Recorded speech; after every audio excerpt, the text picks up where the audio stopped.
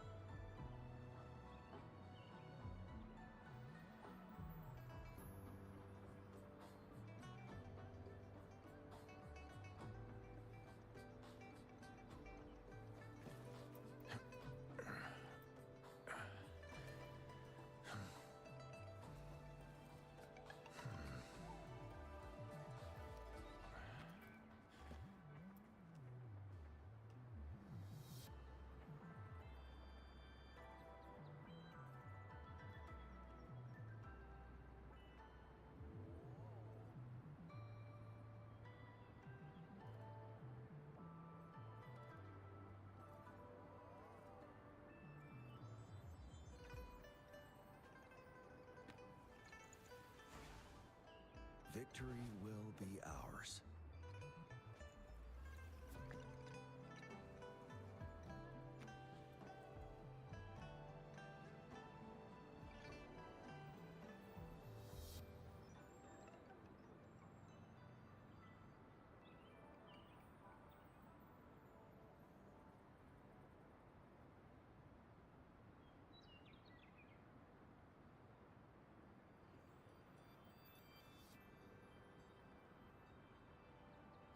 Yo, what's up?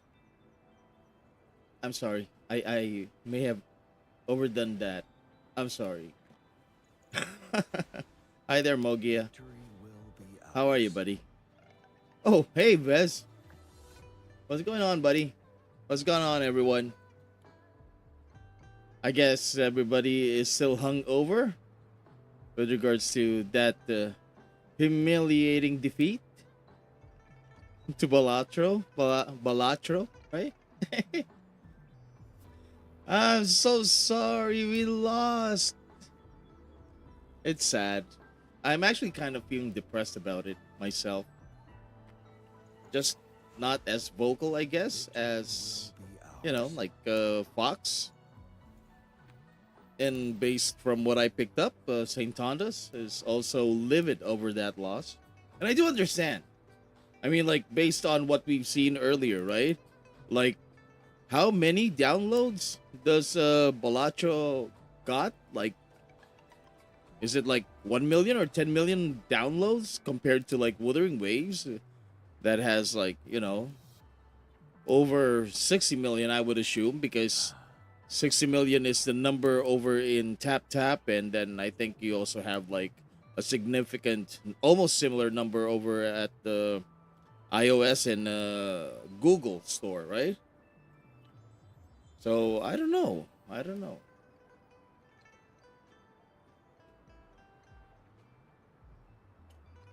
I mean, what is the point of voting? What is 100,000 on the Play Store? Yeah, still. What is the point of voting, right? If it's just gonna be judged anyway, and they're not. I don't know. How do they account for the votes versus the opinion of the judges? I wonder. Wait, let me just grab my glasses. Jesus Christ. Why do we have to age and go through physiological changes? Can't we all just be 20 forever? Victory will be ours. Damn. Damn. Yeah, Shadow Boy. It's pretty sad, to be honest. I mean, it's not the end of the world, but it's sad. I actually, after they announced that we lost, I'm like, shoot. I felt very depressed over at work that I had to go and grab myself my comfort food. I had to go and buy burger and fries just to comfort myself a little bit while I listen to Foxhole ranting. And like, it's okay, like it's great that he's trying to reach out to St. Thomas. That's good, right? Just stop aging takes practice and discipline. I doubt you could stop it, to be honest with you. I mean, like, it's really a gene thing. But you know what, like, it's unfortunate, but it happened. Me, I know that what is that, like 10 million? What is 100k? Is that Balatro or is that Wuthering Waves? Magia. I mean, if that game, Balatro only got 10,000 points, and Wuthering Waves, let's assume Wuthering Waves has like over 100,000. The question now is, how many active players are actually playing these games, right? So let's assume that with 100,000 downloads just on the Play Store, how many of those who actually downloaded are actually still actively playing the game? And then once you've determined that, how many of those active players? Okay, so Balatro downloaded 100,000, 100k people. Okay. Now the question is, how many in total is the downloads for Wuthering Waves and Zenless Zone Zero, for example? How many people actually downloaded? And then you have to ask yourself, how many people are actually currently actively playing? And then once you've determined that, of those active players, how many actually voted for Wuthering Waves, who were informed to vote for Wuthering Waves? How many? How many, right? Maybe all of those 100,000 people voted on the place. 100,000 people for what do you call this game? Balatro are actively playing that game, and all of them voted, and perhaps, like, like Wuthering Waves maybe only 60,000 voted for Wuthering Waves out of all the active players. Either they don't know, maybe Wuthering Waves didn't do a good job in marketing. I mean, after they announced that this game got nominated in the best mobile category, that was it. We don't we If I did not sign up for TGA, I wouldn't even know that there is that player voice award, right? They only informed me by email that, hey, go and vote to this, right? So it makes you wonder. Black, yeah, Black Myth Wukong definitely deserves to win the people's voice, right? But it's the other one. It's the other category that is kind of bothering me because it's the new games, right? The new mobile games. So I wonder, do they only account for votes that were logged in using the mobile app or what? But you can vote online on your PC. So I don't know what is the percentage of the votes in terms of the total score, and how much is the weight of the judge's decision. So it makes you wonder. And to be fair, like Fox has a good point about that. So the question really is, of all the downloads, how many are actively playing Wuthering Waves, and how many of those active players voted for Wuthering Waves? Perhaps not everybody actively playing even know or even cared to vote, right? And maybe the percentage of the votes in the final tally of the score is like only 20%. The judge's decision has like 80% of the total score, right? So Black saved us from the biggest and most intense Gacha war ever. If Genshin Impact had won, I would have completely lost faith in humanity. Oh, by the way, hi there, Clotia. But still, to be honest with you, like it doesn't matter whether we win or we have lost. It's still the same.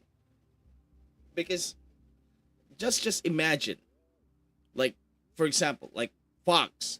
Fox was really ranting earlier. He was really upset over this defeat, you know? And oh shoot, I'm sorry about that. Like motorcycles. And it's gonna get louder as we get closer to the new year. I'm telling you this now, guys. So if I live stream around, sometime around before the new year, I can tell you now, it's gonna get louder.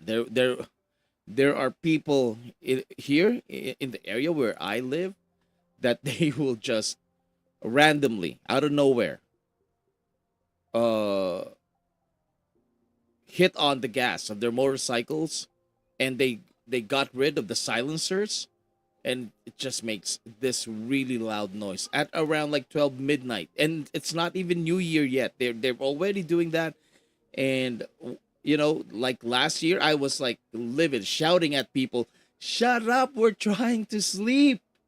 We're trying to sleep. It's midnight. Let people sleep." My God, you had to call the local authorities on these people. And the funny thing is, the leader of, here in the Philippines, we have what we call the purok, and then we have the barangay captains and officials, right? Barangay is more like a district, right? And then you have like the smaller segments of that district, which is the purok, and the purok leader just lives right here. He hears that shit and he doesn't even react to it. He doesn't do anything unless if he gets called on by the barangay officials. Really effed up, I would tell you. Anyways, yeah. Uh like I said, it doesn't matter if we win or we lose, it's gonna be drama. Now, here's the thing, okay? If we win, what's gonna happen is all the Wuthering Waves content creator, including myself, you know, Of course, like we're so proud, right? We're so happy. I'm gonna make a content about it. We won, yay! Happy for us. And then you have like Saint Tontas, for example, who is very vocal. Excuse me. Chances are he's probably gonna gloat about it, right? It's vindication, right? Like we're better. This game is much better, right? You know what's gonna happen. And then you have the Genshin people, the haters of Wuthering Waves. And I know not all of them are from Genshin, but like there are people that just ignorantly hates Wuthering Waves. They'll come in and they're gonna start spewing, oh, blah blah blah blah, all the negative stuff. I don't know what those are, right? Oh, it's because like everybody in Wuthering Waves voted for them, blah blah blah blah blah. Unlike in Zenless Zone Zero, most of the players don't care, blah blah blah blah blah blah. That's what. Look, I'm gonna do what Saint Thomas does. Okay, no offense, Saint, but it's kind of funny to be honest with you. But here, you know what's gonna happen here, right? You guys, everybody, Wuthering Waves are voting because you guys got 1,000 asteroids after you got nominated, right? You kind of know that's gonna happen, yeah, right? Ano ba yung Balatro? It's the game that won the best mobile game, the new mobile game of 2024. So there. It's very addicting. It you look at it, it's crap, but it's very addictive. And as you progress, it becomes even more addictive. Okay? Addicting. So you kind of know that this is going to happen. The opposition, the Wuthering Waves haters are going to come in. A lot of them are coming in from Genshin Impact, you know. But if we also lose, it's the same thing, and we've seen it. Like I was at Fox Soul's live stream, and he's like really like he's rambling and ranting. Pixel Tree, he's not so much. He's okay. He's very, very moderate, you know. And then I heard that Saint Tontas is really heated in his Twitter posts, and he was reacting. He was posting chat comments over another content creator. I don't know who it is, but that's what I heard. So it's insane. It's crazy, right? Whether we win or we lose, we are gonna witness what is gonna happen. Something is gonna happen. Something is definitely gonna happen. Okay, let me look at the chats. That motor freaking guys. Yeah, I'm really sorry about that. Like, that's that's how it is here in the Philippines.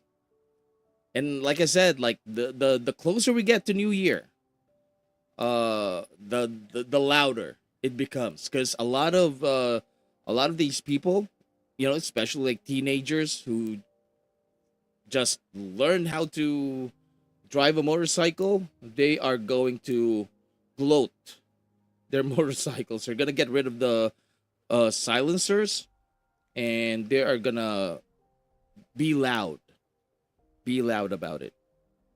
So I'm really sorry if that ever happens. Can't do anything about it. Like, what am I gonna do? Like the Purok leader is right there. He doesn't even do anything about it. And if I call the local highway people, highway patrol, the traffic enforcers, they're not gonna do anything about it. I did that last year. I complained. Look, there are people there that it's so loud we can't rest. Like we can't sleep. And they're like, okay, we'll just send somebody over there to inspect what's going on, and nobody even showed up. So it's effed up. I don't even know why this city is all getting this certificate of good governance. The city where I am, Olongapo City, doesn't even have a friggin' traffic light. You go to Subic Bay Metropolitan Authority, the old American Naval Base.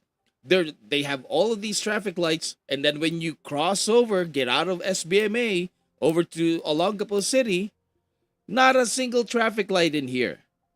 What's up with that? And we are like one of the top 10 highest income earners in this godforsaken country. So I don't know. I don't want to say anything more than that, but I think we know where the public funds are where they're taking all that public funds that they're getting, all that money that they're getting. So whatever. Danao, ngayon ko lang narinig yun. What is that? Ano ba yung Balatro? Yeah, it's a very addictive poker game with certain gotcha elements. What else? What else? And puzzles. Okay? And it's really addictive. I mean, you know, a lot of people get addicted to it, and solving the puzzles, like is it's insane.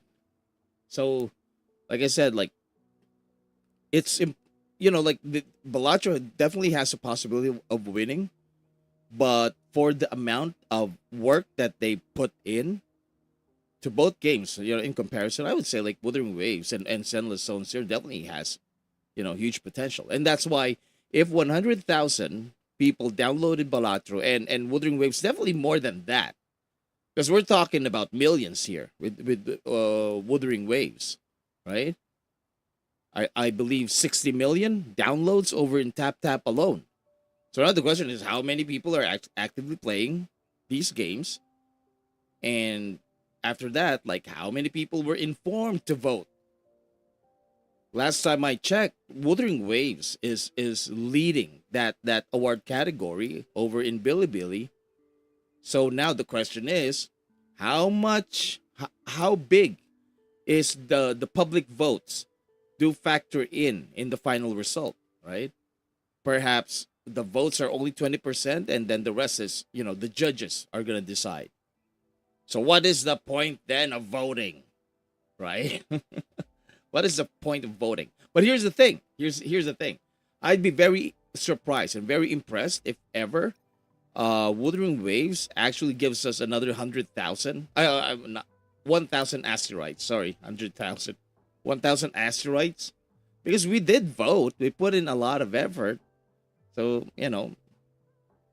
hopefully they would consider it like just a thank you. Hey, thank you guys for voting. I know we lost, but I know you guys did your best to vote. Unfortunately, it is what it is. These gaming awards, they're kind of cooked, right? Lutong Macau, they're kind of cooked, and unfortunately we lost. But here, 1,000 asteroids for your efforts. Thank you so much. Well, we'll see. We'll see what happens. The word, okay, okay, let me just quote you. I may dislike Hoyo, but I have to admit, they delivered exceptionally well. Kuro really messed up by not creating a new trailer for TGA and just showing the same one. I was kind of disappointed. I have to agree with you a little bit on that one. They added a little bit of Rinasita, but and it's nice to finally see like the flying, wings that we're gonna get. But yeah, it's when you really look at the bigger picture, there's really not much in there. Like nothing that is new, at least for us who are actively playing this game, right? You've seen Sheshi, Changli, Jinshi, Shanglia. Who else were there? Most of the characters are there, like the limited banners, and I believe Encore was there as well, right? And then they switch over to Renacita. It's this is something that Kuro Games needs to learn. They really need to learn marketing. They really need to learn to create cinematics, epic cinematics. Be able to learn to create hype using the video format. Because when you compare our video to the ones that they put in for Senless Zone Zero and Honkai Star Rail, I'll be honest with you, like their videos, the Hoyo videos there that they put, they didn't even include Genshin Impact. I didn't see Genshin Impact. Those ones were really good. Well, I mean, not good in terms of their regular standards, but definitely better compared to what we had. Like, how long was our video? Like, a couple of seconds? 10 to maybe 20 seconds? I'd say 20 seconds. Those guys really put in a lot of effort, though, in the videos that they presented. Hi there, Charlie. Also, oh, you are on or in Olongapo. Yes. Wait, Mogya, are you Falela by any chance? You just change your name? Yeah, Olongapo City. That's why in Sambales, neighbor. The award judges have neglected, from Elijah, hi there, Elijah, have neglected gotchas. Serves right to both Kuro and Huyu communities. In a way, yes. You know, that's, I guess, karma. I'm sure they also check on how the community is, right? Remember, like there is like a category for best community, and when I first saw that, oh my god, like Kuro and Hoyo definitely, you know, our communities are not gonna be part of that. Maybe if it's PGR, but PGR is not included, so we'll see. What was I supposed to do with this guy? This one, because I'm also trying to build him. Oh, we lost to a card game. It ain't even free to play. You have to pay for it. Yeah, yeah. Sad. And that's where Fox has a point. 100,000 compared to like ours, which is like downloaded by maybe 100 million. In China alone, like in TapTap, we have like 60 million there, right? At least, at the very least, right? But we lost. That's why I'm asking myself, like, how many of those downloads are actually active players, and how many of those active players actually decided to vote, right, for Wuthering Waves? And after that, how big is how much is the percentage of the total score gonna be based on votes alone? So we kind of can conclude that the final decision is through the judges, not the votes. So when you think about it, so what's the point of voting? Is that all for show? What is that? Let's assume only 20% factors in the final tally. Then what is the point of voting? It's okay if it's like 60%. 60% of the total tally, the final score is going to be based on community votes, and then only 40% is going to be based on the judge's opinion. But it appears that it's like maybe 90% judge's decision over 10% community votes. So if that is the case, then there is no point voting. No point, right? You guys get it, right?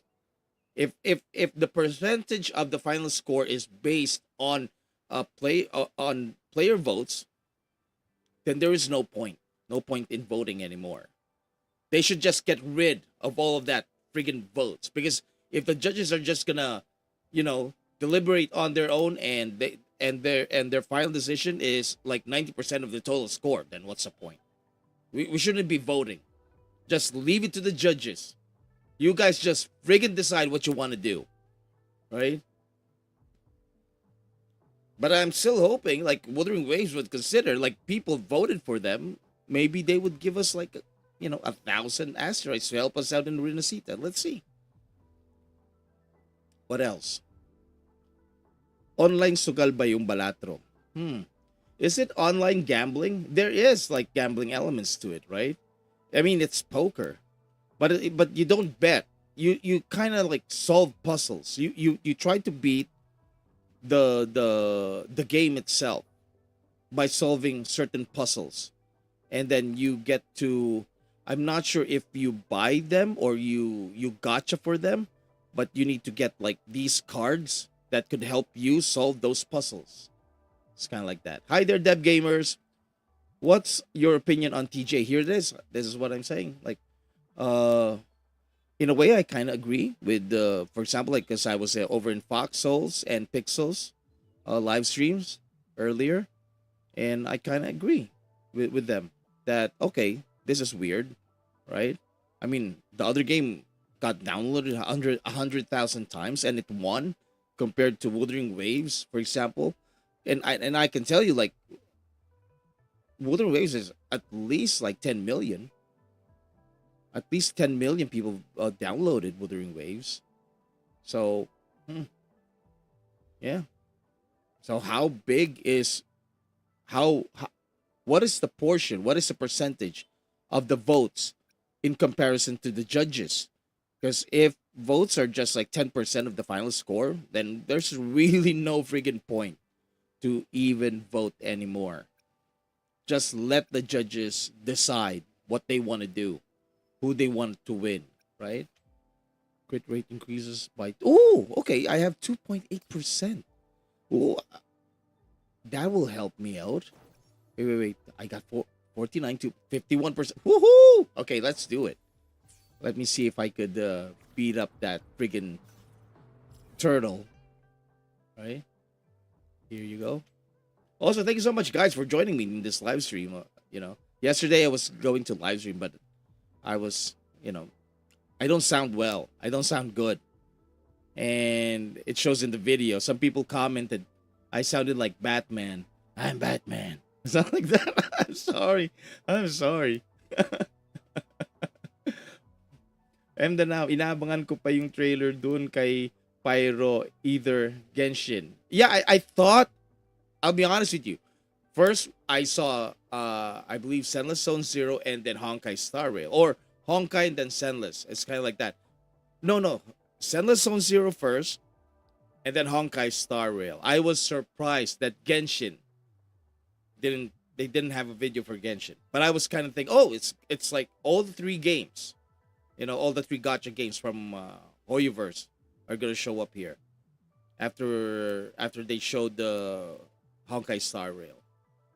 Anyways, they probably decided not to do it because aside from the player's voice, they really didn't get nominated in any other category. So they're just trying to promote the two games, right?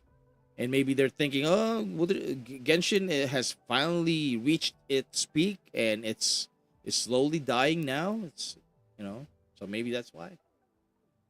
I'm not saying that in a negative way, by the way. Like people, like who loves Genshin. I'm not saying that. It's just the natural progression of the game. You get you started off low and then you peak up and then you get your highest peak there and then eventually it will taper down.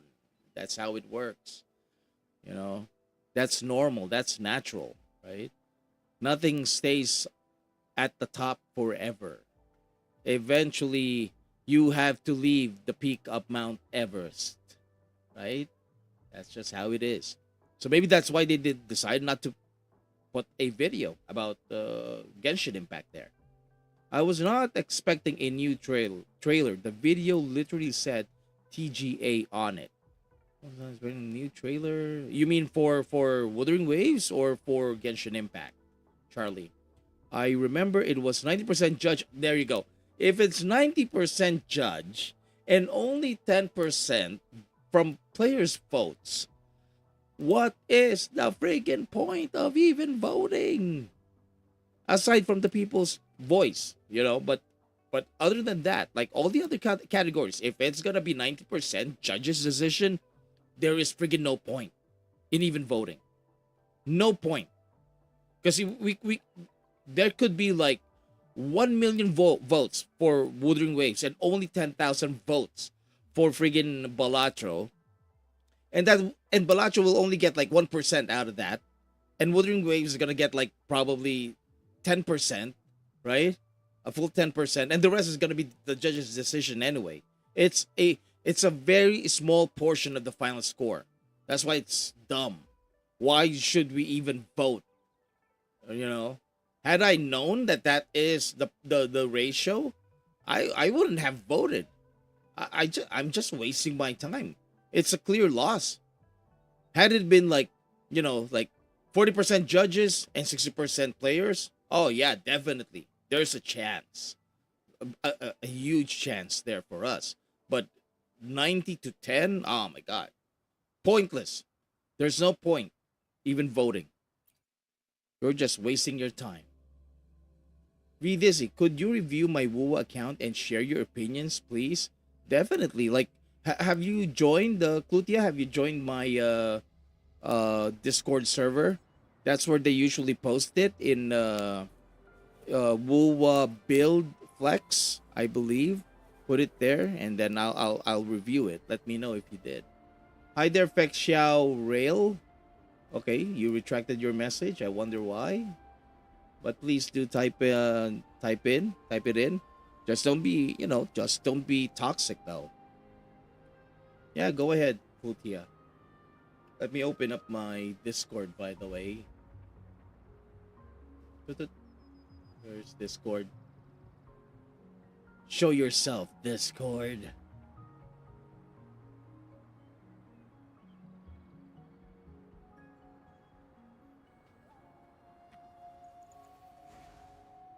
Victory will be ours. Oh. I blame Pixel. I bet we lost by 1 vote. We should all go to this next live stream and call out as a traitor. Pixel 3, you are a traitor. Sorry about that. There, I still have like the cuffs and the phlegm, so.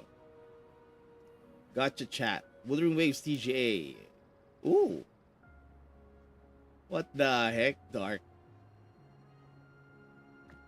Okay. Victory will And be ours. the video is sideways. He's showcasing his echoes. So yeah, you could put it here. Where's that? Like Wuwa build flex. Let me see if there are nothing new. Dungeon solo by Violet, and Violet is missing in action. So yeah, we haven't had new ones, I think, right? Oh my. Okay, let's show this. Mr. No Name, fusion, attack, crit damage, 18. Yeah, that's not bad. But however, you only have like crit damage though. It would be nice if you have crit rate. I would assume this is either for Encore or maybe for Changli. But still, like look at the other stats. You have the other stats: heavy attack, resonance liberation, attack, energy regen. Great. It's kind of like one of my eh, uh echoes for Gian. Battlefield is dynamic. Let me Do not see. let your guard down. Let me just show this quickly. So this is my only problem here. It's got crit damage as the main, and then a substat roll on crit rate. How I wish that one of these defense would have rolled onto another crit damage. That would have been perfect, because it's got heavy attack and attack here, and maybe instead of this defense here, would have rolled into energy regen or liberation. That would be great. Now the rest is awesome. Crit damage, crit rate 6.3 though, like really low crit rate, but it's got the crit damage there and the extra attack. Resonance liberation as well, energy regen, nice. Crit rate and crit damage again, a little low on the crit side. Energy regen 11.6, and then we have liberation. Then here, almost same number, but we have 9.3 crit rate. Basic attack, we don't really, it's okay. Resonance skill, it's okay as well. And this one went 6.9, 16.2. Resonance liberation and attack. But, where are the others? Look at this one. Crit rate, 10.5. And I had to get rid of it because it doesn't have crit damage. Energy regen, heavy. Resonance skill, resonance liberation. Perfect for Gian, people. Perfect. Unfortunately, I had to let it go because I also need crit damage. And then I think there is another one here. Share Gale. No, nothing. That's it. That's what it's all, crit damage. Also amazing with resonance skill, resonance liberation, but had to let those go. And I'm just pleased that I just found this. I just noticed that I haven't unlocked this one yet. So it's gonna give me 2.8. So that's good. I could finally get this over to 51% and still retain that 252.8% crit damage. Isn't that amazing? You know what? Aside from Pixel, You know what? You know what? Who I blame? I blame Tencent. It is, like based on their official statement, or yeah, I mean, like the history. Tencent was brought in by Hero and Kuro in order to support them financially when it comes to the promotion. And I was like chatting earlier. You know, that's the whole. This is the whole reason why Tencent is here. Like they're supposed to pay off these judges. That's their job, marketing and promotion. They're gonna pay off these judges. They're gonna use up all of that financial resources that they have, and they're gonna pay up these judges. And I was like, like wait, like the money is transferring. They're wiring the money over. $10 million coming. It's coming. And apparently we lost. We still lost. It's all copium. Wait, can I get you my email and you check it out? Wait. Are you having problems with the Discord?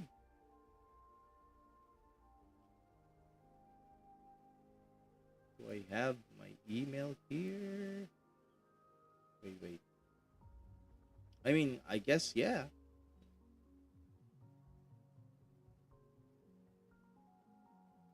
Personally, I would prefer that you send it via Discord. Oh, this new from Jimitsu? Oh, let's go check these out. Oh, whoa! Didn't realize that we have a lot here right now. Okay. Let me just find that email address.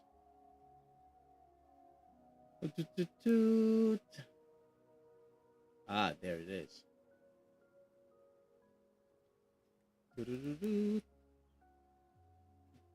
Excuse me. Wait, can I get you my email and you check it out on Discord? Excuse me, there. There, you can set it there as well if you want.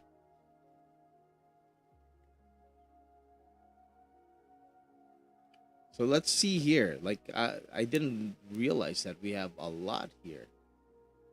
I wonder who is this for. What is this? Yinlin or Mortefi? Or Mortefi? Is this Yinlin?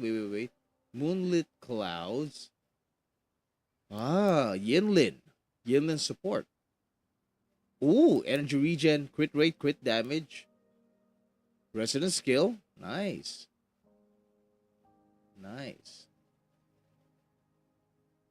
Well, this one is bigger. Good. Basic attack. Yeah, I guess. Crit damage 18.6. Pretty nice. Attack 40. Crit rate. Defense not really necessary. But that's RNG for you. Glacio. Why is this Glacio? Oh, it's Moonlit Cloud. Okay, Electro. Okay, sorry. Electro, Moonlit Cloud. Crit rate, Resonance Liberation, good. Crit damage, Resonance skill. Heavy attack, I think Yinlin's forte is based on heavy.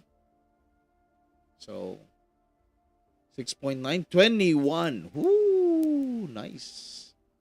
Beautiful. Electro again, Resonance skill, crit damage, 15%. Heavy attack, 7.9. Energy regen, great.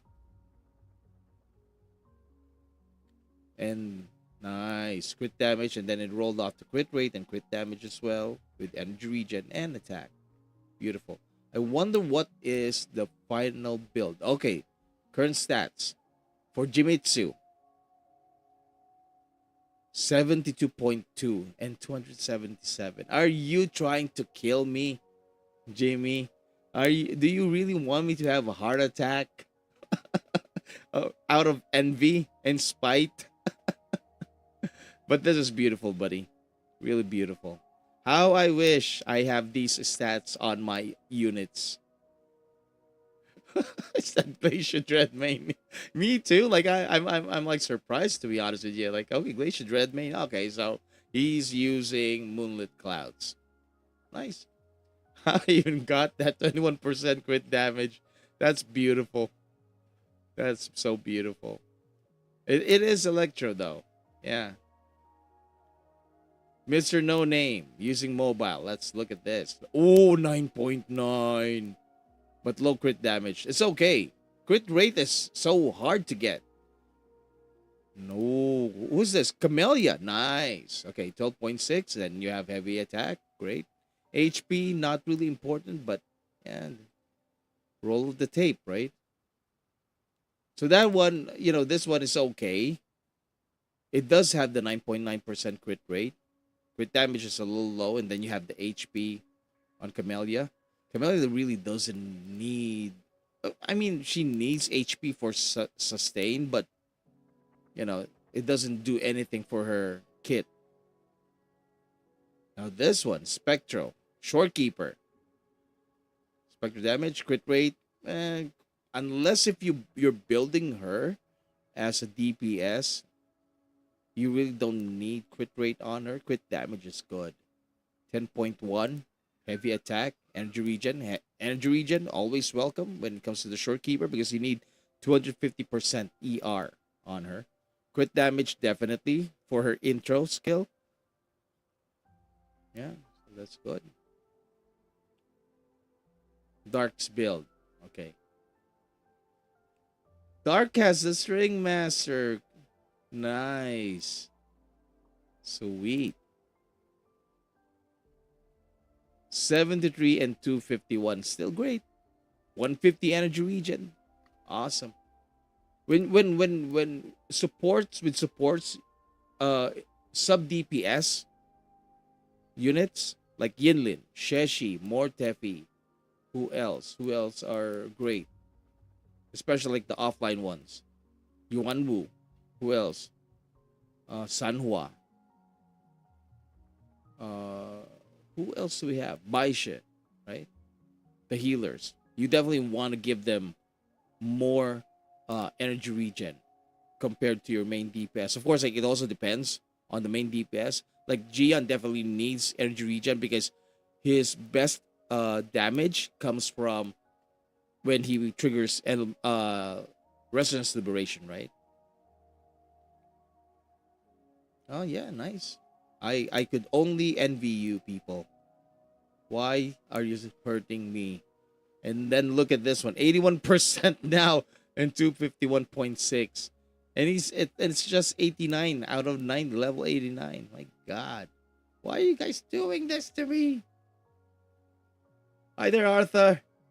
I sent it to you on your Discord in the personal chat. Oh, there you are. Did you join the Discord though? So we can we can. Oh, there. Let's accept it then. Nice, nice. Okay. Oh shoot. Oh no no no no. Should I do that? I'm kind of. Oh shoot. Oh my God. I'm sorry. I'm sorry. I'm sorry. Yes, Dark Eye there. Arthur got my UV at C1. Got his sig. Damn, he's cracked. Awesome. Uh. Oh shoot. I wasn't expecting that you're gonna give me that. I didn't. Oh Lord. Clothia, I'm sorry. Okay.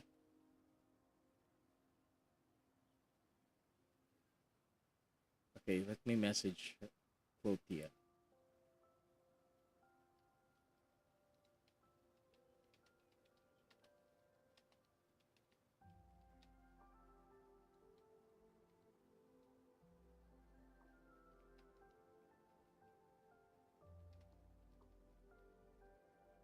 I mean, I could go in. Oh, if you're comfortable, me going into your account to look at it, okay.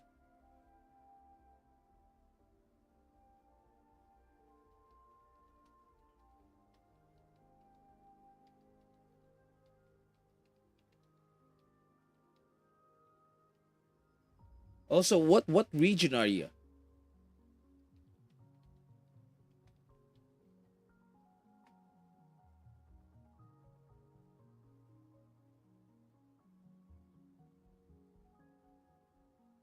Yeah, okay, good, good. Yeah. Oh, EN? English? US? You mean US? Is it US?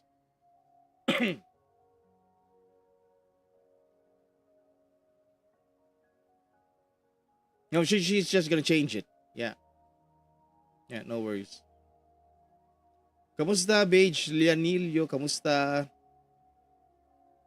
See, thus my account is a mess. Yeah, if you can change it, okay. I'm gonna go in. Okay, I'm gonna go in. I'm gonna get out of this. Oh, also tomorrow. Oh shoot! I pressed the wrong one. What the heck? What the heck is wrong with me? This is what I get for playing too much Girls Frontline. Okay. Wait. Let me. The I. battlefield is dynamic. Where's that Do Chang Li? not let your guard down. Where's this girl? Plan I with intention, believe I also then got a good conquer pull here. by ingenuity. Because I use up all of my free. Oh, 21. Ooh, 7.5, 21%. Liberation. Heavy attack. You guys think you're the only ones who are getting like good substat rolls. Well, I got 19.8 crit damage. 8.1 crit rate. There you go.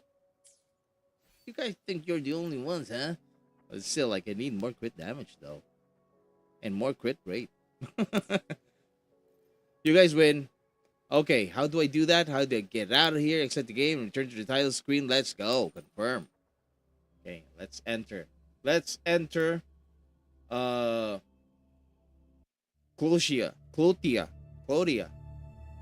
account. Ah, Europe server. Okay, because it's like EN here. So I thought it's US. Okay. EU apparently. Hey, John Noob, kumusta? I'm back, boss. Sorry if I haven't joined the live in the past few weeks. I have exams. No problem, buddy. Not a problem. How do... Let me just quickly... There, let's put it there, okay? For Claudia's privacy. Okay. So, okay. Where is that Discord now? There. It's fine. It's exam season. So that's okay, especially if you're in college here in the Philippines. That's all okay. Okay. Oh, wait. I need... Hey. Is it automatic? Will it automatically switch me over to the right region? Okay. There. Clotia is using the EU. Yeah, there. Europe recommended. Confirm. Let's go. Okay. I'm in, Claudia. Wait. Ah. There.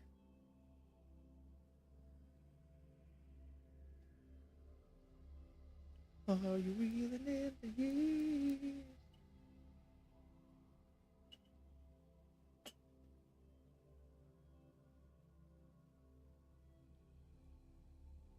I'm not super old, guys. I'm not that old. I'm just, let's put it this way.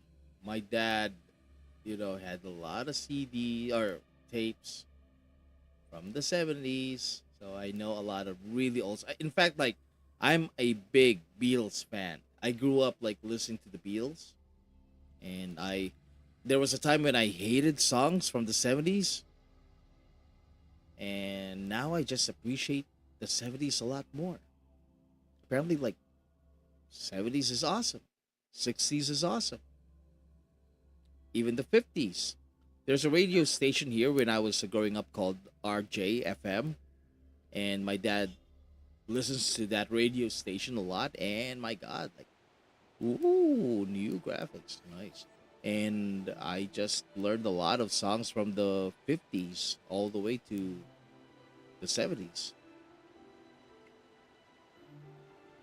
Wait, How do I do this? There you go. So let's check out Resonators. May I Yay. pray for anything specific for you? Oh, whoa, whoa. My Up, honor. up, up, up. Okay, attack is a lot. What is your weapon? Okay, Lustrous Razor. Crit damage is a little low. Like you only added like 16.7%. Okay. You definitely, yeah, defense. Yeah, you don't need defense. Heavy attack, kind of okay. Energy regen. Energy regen. Not really. What you want to do with Jinshi is, oh, wait, 4-4-1, oh, 4-4-3 and 1. Okay, I tried that. Some people actually did this. Like, they actually have this. Let me double check here.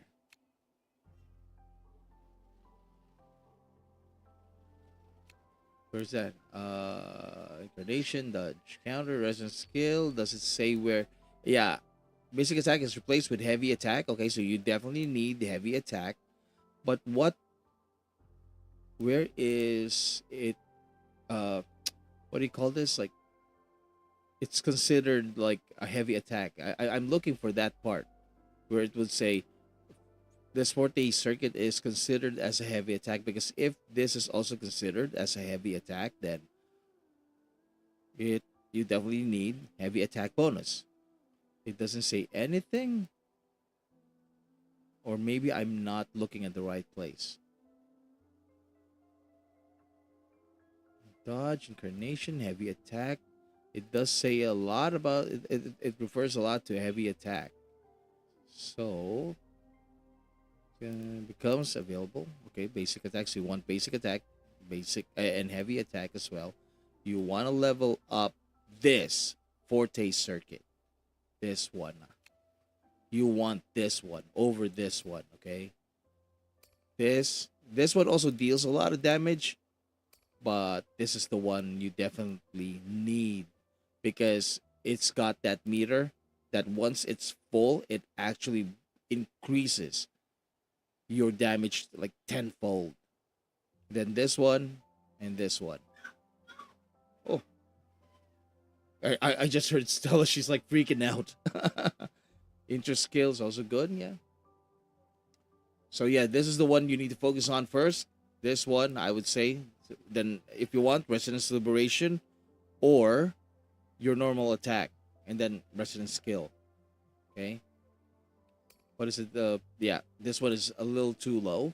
Okay, so you may not want to, focus on this one. This one, you also want this.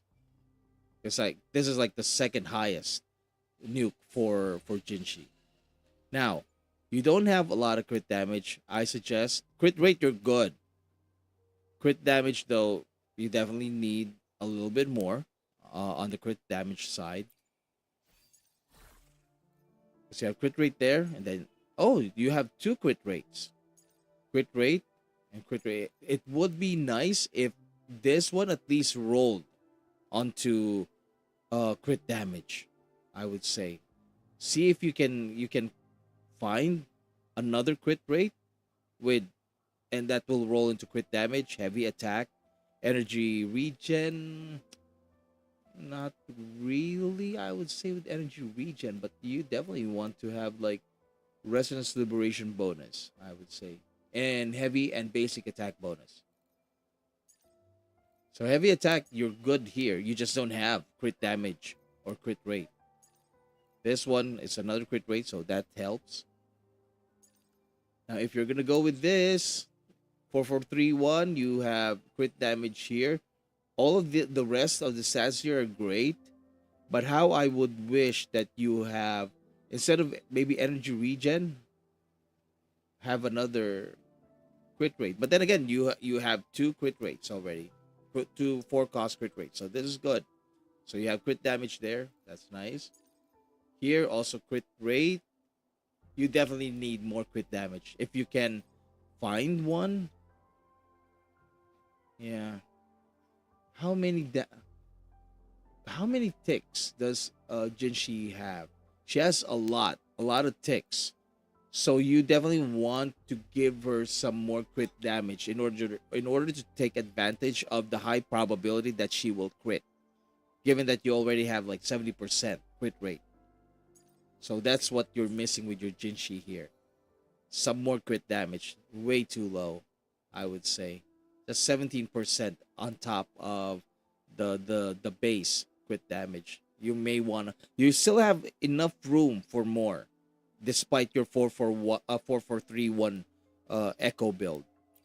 Now this weapon is great. Like this is a nice weapon for her if you don't have her best in slot. So in order to compensate, you may also want, more crit damage from out of these. Okay, so that's cool. Just my personal opinion. Oh, there. Now Yinlin, let's go check out Yinlin. Same thing. More crit rate than crit damage, 94%, but 177. I guess this is okay for her because she doesn't really have a lot of ticks, right, in her damage. So more crit rate, definitely best compared to crit damage. Energy regen, because she's a sub DPS, you definitely want her to have a lot of energy regen so she can do her resonance, no, not resonance liberation, but her forte, right? You want that bar filled up right away. So you have this string master, great. Need to build this, get it all the way to what, 34%, I think. And then again, 4-4-1-1. Okay, it's a broken set. You only get the Void Thunder bonus, and that's okay. That's fine if you prefer a 4-4-1-1, a 4-4-3-1 build. Yeah, 3-1. Yeah. Crit rate and crit damage, good numbers here for the crit rate and crit damage. Heavy attack, resonance skill, great. Crit rate here again, crit rate. Substat 9.3, nice. Yeah, nice. Basic attack. You really don't need basic attack on her. You want heavy, I would assume. 50 attack, great. HP, defense, not really a major factor. This one, attack. I would suggest going with Electro on this one. Let me double check your Jinshi here for 3 cost. This one is energy regen. You don't really need energy regen because you want the forte instead. So maybe change this with, what are you using here? You only have like 2 costs. Celestial Spectral, okay, good. So let's assume, where is it? Glacial, Havoc, Electro. What we're looking for is Spectral. There. You may want to put in Spectral. To be honest with you, like, this is much better compared to just the attack, the attack stats here, because this actually increases your damage even more, taking advantage of the fact that all of these resonators, they rarely, if ever, deal physical damage. They're all elemental damage, right? So it increases like that bonus. So instead of energy regen, since Jinshi's ultimate is really, compared to her forte burst, her forte nuke, her liberation deals a lot lower. So if, let's say, if you get 140%, 140,000 damage from her forte circuit at full forte bar, with her nuke, you probably get like over just half of that.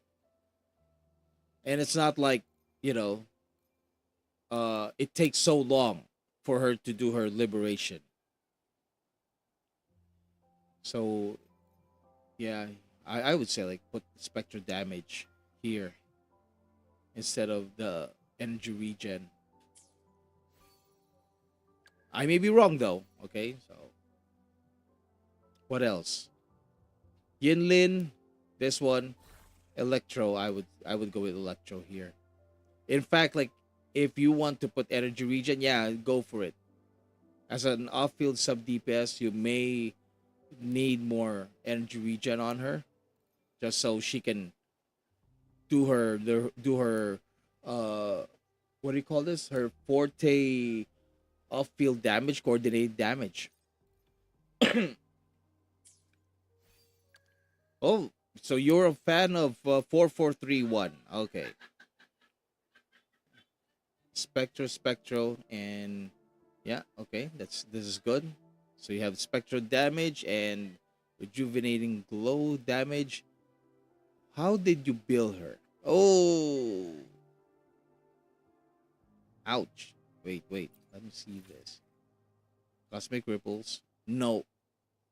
No. You don't have HP or energy regen. Here. This one. Use this one. Use this one. Not this one. Not this. Unless if you're building her as a DPS unit. Let me see this. 69 177. No point. No, not worth it. You want more crit damage on her because her biggest damage comes from her intro skill. Okay? So crit rate, not, I would say not really necessary. What you want to do with your shorekeeper is you want her to increase the crit damage of your other units. Because she has that ability. She can increase the crit of your main damage dealers. Build her as your sustainer and buffer. Okay? That's what you need to do with this unit.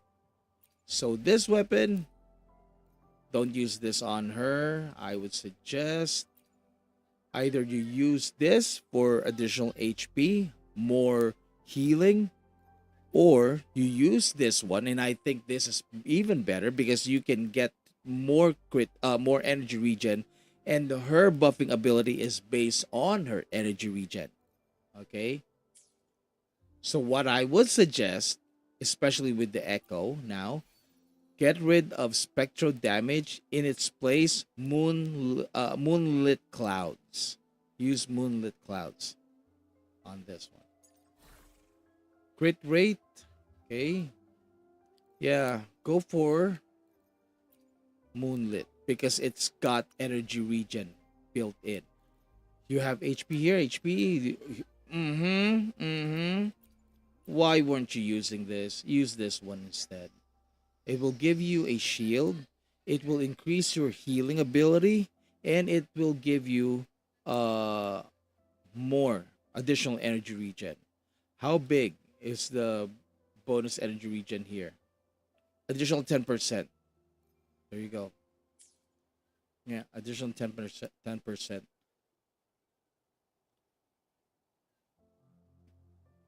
And also this one, oh my god, like you may want to go with 43311 on this unit.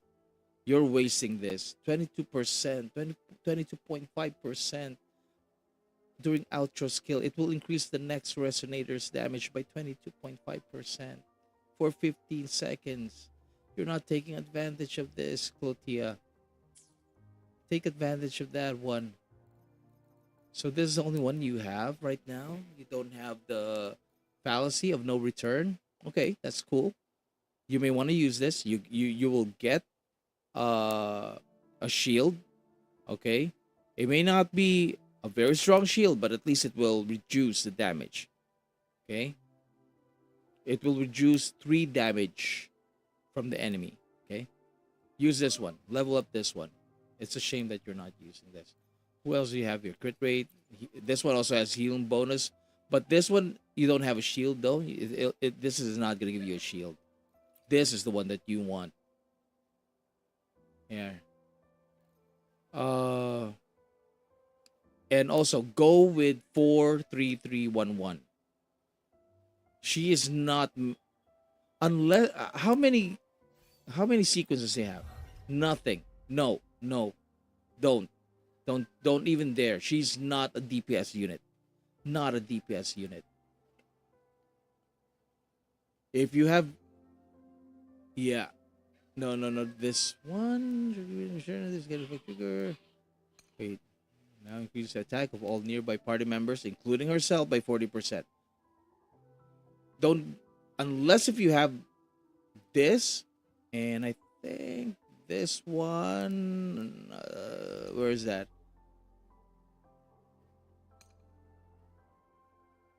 This one, right? This. And that is liberation. Shortkeeper goes share to energy. There's another one. Extend the range of pulling effect of basic attack damage stream relation. This one. Yeah. 2 and 6. Don't even bother building her as a DPS. Not worth it. Increase the HP. Get more healing bonus. Healing bonus in here. Get rid of the crit rate. Increase energy regen. If you can get this to 250%, you're good. You're good. This one replace with the Geochelone. Where is that Geochelone? There. Replace that with that. Then 3 cost here. Rejuvenating glow. Instead of elements, use energy regen as your main stat. Boop. There you go. Do you have any? There. 1 and 2. Okay, so you have these units. Use them. Attack? No. No, don't go with attack for the third, the 3 cost. Both these two, energy regen them. Get this girl to 250%. And then the rest, HP. You have defense here. No, you need HP, I would say. HP percent, confirm. There. Use these ones. 5 cost, 5 slots, okay? 4, 3, 3, 1, 1. HP here in your 1 costs. Both of them, HP. This one, go with healing bonus. You have a Geochelone there. Moon, oh shoot, like your Geochelone. Oh crap, you don't have, okay. So, not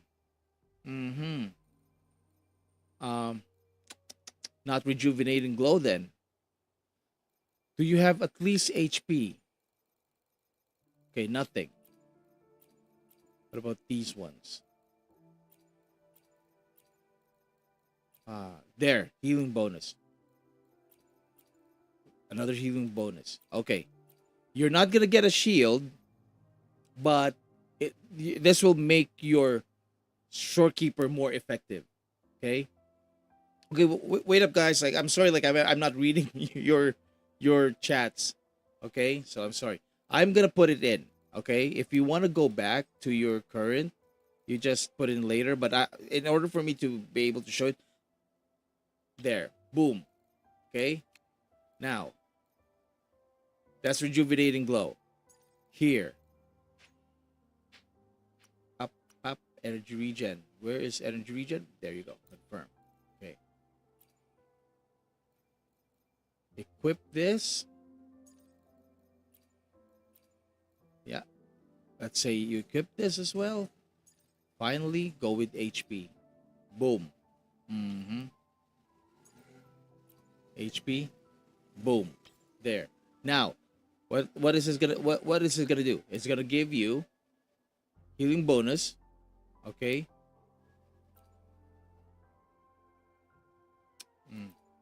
Where is that option that actually shows? Oh, there, 10%, and then it increases the attack of all party members by 15% for 30 seconds upon healing. Okay. Use this. Don't build her as a DPS unit. It's pointless. It's not gonna help you. Use her ability to buff, because she has a really good buff, especially on crit. You know what her buff is? Okay, I'm gonna show you. Where is that? Outro. All part. Yeah. Where is that buff? So that you understand. Not that one. Where is it? Oh my god. Is it here? No, no, no.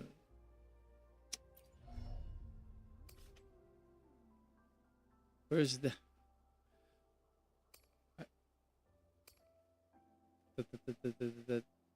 My brain is not working.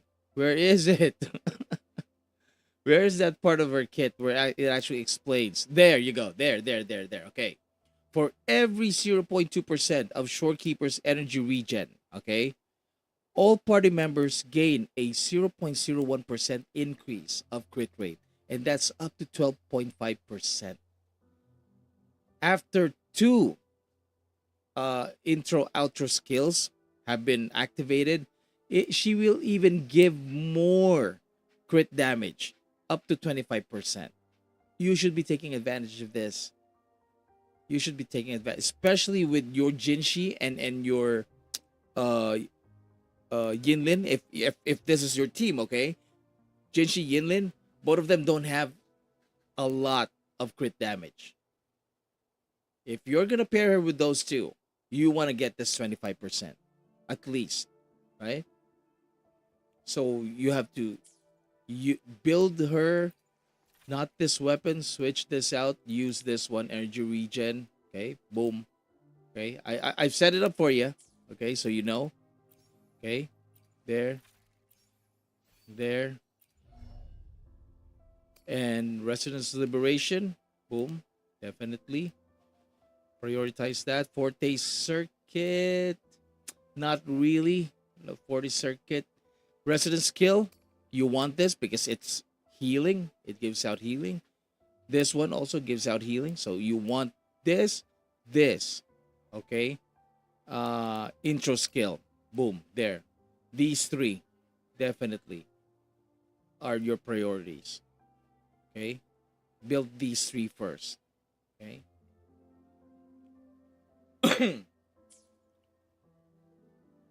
I think that's done with the Shorekeeper.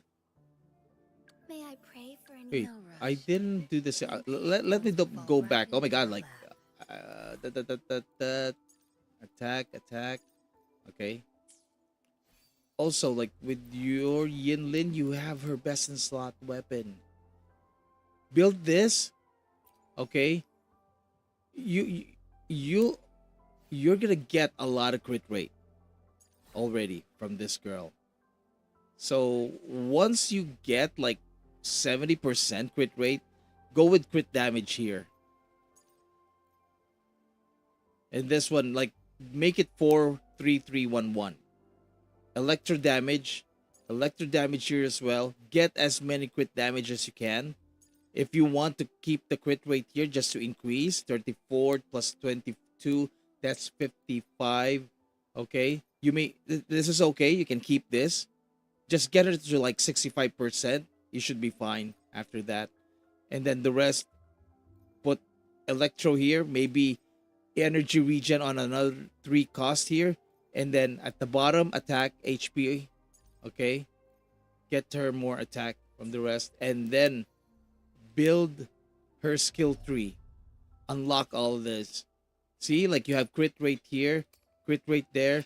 This is like 4%, a total of 8% crit rate, right? And then attack, like unlock these, right? So yeah, some work there definitely. 71, 195. Again, not enough crit damage. And I would assume you went with the 443-111. 4431. Same thing. Well, these are good and all. I mean, they're not bad. This one is attack. Go with fusion. This one, go with attack. Replace this with an attack. And if you're gonna go with 4-4-3-1, this one attack, this one fusion, okay, and this one 3 cost fusion. I would go with that one. What is the weapon? Lunar Cutter. What else do you have here? Like energy region, not really. Oh, you have Camellya's weapon. Nice. Okay. So you don't have a lot of crit rate. So you may want to go with crit rate here.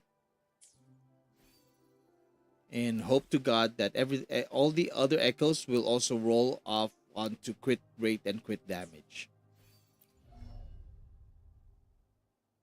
Build her, I would say, Resonance Liberation, because that's her main nuke, Forte Circuit, and then Resonance Skill.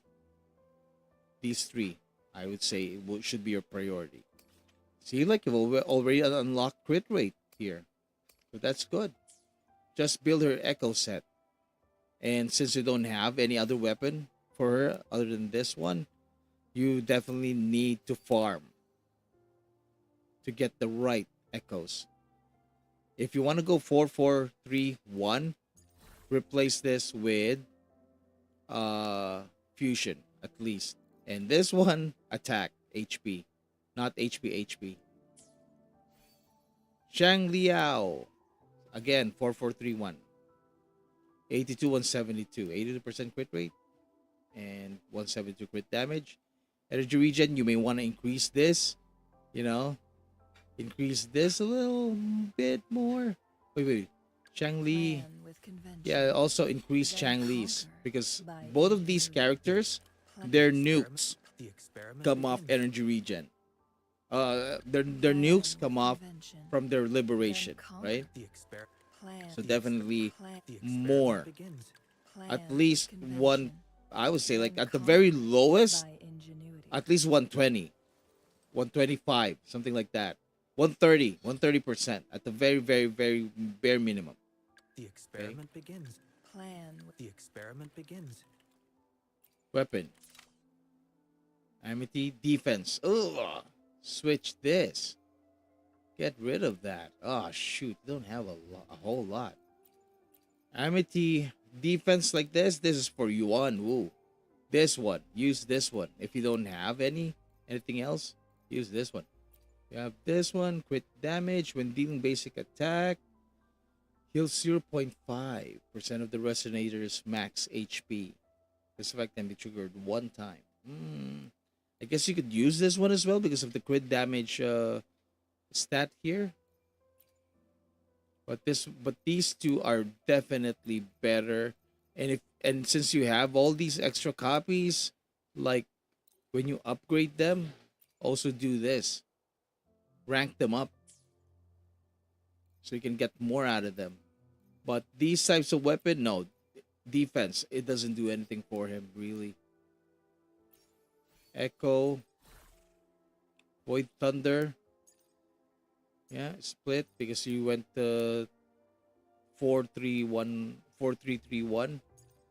Crit rate here again. Crit rate. That's good. This one, attack.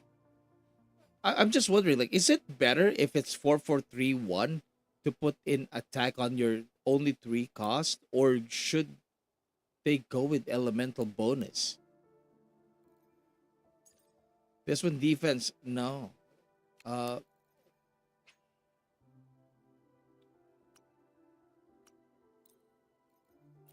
There, you. Oh, it's. Do you have anything else here? That. I'm not. Oh, there. Use that one and another one. Hopefully this. Oh shoot. That's it. You're stuck with 4-4-3-1 then. Attack. Yeah. Oh shoot. Yeah. Yeah, if you're gonna go 4-4-3-1, then okay.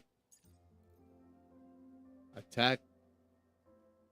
I would say like go with electro damage bonus here, and hope to God you get more crit damage stats on your sub stats.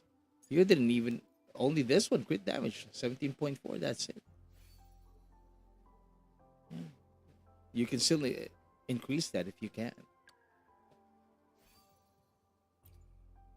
26%. 90 out of 90. Increase the crit. This one needs an increase in crit rate. See, like you could do it. Is it better for you to HP? I think she's attack scaling. So I don't know. What is this? 44111. Share a gale. What? Defense, spectro, attack. You need air here. Put this one. It's one cost. Excuse me. If you're gonna go with 44111, then put attack. Because I don't think does she scale off HP? I don't think so. And you got like, she's S3. Okay, nothing here says that she scales off HP. Get rid of the HP, give her more attack. Yeah, if you're gonna go with that set 44111, give her more attack. Your Camellya. 8193. Okay. Got her best in style weapon. Okay. Ooh. You definitely need to farm. There. You have crit damage there. Use that. What else do we have here?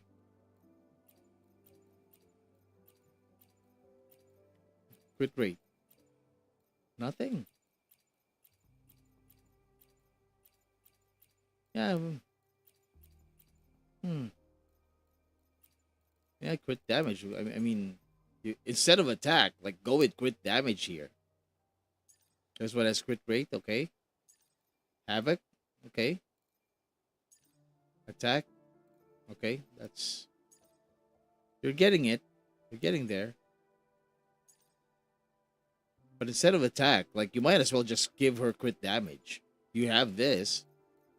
And you have crit damage here. Use that one instead of attack. Especially you have her best in slot. Forte Circuit, then Resonance Liberation. Then you go with Resonance Skill, normal attack, and all that.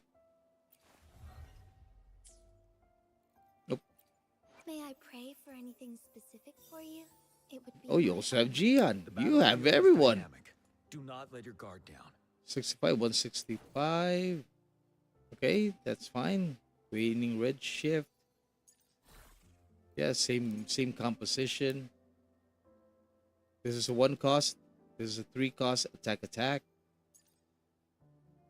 Man, we'll go with Arrow because you already have double attack stats on your weapon anyways.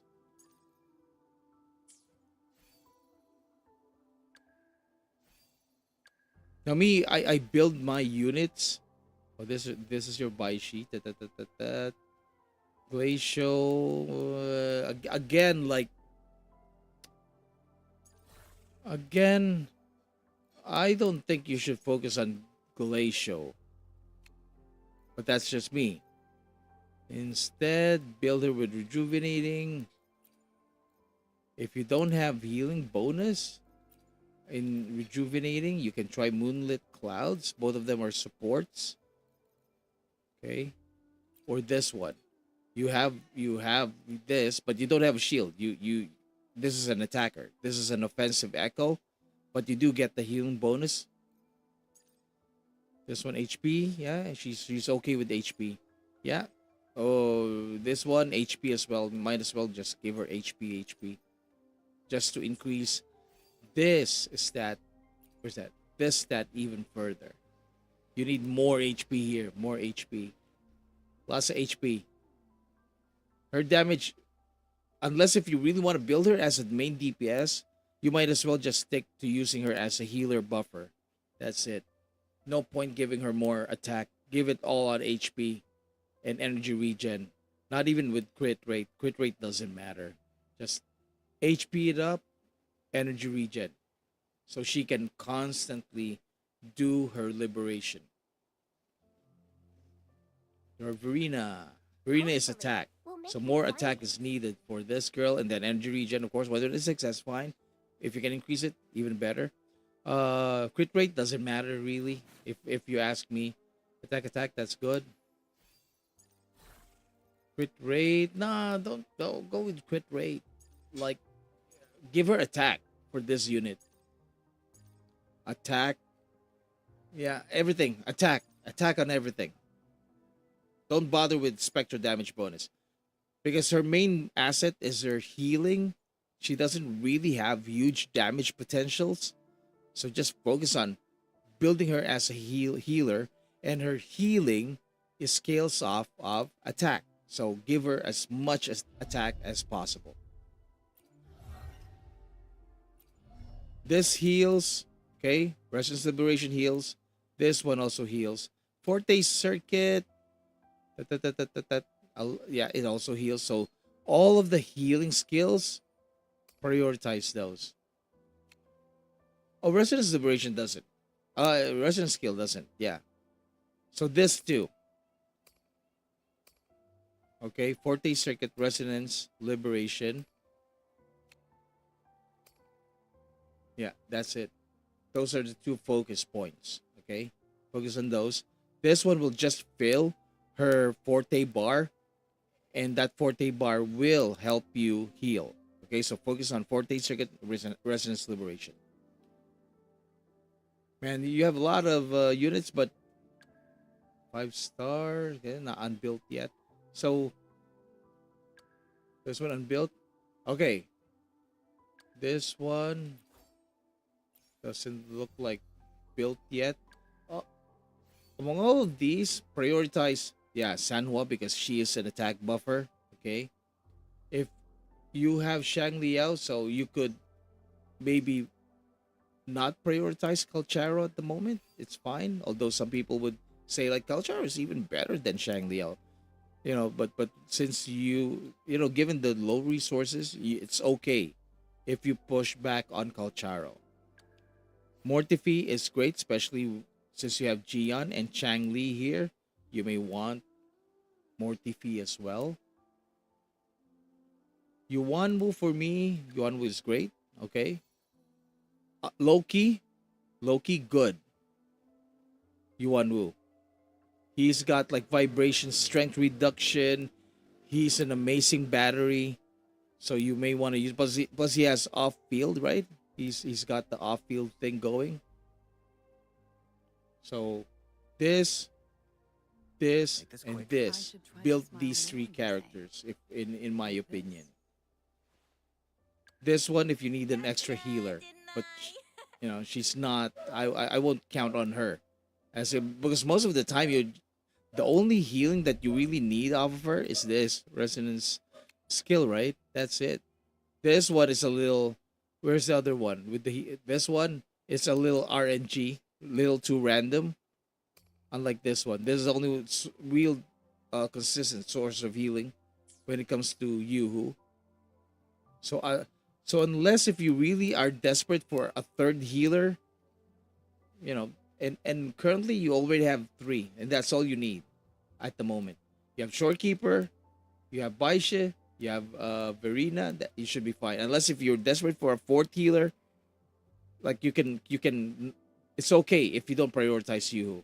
But these 3, this Sanhua, right here, Sanhua, Mortefi, experiments underway. and Yuanwu. I can help Okay. you with. This one is a good pair up with Camellya. Like this? This one is good for Changli and what's his name now? Jian. You don't have Sheshi, okay. So as your 3rd sub DPS, this one. I can help you with. So do it in that order. This one first, this one second. I have experiments. Oh no, this one first. Because this unit can help out 2 right away. Okay. Then this one, and then this one. Anything I can help you That with? Make this that quick. I should that try to that's my Anything I suggestion. can help you with? I should try to smile. Sanwa, I'll be honest with you. Like I could be wrong with Sanwa because I haven't built my Sanwa. I haven't. I'll be honest. Like I haven't built my Sanwa, but based on what I've seen, she can buff Camellya. Who else? I think she can also do Jian. Definitely a good pairing also with Chang Li. If you want to go with, you know, that kind of combination, I think this is also gonna be great. So yeah, prioritize this and then this and then this. Okay, Anything I there. can help you with? This I should try to smile first, more. this This quick. second, this Anything third. I can help you with? Okay. Once you're done with all of your main DPS units, okay, prioritize your main DPS units, especially your top 3 DPS units, the ones that you're most comfortable with, okay? Then start working on your sub DPS, min max them at least to like level 60 or something, okay? I should try to There. smile more, you say. I'm sorry, like that Like took this? quite a long, eh? That's it. That's my thoughts on your account. Definitely some work needs to be done. And also like if you know like consistently post into our Discord, because we have like Dark, we have like Vest, we have Mr. No Name, who else is active? Foxy, a lot of people. Oh, Foxy doesn't play Wuthering, I think. But then again, like we have a lot of people in our Discord who is willing to give advice as well. So, you know, like post there if you have any questions. What else? Questions, build suggestions, post it there. Clotia, they will help you. We will help you build your unit. And I'm that's one of the things that I'm really proud of our Discord community, because we have like all these people who are just really, you know, want to help, want to give advice and stuff. That's really nice. Thank you so much, you guys. Okay, I'm gonna log out of your account. Please don't forget, you know, like your password. Okay, Claudia? And I hope that was helpful. Okay. Also, if you want to take advantage of uh here, like the chats as well, like maybe somebody gave you advice, like try to listen to those as well. I am being like uh check on the chats. What is going on?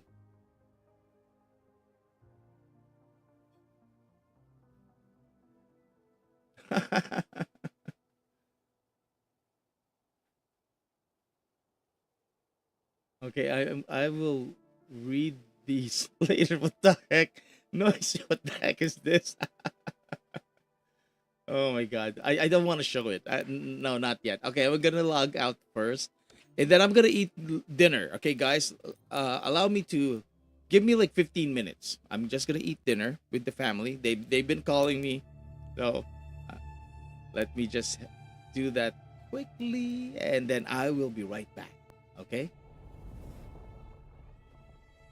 Is that my daughter?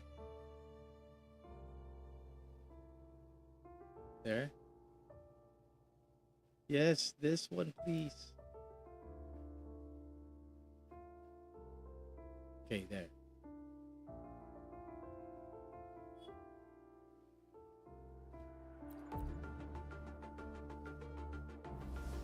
There. Yeah, Claudia, please post into our Discord if you have any questions, any concerns about your build. Let us help you out as well. Okay? And I'm seeing like Beige Leonilio. Please check mine, Kuya V. Yeah, you could post it on the Discord as well under the build. Go to the Woo build. I'll take a look at it when I get the chance, okay? Let me just eat dinner. Synthos, hi there. Who else is here? Jin, hi there, Jin. Sorry that I didn't greet you guys earlier. GT Walk. I can't pronounce your whole name. Zodiac. But anyways, like, hi guys. Welcome to the live stream. And I'm just gonna give me 15 minutes. I'm gonna eat. I'm losing my voice. Can hear it there. Except Beach DM, they are sending their account for you to review it. Where? On Discord? Sorry about this.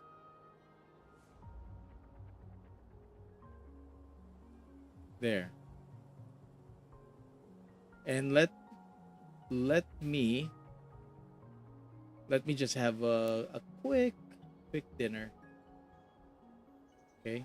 Also, like, guys, like, you don't have to make me log into your accounts. If you could take a screenshot and post it on the WUWA build chats, like these, okay, like these guys, you know, they posted it in. That's fine. Also, okay, we can look at it. The builds that you want us to review, like at least, like, you know, if you could put in 3, right? That would be great, at the very most. And then we'll you know, like, slowly do it, because I also have some stuff that I need to do into the game, right? So okay, I'll be right back.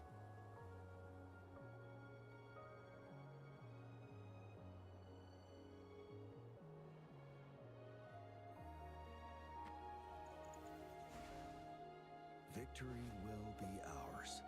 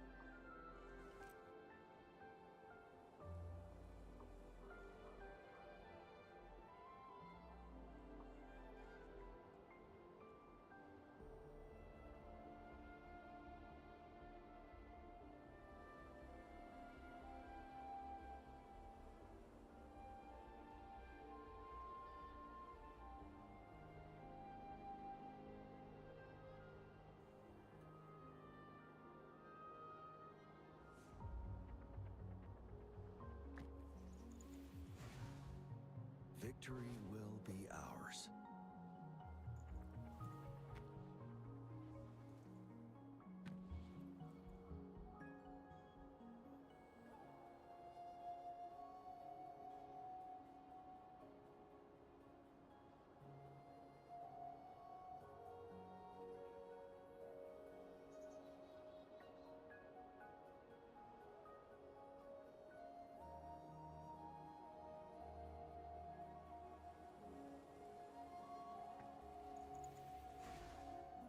Victory will be ours.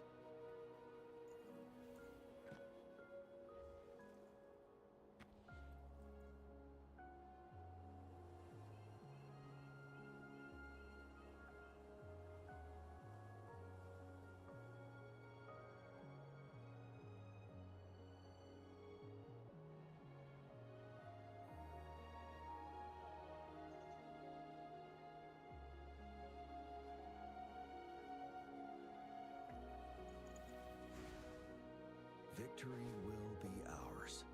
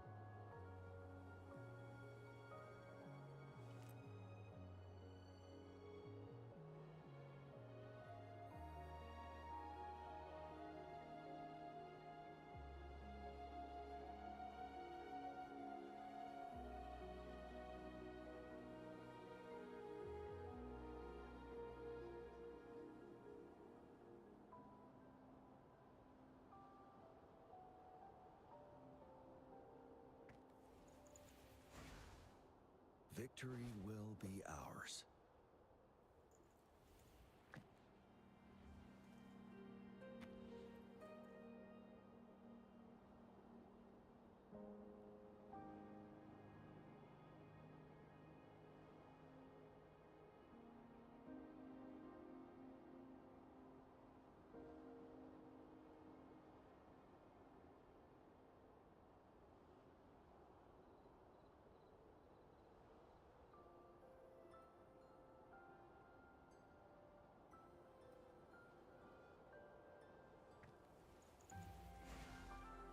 Victory will be ours.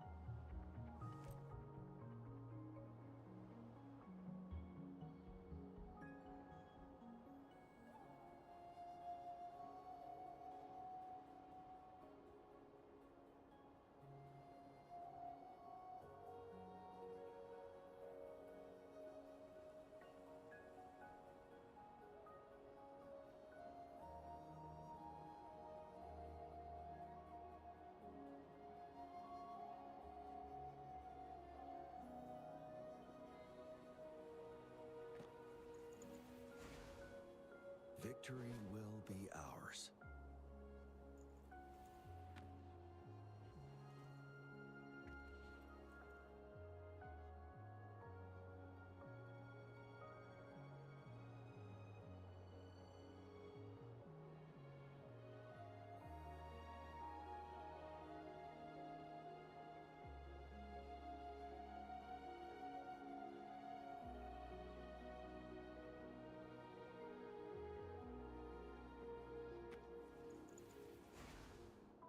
Victory will be ours.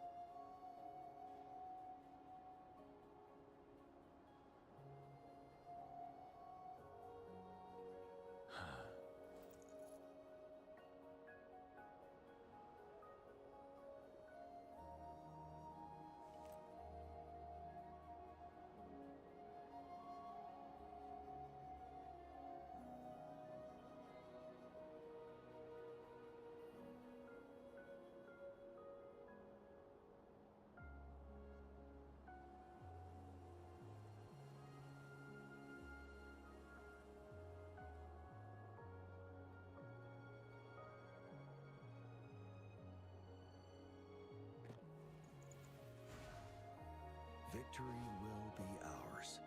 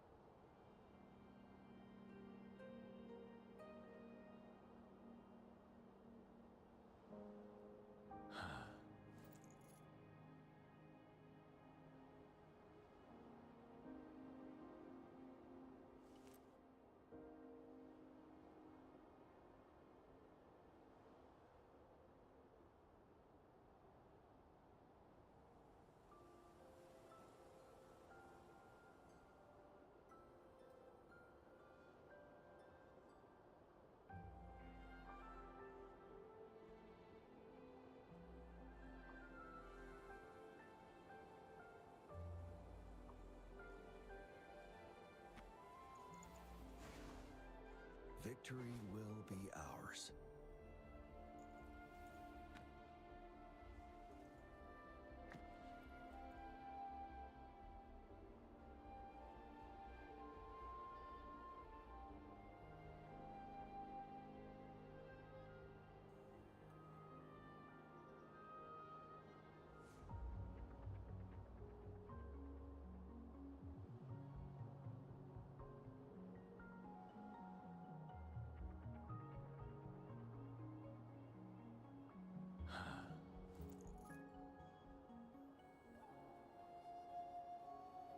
Okay, we're back.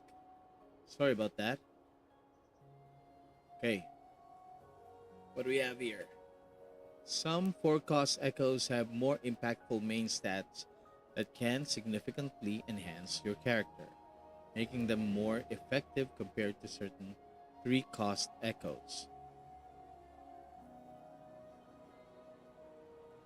Some 4-cost echoes have more impactful main stats that can significantly enhance your characters, making them more effective. Hey there, Falayla. Hi there, kamusta?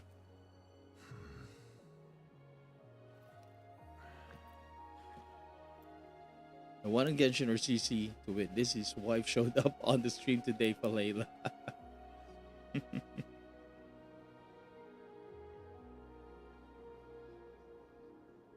Well,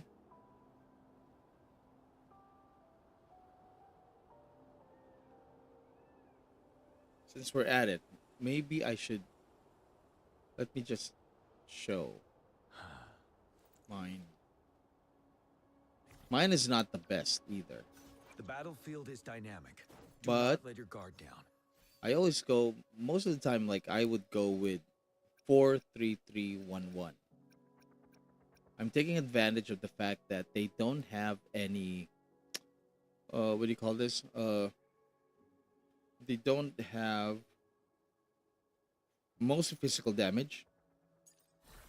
Most of the damage is all elemental, so you want to take advantage of that if you can. And based on my personal test, okay, because when I first started Wuthering Waves, like these ones here, I would put, okay, one arrow, and then this one attack. And when I did the spreadsheet, I noticed, okay, yeah, there is a more significant damage if you increase this, the elemental damage. Okay. So for me, and this is just me, I kind of feel safer, more confident if I have elemental damage bonus here. And hope to God that I can get, all the other substats that I need, like crit, of course. And with the Gion, resonance liberation damage bonus, of course, energy regen. And while this is not the best, and I still need this to have another one here that will go to crit damage. Because it could happen. You could have like crit damage main stats and still have a substat here for crit damage. Same with crit rate, right? So this is the only one that I'm missing at this point.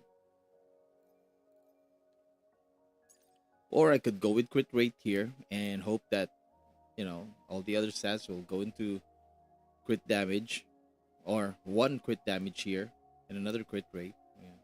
But I feel I need more crit damage right now. And if someday I could get his best in slot weapon, then I could adjust my build and get more crit rate. Right? Let me hear. The battlefield is So right now I have 49. It's gonna go to Guard down. 51. That's what I'm working on. But I have like lots of attack. 2, 3, 9, 6. That's good. Given that I'm using this weapon, which is an attack weapon. Make this And Mortifi quick. I have 56 to experiments underway. 13. That's fine. I'm okay with that. 161.2% energy regen. I'm happy with it. Why hesitate if you My know what you Ibaishi want? 42 381 HP. Very little attack. Energy regen 111. Not the best, but you know, it's okay. Crit rate, crit damage, don't care. Her role is to heal and to buff. Right? Understood. Shorekeeper, I have 34 I'm right here to now. serve your will. 235 ER. Okay. So that's good. 32 crit rate, 240 crit damage. Using energy regen weapon. There, variation. And then this set. This one has crit damage. Okay. Because I want to take advantage of the intro skill damage. Energy regen, energy, HP, and HP. Sheshi. My Sheshi sucks. 5178 but 160 ER. I'm not yet really focusing any work on her yet. Not yet. Not there yet. And since she's a sub DPS buffer, for now, it's okay. So if you can see here, of course, like more crit would definitely help. But she's a, you know, a future project. In this game, what I noticed, the most important unit that you just really need to put in all your investments are your main DPS, followed by your sustain, and then your sub.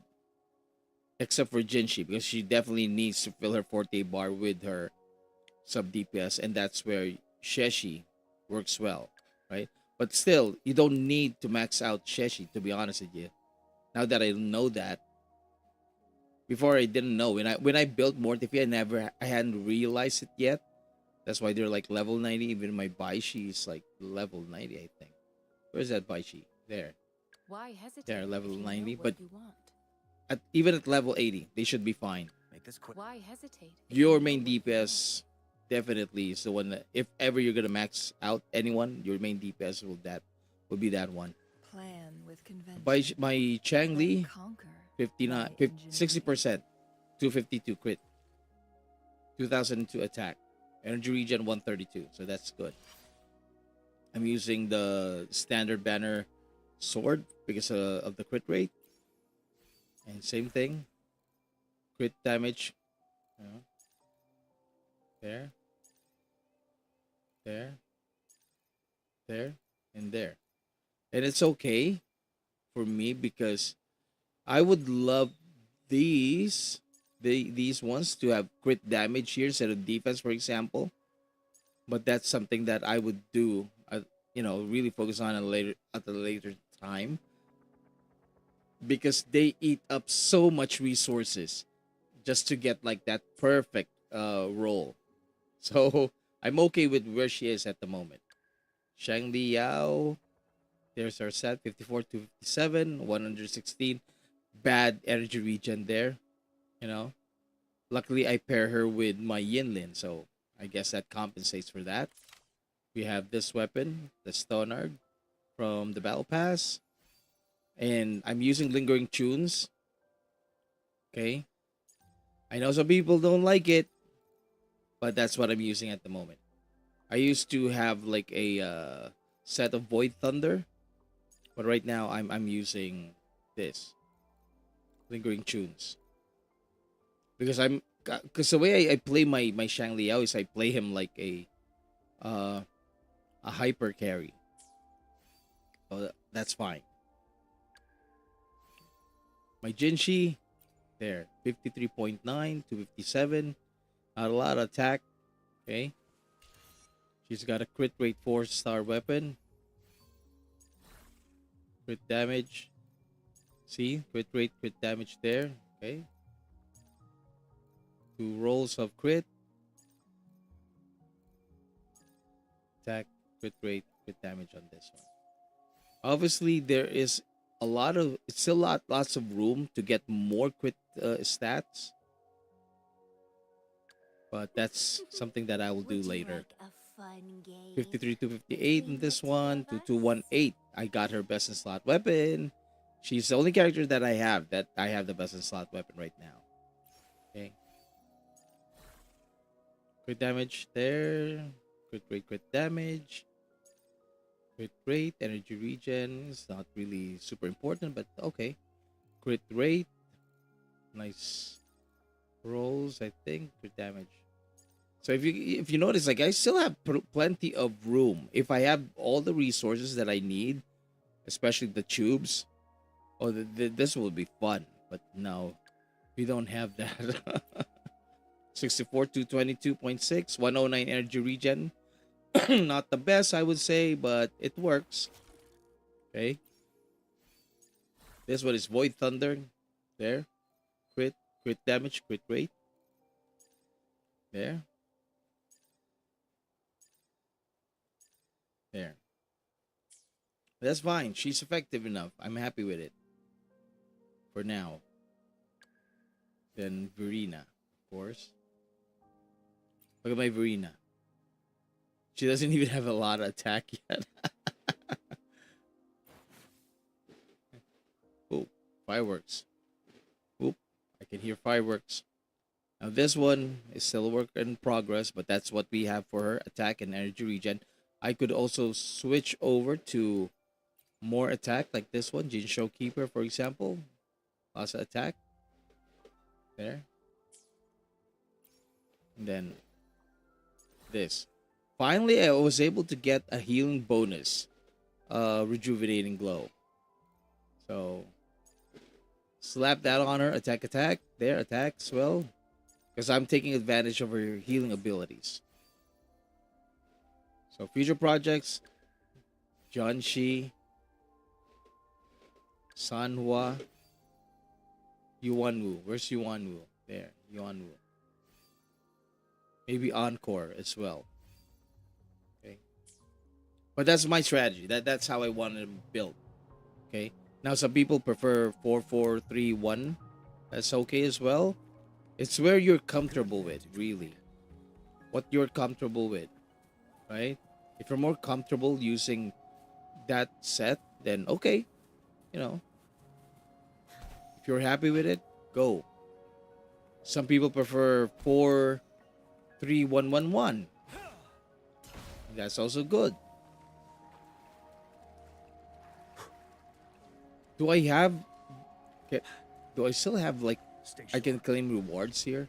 I'm not sure, but we'll just beat this one up and see what happens. Ow! Appear before me. Rejuvenating snow.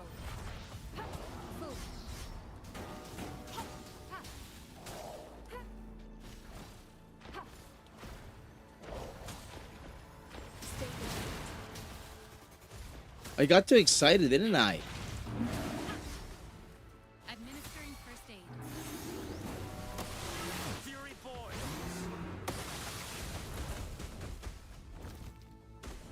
Burn. Leave me alone. Silence. You're wide open. Break.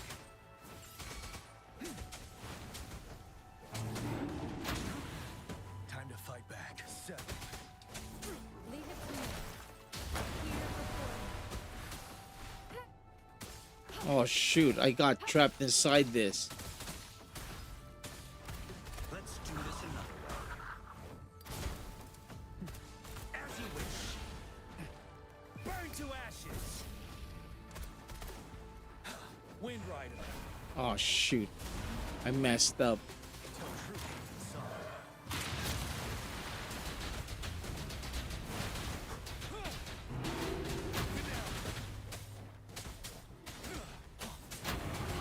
Appear before me. Fury boils. Let's do this another way. Inferno. Feel my wrath. Ready for battle.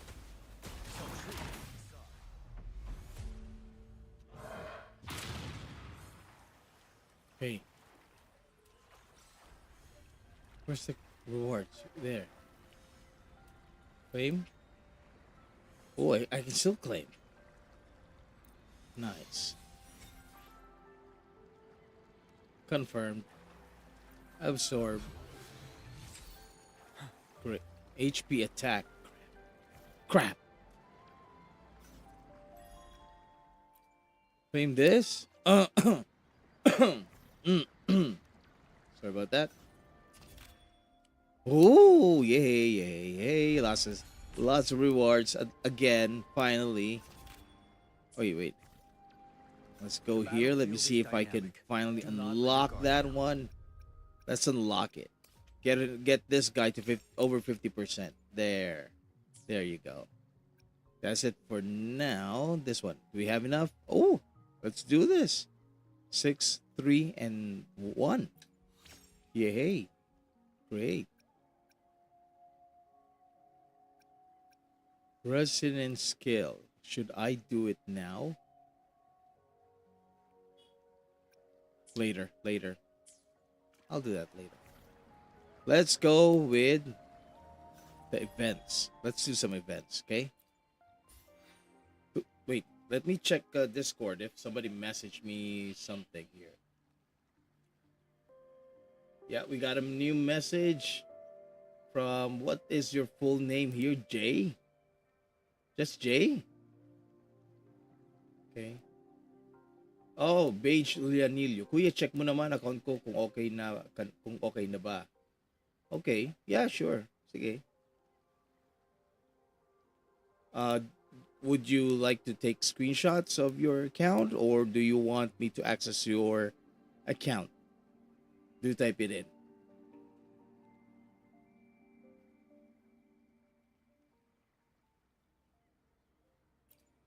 Let's see what it looks like. Claim all. Nice.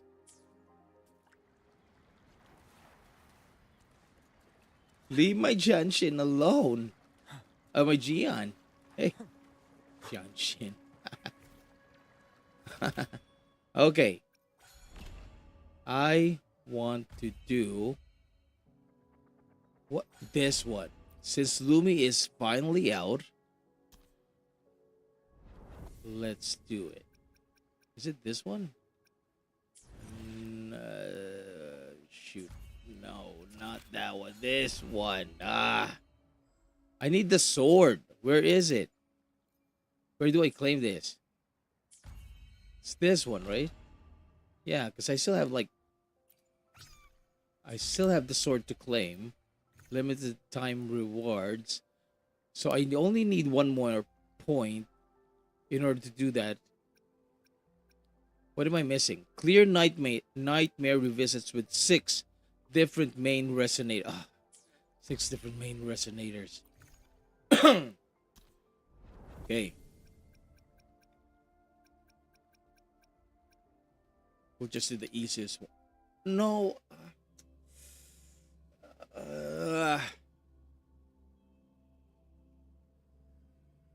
Access ko na lang. Okay, yup. Type it in. We'll leave, confirm. Yeah, type it in, Beige. And then let me just finish this, and then I'll take a quick look.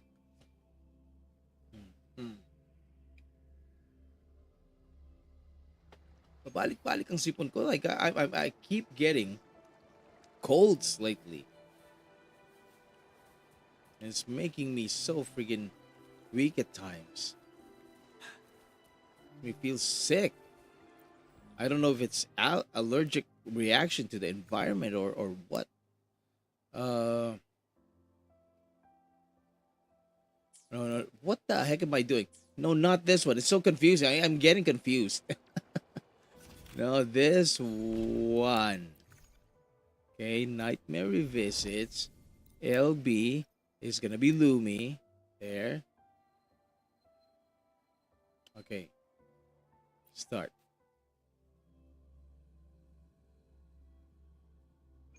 Now I'm thinking, like, have I actually done Lumi before? Squeaky, alert!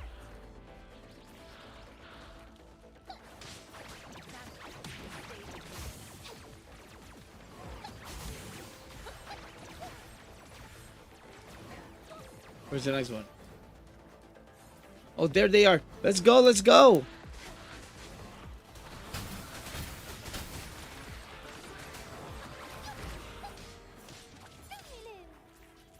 Shoot, there.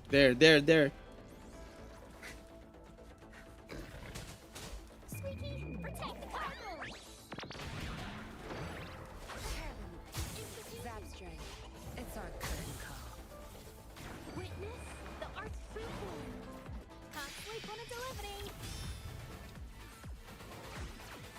Where's it? There. Squeaky, alert!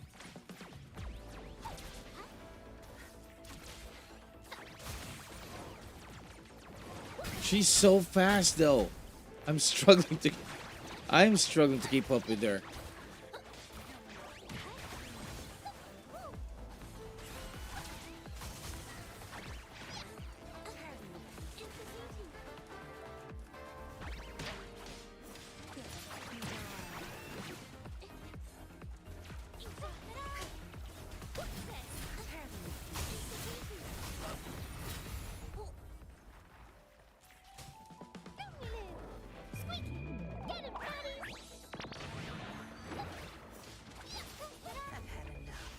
Get lost. Capture the spark! We promise, we deliver.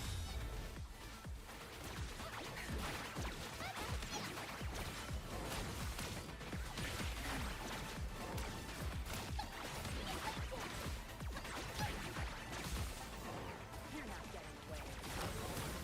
Squeaky, alert! Squeaky, clear the way!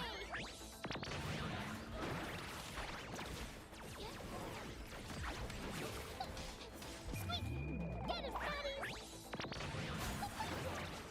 Oh shoot.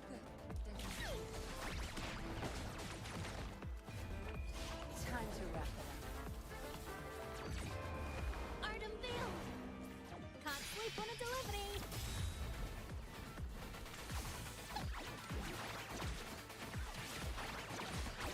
I'm really struggling getting her into the right position. She moves so fast. Wow.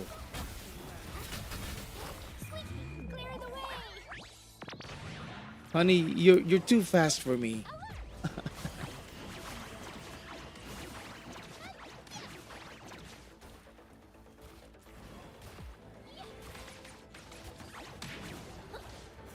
Squeaky, protect the cargo!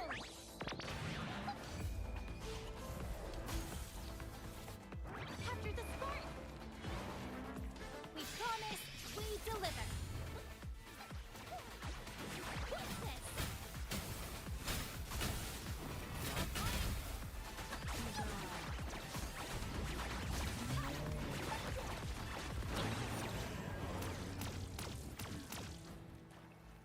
She's so fast. Oh my god. She's way too fast for me. I find her really fast.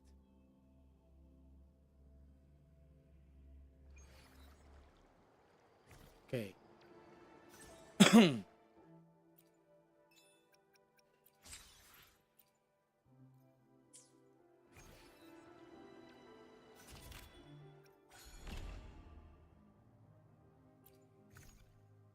Still not.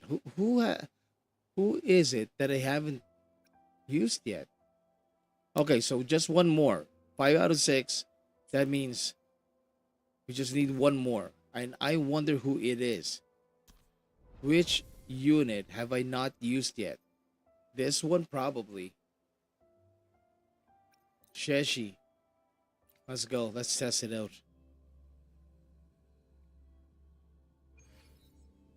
Yeah, she does. Yeah, yeah. And then you have the red light mode, right? Watch out! Well, this is the first time that I actually used her. So definitely need more practice there.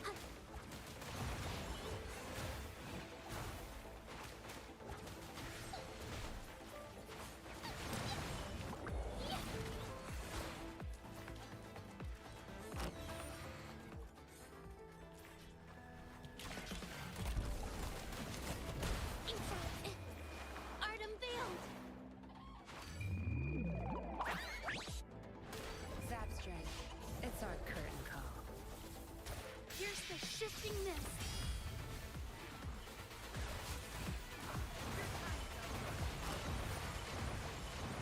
Ha! Watch out!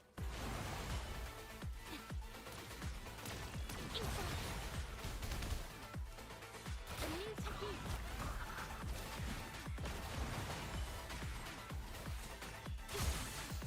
Think you got this.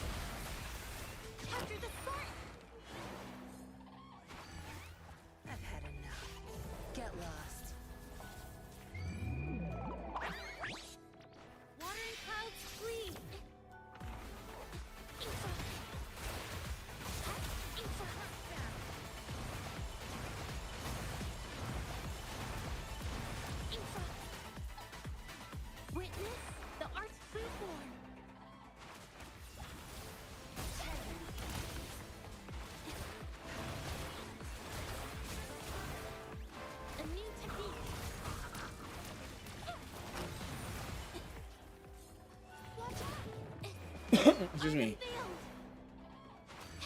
Squeaky, clear the way! Time to wrap it up. Oh shoot, where are you guys at? Goodness.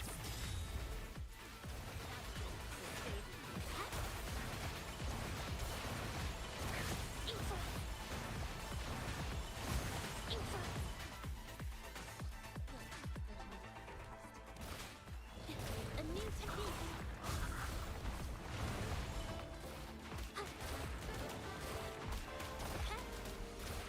Capture the spark.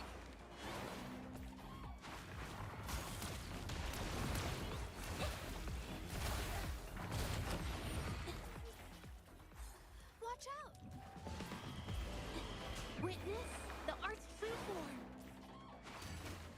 Zap strength. It's our curtain call. Watery clouds flee.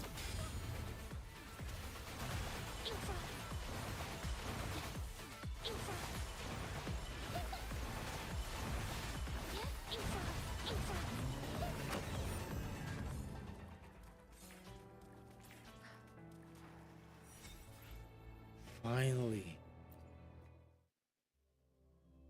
Hey there, demon.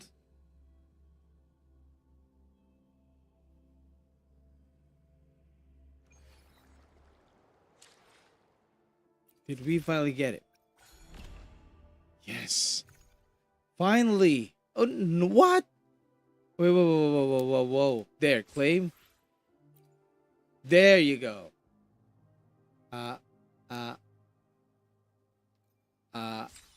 There. Man, I'm still not gonna claim that one. Scared the shit out of me. Now we have these new pincher maneuver. This one again. Pincher manure instead of pincher maneuver. Pincher manure.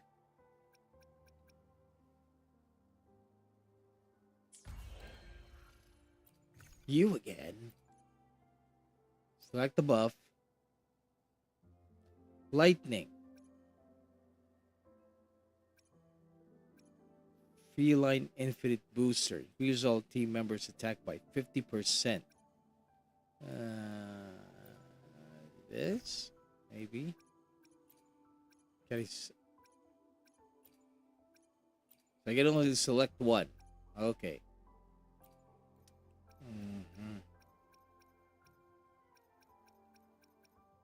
Where is it? There you are. There you are, Calchari. Let's go with this. And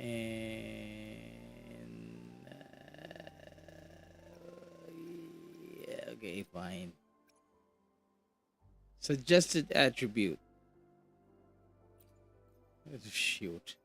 Who can I use? Oh man. Michael Charo's not yet fully built. Why are you making... Okay, there. 80%. Okay. Okay, fine. Let's go with Calcharo. Who else? Mortefi? I don't know. I don't know what kind of... Is there a way to see who the enemy is? The heck? Okay. It doesn't say what element, but we have lightning is increased by 80%. So, okay, let's do this.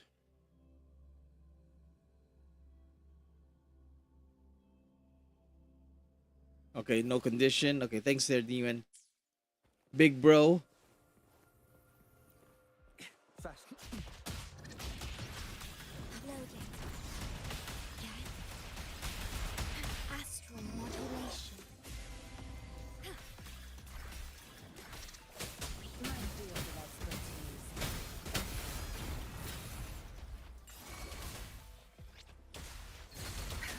Be gone. I've had enough. Oh shit, that was wasted.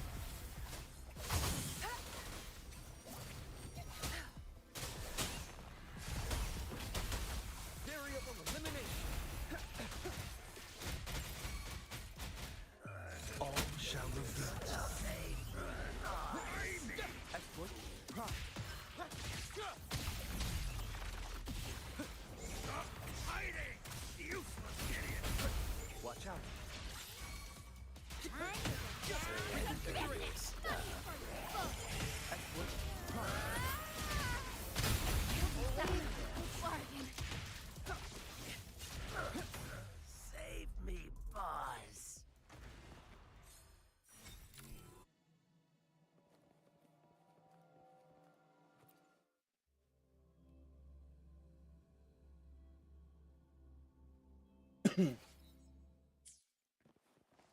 Oh, it's been a while since I played Calchar, okay? I'm Time. a little terrified right now, to be honest. Luminous energy. A new technique. And Witness I got the excited. true form.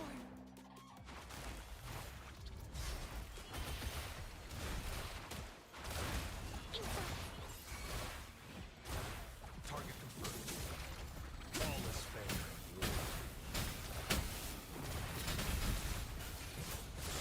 War spares no one. Exterminate.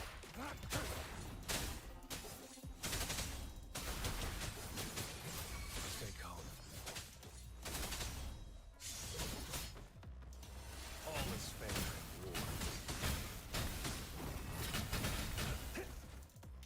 Bloom. Fruit of evolution. Instantly capture the spark. Infra. A new technique. Infra. Target let slip the dogs of war. All is fair in war. Unleash the fangs.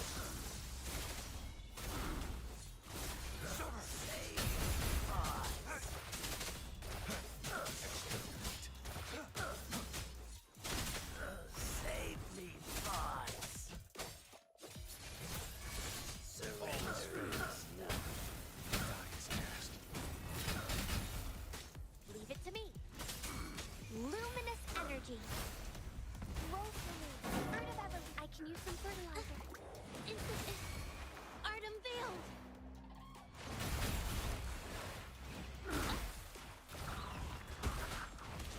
Target let slip the dogs of war. Misery follows.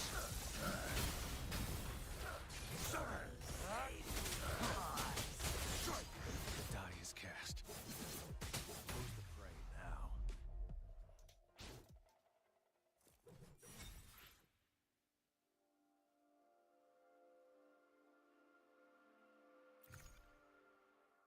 Oh. So what about two? Reach 2,000. Oh, so close, eh? That's really close. Okay. Oof. Man. God, I keep making that mistake. I use both Kyle and Yao on the same team. I call them the Hammer Bros. Really? It works? Who's your sub? That's awesome. If it works, then that's great.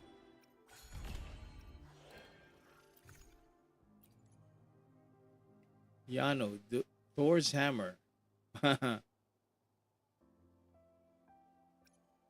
What about lightning increase? I'm gonna change this. Team members attack. Hmm.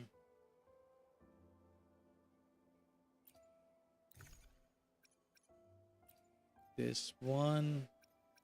So I'm gonna get rid of Calcharo. Let's see if there's we can get more by using someone else. Where is my Calcharo? Where are you? Oh, there. Jinshi.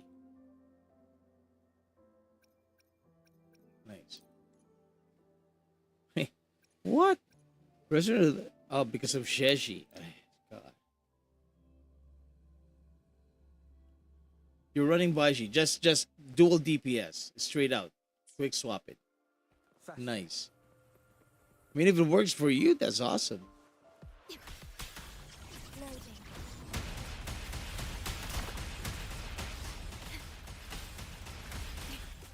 Iron graft you knew.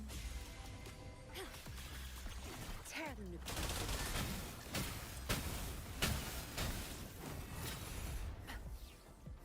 No mercy. I've had enough. Get lost. Think you got the mission? Variable elimination.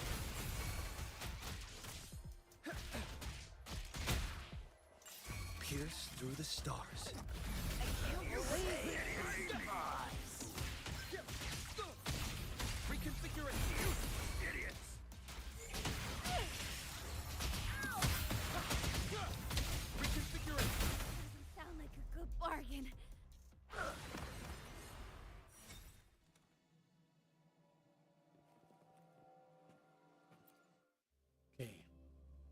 I think that was also the same as the previous one.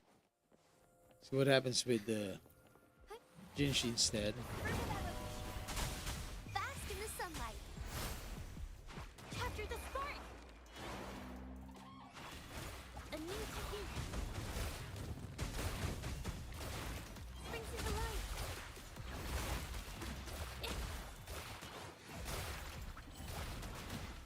Inside. Strike as one. Take hold. Heaven ordained. Banish all vice.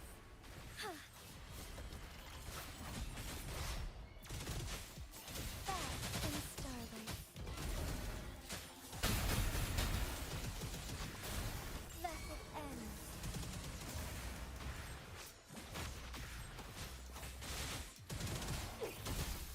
Our light shine through.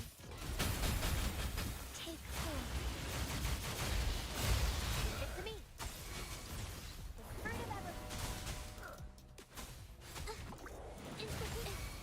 Art unveiled. A new technique. Together we fight. Fluorescent shadows. Thunder guide us. Take hold. Sacred light. Doesn't sound like a good bargain. Yes. Confirmed.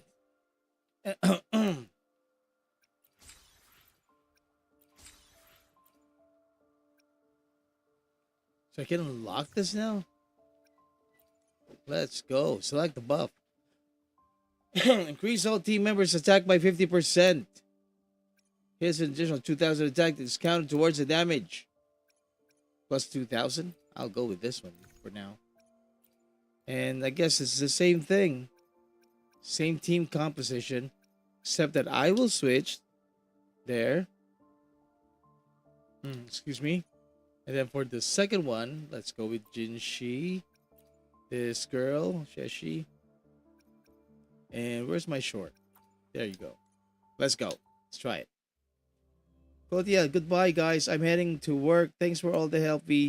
Post your, if you need more help and we don't, and I'm not live streaming, post on Discord and we'll try our best to help you out. Claudia, thank you so much. It's been a pleasure. Paige, let me just finish this and then let's do it. If you're still there, Faster. type in your account info, okay? If I'm gonna access it.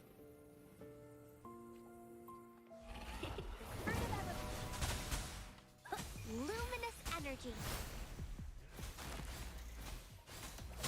My field of expertise.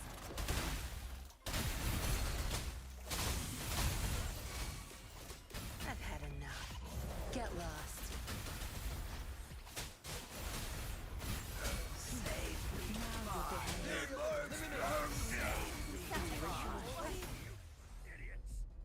What? How many? Okay, 1,160, almost the same. That was really quick, though. I was kind of hoping that it was a little longer than that, but okay, fine, whatever.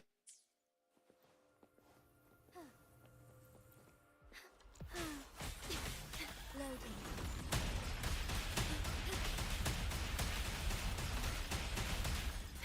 Iron graft you knew. Instability.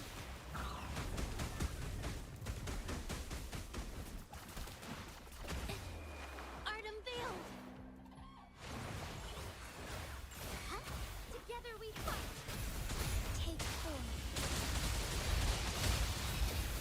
Oh, stars, heed my calling. Our lights shine through. Evil be cleansed.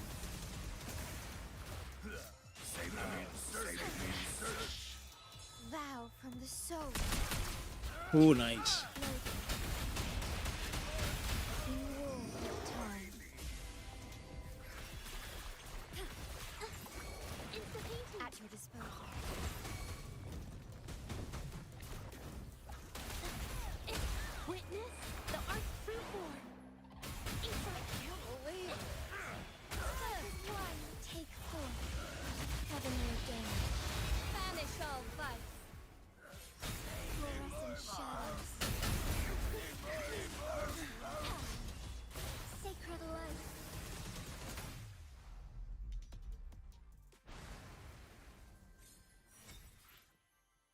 Okay.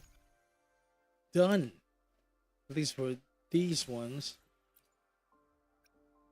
Oh my god, I've lost my voice again. Oh shoot. I'm Batman. I'm a Batman. I'm Batman. Okay, where's Beige? Beige, you still there? Aw, I think he left. Hi, Beige.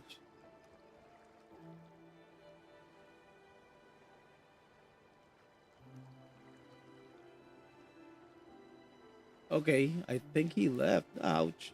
Sorry about that.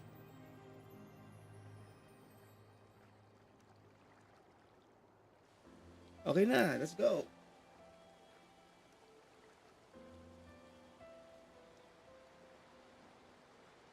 I'm not just on the struggle bus. I'm diving the back.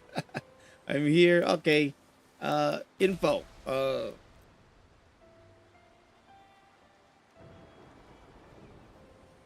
Yan. I think like you mean like maxing the stats, for example. I mean, it's nice if you can get them to 90. But main DPS, I would say like, at least 85 or something. Right? Okay. Yeah, email and password. Email and password, yeah. Okay. And your password.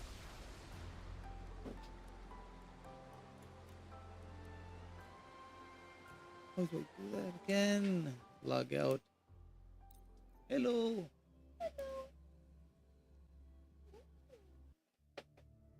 I'm reviewing accounts. Yeah. I did one earlier, so this is my daughter, Stella. Okay. Yeah. Okay, need to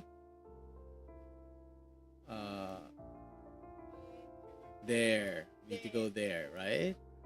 That's how it's done. Yeah.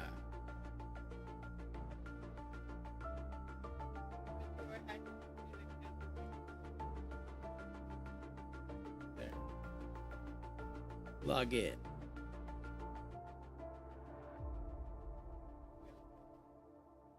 It automatically selects the server, the optimal. There. Okay, it's already selected. Okay. And here we go. Female rover. Okay, female rover. Boom. We're back. Wow. Let's go check out Beige's account. Whoa. I want to see your account. Okay. Ooh, it's working. Wait. Huh?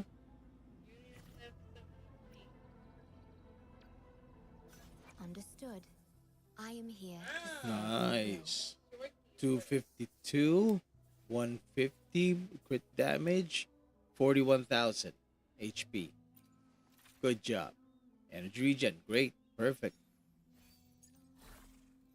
Oh, rejuvenating glow 5 set, nice. Fuyo, energy regen. Fuyo, energy regen again. I'm Uncle Waja. Uncle Waja, thanks. HP here. Fuyo. Fuyo. Energy regen. Energy regen. Regen. Regen. And more energy regen. Perfect. Perfect. Great. Great job. Great job. Great. Great. All you have to do, put in 5 echoes. Okay? That's good. Good. 8. Nice. 10. 10. Great. Normal attack. Okay. You may want to increase this a little bit, but it's fine. It's then intro skill. Awesome. Yep. Great. Lovely. Lovely. Chang Li. Here we go. Yeah. 10, 10, 10. Woohoo! Excelente. Ooh, 2,652. Look at that. What weapon are you using for this hottie? Blazing Brilliance. With crit damage at 48.6. Sweet. 70.4 crit rate. 273.6 crit damage. And I am dying of envy. That's what you guys want to do, right? You want to make me feel bad of my build. Well, good job. You are successful in making me feel bad about my Changli build.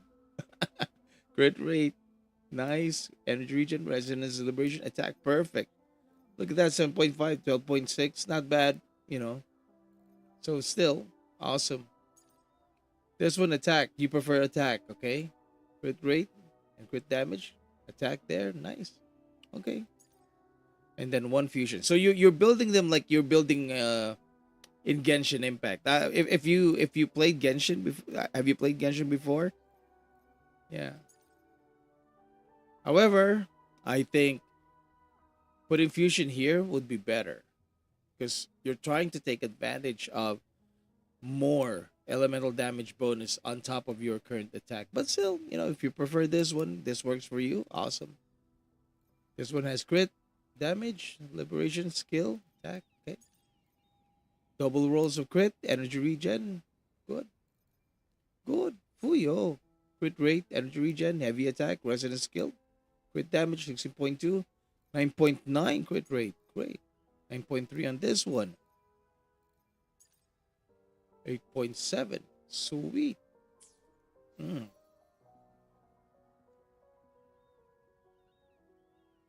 You're using Changli and Jinshi together. Huh. Interesting. That's really interesting. Good rolls here. 21, 7.5. Wow. 21, 6.3. How many tubes have you used? Crit rate, crit damage. Great. Yeah. Same here, 9.3. Look at that, 9.3 crit rate. Wonderful. Well built. Nice. 10 across the board. Everything unlocked. No constellation. Well done. Camellya.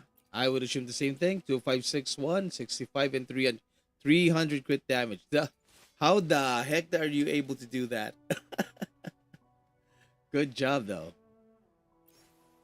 And yeah, this one, using this one, crit damage, crit rate, again, triple crit rolls, plus resonance liberation and skill. More attack. Beautiful. Havoc, crit damage, crit rate, 18.6, 6.9. 19.8 crit damage here. The heck? Crit damage, 17.4, crit rate, 9.9. You are very blessed.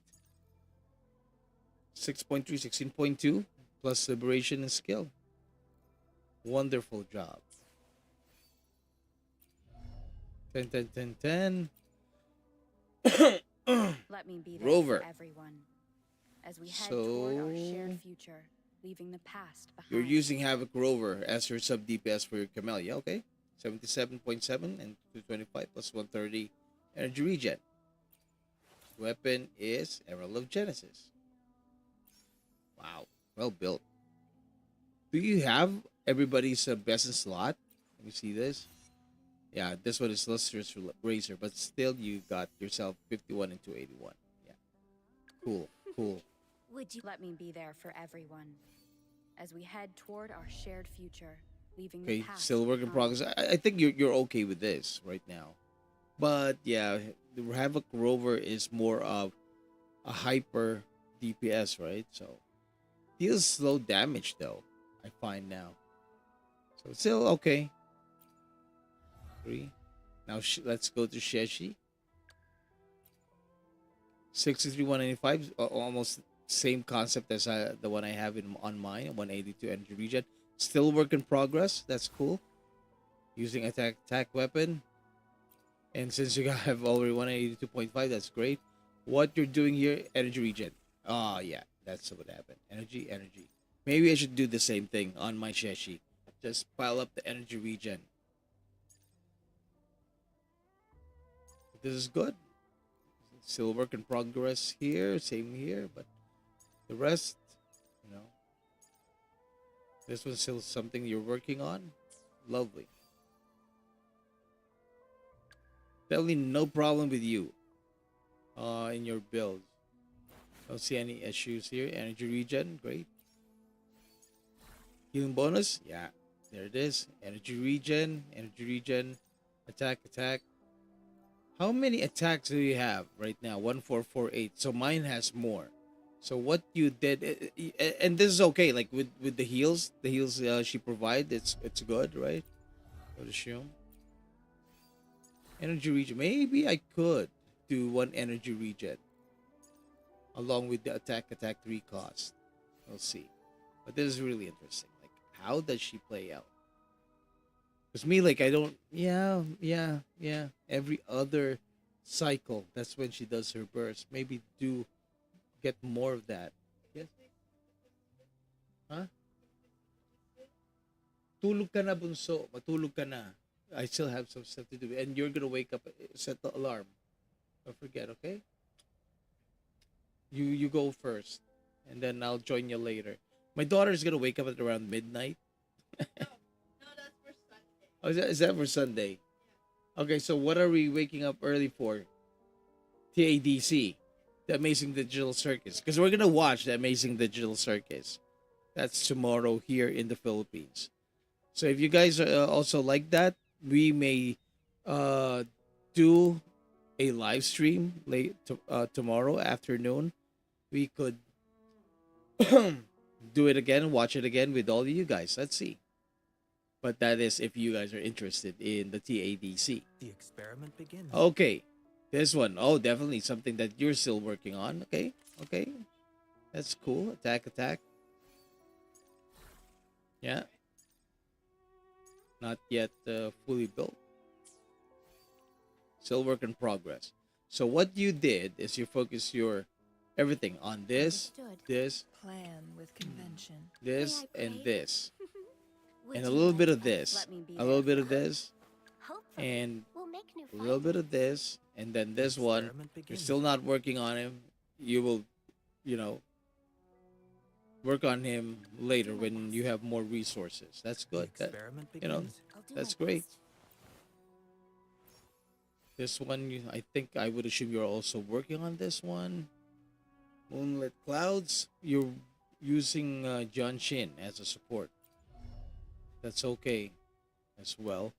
I tried doing that, but I don't know. Like for me, I find it clunky.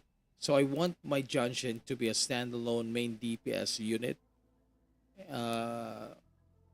Who is gonna be like a more of a tank for me when I build her. Encore also, not yet fully built. That's okay. And I this can one is help you next. with This it. one It's is quick. next. I would I have assume. experiments underway. Include this one as your next as well. And of course, Why Baishi. hesitate if You know guys are what you underestimating the power of Baishi. Baishi is a 5-star disguised as a 4-star. That's what I think. So yeah, good job with the units that you focused on. I would say like good job here, Understood. good job here, here, May I here. Would you like a fun These 4 game between done the well. 2 of us? This one also. Hopefully, we'll make A little new bit more findings. maybe like complete to 90 if you want, but right now this is okay. Level 80 with that much stats. Healing wise, you make it up despite the low attack numbers. You make it up 4 energy regen up. So we're talking about uptime, and then like the healing bonus. Oh my god, my voice. There. The yeah. experiment begins. Great job, Paige. Lovely work. Okay, I'm gonna log out. I want to test it out, see what it's like, but like if you want to play, like, but great job, lovely. Exit the game, confirmed. Awesome.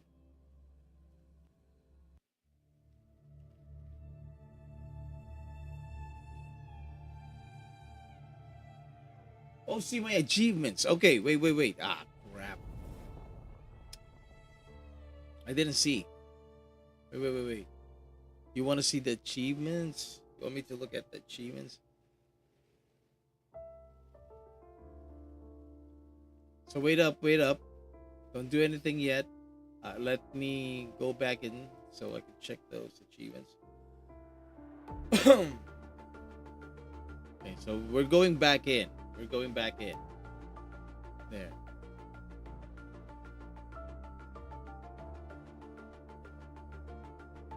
Hey there, Mr. No Name.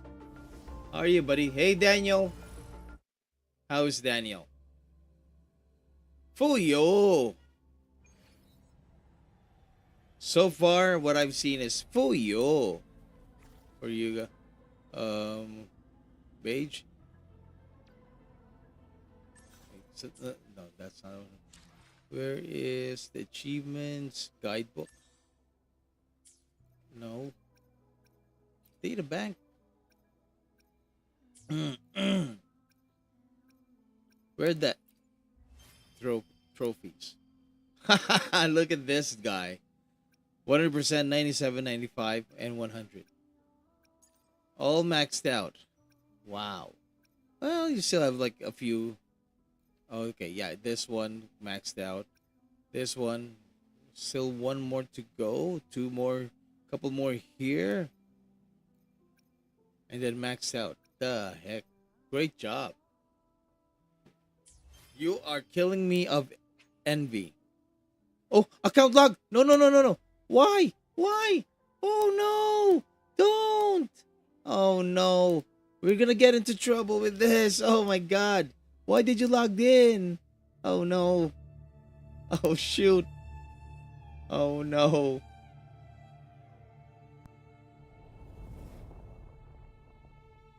Oh no. Hopefully that didn't cause any trouble. 'Cause you logged in. Well, I'm still in. There.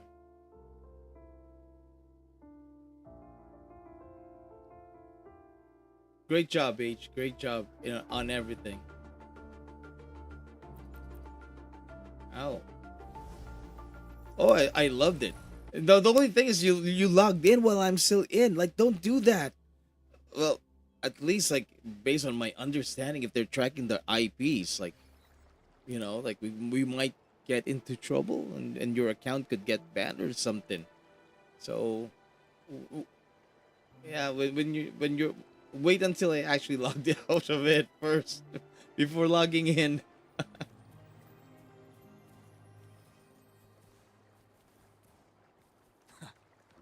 What the heck? Why is this dude so fast all of a sudden?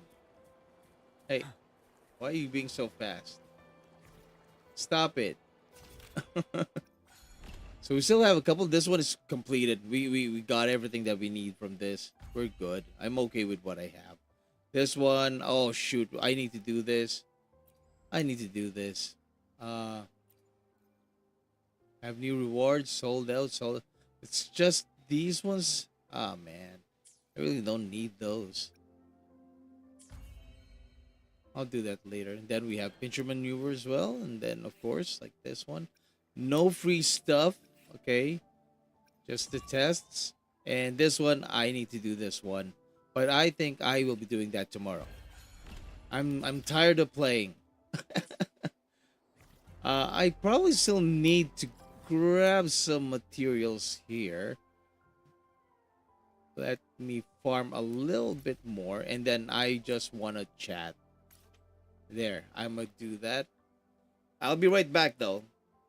Be right back, guys.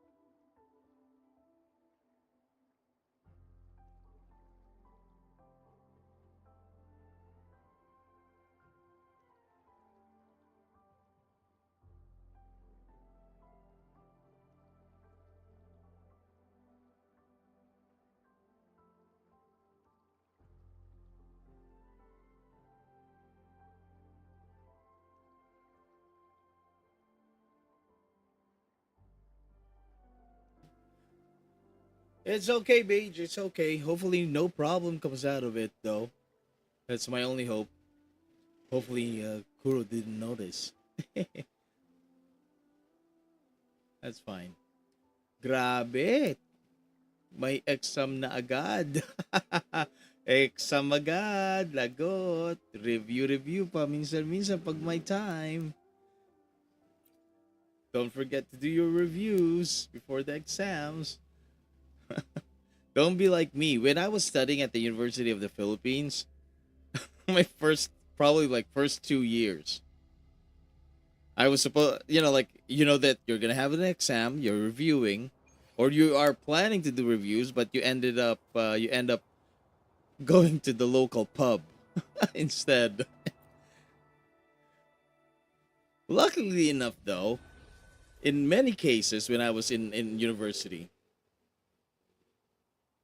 like in Diliman, for example, even though I'm drunk, I think I did better in my exams if I was drunk. Because I was just writing BS stuff in there. Pre, palpak pa ako oh, that's one of my favorite subjects, stats. Because if you guys don't know, I have a degree in economics, business. I took business with a degree majoring in economics, right?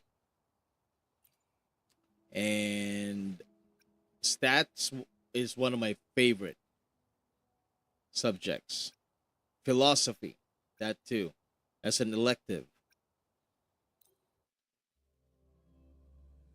But among my major subjects, anything to do with stats, I love it. I love stats. Station. Appear before me. Rejuvenating snow. Back then, the subject that I hated the most is accounting. Fury boils. Burn. Let's do this another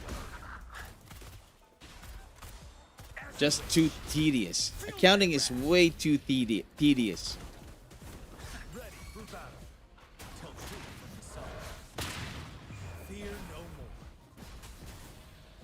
more. Ooh.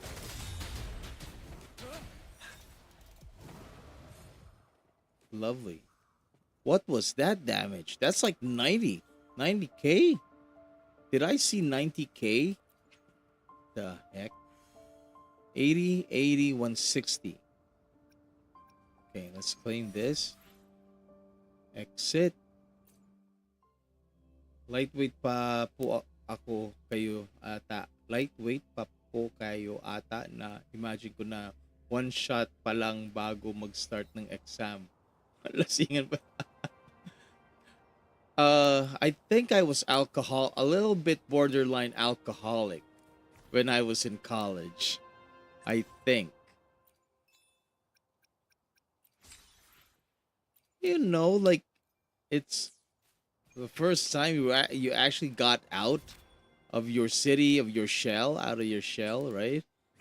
And you're living on your own at last, away from your folks, that kind of stuff. So, yeah. Lots, but like they say, with great freedom comes great responsibility. So, but, that happened.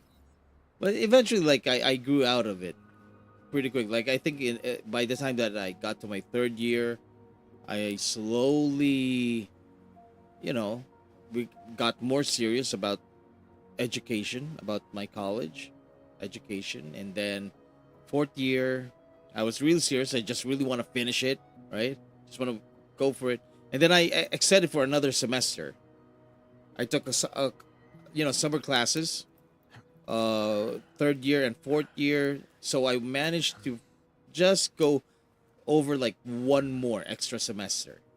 But by then, I only had like 2 subjects. I was like at the very end by then. So I was still okay. I was still good. The only thing that held me back when I was in UP was the math, like the basic math, okay? Because you have like your math 11, Math 11.5, I think. Math 101, but the like Math 11, that's the one that I had to take again. But by the second time that I took it, it finally clicked. Like, oh, okay, now I understand. I got a very good teacher, professor, and she was able to, this is the idea behind this, okay? And once that clicked, okay, no problem. Let's go, go, go, go, go. That's the one that held me back. Also, when I was studying, we still had ROTC. Hated it. Hated it back then. Not really not really something that I really looked forward to do on a Sunday morning. Right? I had to go back on a Sunday morning. Oh my God. From the province. Because I go home, right? On Fridays, you travel back home, do your laundry, get your allowance, and then go back on a Sunday, early Sunday morning, and then do your ROTCs, right? And then, rest of the day, you're just fooling around, getting wasted. But thankfully, that was, I got that over with. Stay sharp. Leave it to You guys are lucky. You guys don't have that. Although I think the government is slowly reintroducing it again because of the current situation, right?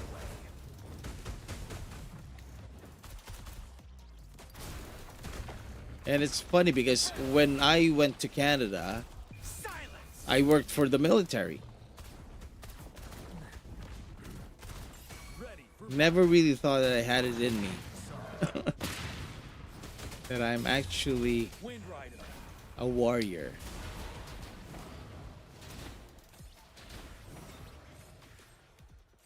That there is a soldier in me, apparently. But such is life. Sometimes you don't know where you're really good at until much, much later. The things that you thought you hated. Look at what how my career path came about. Have got me to this point. I studied economics, then I went to Canada. Studied business administration there, and then I ended up in marketing. I ended up in marketing, and now I also make content nowadays, right? But I didn't really use my economics education on any job. Never. Okay, so I ended up doing marketing stuff, and then communications and public relations. That's what I used to do, including social media posts, you know, digital communications and marketing, right? But I never friggin' worked on anything related to what I actually took as a specialization when I was in college. Never once did I ever work in anything related to economics or like related to numbers, basically. Never once. Okay, that's it. So now, I guess what I want to do before, you know, just relax and talk to people. That's it. That's all we want to do now. Yeah. Tito V, uh, bizarre adult life. A bizarre adult life. It's okay. It's not that bad. I won't say that it's bad. Yeah, when I was in college, this is what I used to do at the University of the Philippines. So first class is at 7 o'clock, okay, and that ends at around 8:30. In most most of my my first year, my first semester, in my first year, you have classes from 7 to 8:30 to 10 o'clock, break, and then back at 1:30, I believe, 1:30, and then like finish at around 3:30, something like that. Okay. So during those breaks, like if I had a break at 10 o'clock to 1:30, either I'm playing basketball with the boys or we're hanging out drinking at the local pub with the boys, of course, and some girls, right? And then in the afternoon again, same thing.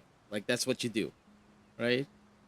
And but like I said, like there was a time when I'm like last class of the morning 8:30, so there's like a long break before the next class, and I would be at that pub just having a couple of bottles of beer.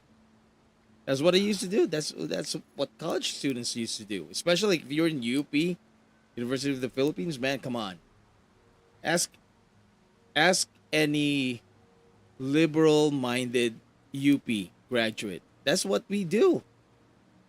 It's not like I'm at the library all the time. Of course, like there are students that are at the library or don't are not at the pub. Yeah, but like most of the people in my block, like especially the guys and the fraternity brothers, of course, like we go out and have a few drinks, extra buzz, right? Getting buzzed up. That's what we used to do. But by the time that I got to my third year, I believe like that's when I really got serious. Maybe somewhere midway second year to third year. So maybe around like second semester of my second year, the summer, and then the first semester of my third year. Like that's when okay, need to focus now. I got the math you know, I got the math now. I know how to do this math thingy because I was really weak in math. That's my weakness when I was in elementary and high school. Math. I'm bad at math. Okay? The reason why I couldn't get like the top honors in school is because I'm terrible at math. That's my weakness. I'm bad at math. I'm great in history, great in communications, great in journalism, all of the other subjects I'm okay. Science, I'm good in science. It's in math. That's my downfall. Math is my downfall. Okay? And then in college, I actually flunked my math 11. Had to do that again. But when it finally clicked, I'm good. Like I was able to progress quickly. And that's why I just overstayed one extra semester. And that's it. After that, like I'm gone. I had to go back again for graduation. Okay? But basically I think I did well considering what I've done. I used to be in a band. We used to, rock out, right? I used to be in a fraternity. And yeah, I used to do a lot of drinking. There was a time when I did a lot of drinking. But managed to survive all of that and you know, become more focused and disciplined. And then I would say like I got married pretty young, right? And then we moved to Canada, studied there again. But by that time I was like really serious. Like I'm not like fooling around anymore. Like I was just like, working and studying and all that stuff. That got into the government, got a job with the government until I finally landed a permanent position with the military. Joined the reserves, right? Reserve officer, and eventually came back to the Philippines. So things happen. Okay, I used to smoke a bunch of dope before any exam because it made me relax and focused. That's a good. That's good. I'll be honest with you. Like I can say He's unexperienced. That's really good. It helps you focus. Helps you focus. Yeah. Math and I don't get along. My wife says it's its own language and you have to understand it. Yes. Agree with you there 100%. Like before, like just looking at the symbols, especially like algebraic expressions and stuff. It's like, what the heck? Am I gonna use this in a real world for applications? But eventually, like when I finally realized that, oh, okay, this is what it's for. This is how it works. Nice. Hey guys, by the way, like if you guys haven't subscribed yet, if you're watching right now and haven't subscribed, please subscribe to the channel. I would really appreciate that. Thank you so much. Thanks for the support. Maraming salamat po. Dude, Wuwa just called Mahi out on his BS expensive prices. What do you mean? Who is? Who's Mahi? Mahi? The grocer on Ginger. Including that one. Got broke buying eggs. Oh shoot. I gotta see this. Rock out. That means get blind drunk and pass out after playing for a few minutes. Well, I'll be honest with you. There was a time when I used to be, like my first band. Yeah, we used to smoke the good stuff. and me when I do that, like I'm usually like very quiet and very focused. The other guys, like they're like, oh my god. They would laugh at anything. They're just tripping, right? Me, I'm like really focused, really chill. And they're like laughing and laughing and laughing. Oh my god. Will be ours. We had a friend, Kenneth Del Rosario, and he's a rich kid. He's a rich kid, always in the U.S. His dad, I believe, is in the U.S., so he travels a lot.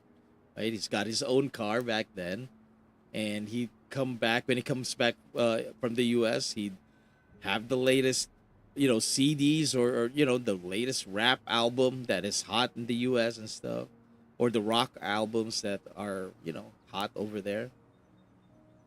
And in his car, we would smoke and do those things and laugh. Usually I'm very chill. I'm usually very chill, like just really not quiet, but more like more relaxed. Yeah, that's the word. I'm just more relaxed while everyone else is just laughing and laughing and laughing. That's how they trip out. Like they just laugh, right? Now, with me, I have a history. When I went to Canada, I used to what do you call this? Oh shoot. What is that? I ride with this girl. Linda is her name. She's an older lady than I am. And I used to she has her own vehicle, so I what do you call that? I forgot what the word is. Like I join her in the commute. But instead of taking the bus, like I take a ride with her in her vehicle, in her car, and we go to school. Okay. Didn't know that she's a smoker, right? She's a, weed smoker, basically. And by that time, I'm like, I haven't touched weed in a very long time, right? So anyways, we were with this girl, Ashley, very beautiful girl, beautiful French Canadian girl, and her dad is like a dentist or something, I think, right? And she had weed, and in Canada, it's legal to smoke weed in public. Okay, if you guys don't know this, it's legal to smoke the good stuff anywhere, as long as you have a small amount in you, you're fine. Don't sell it though. Illegal to sell, but you can smoke it, right? So we were in Linda's car, and they were smoking, and okay, like I took a few puffs, right? Good times, The car was filled with weed smoke, right?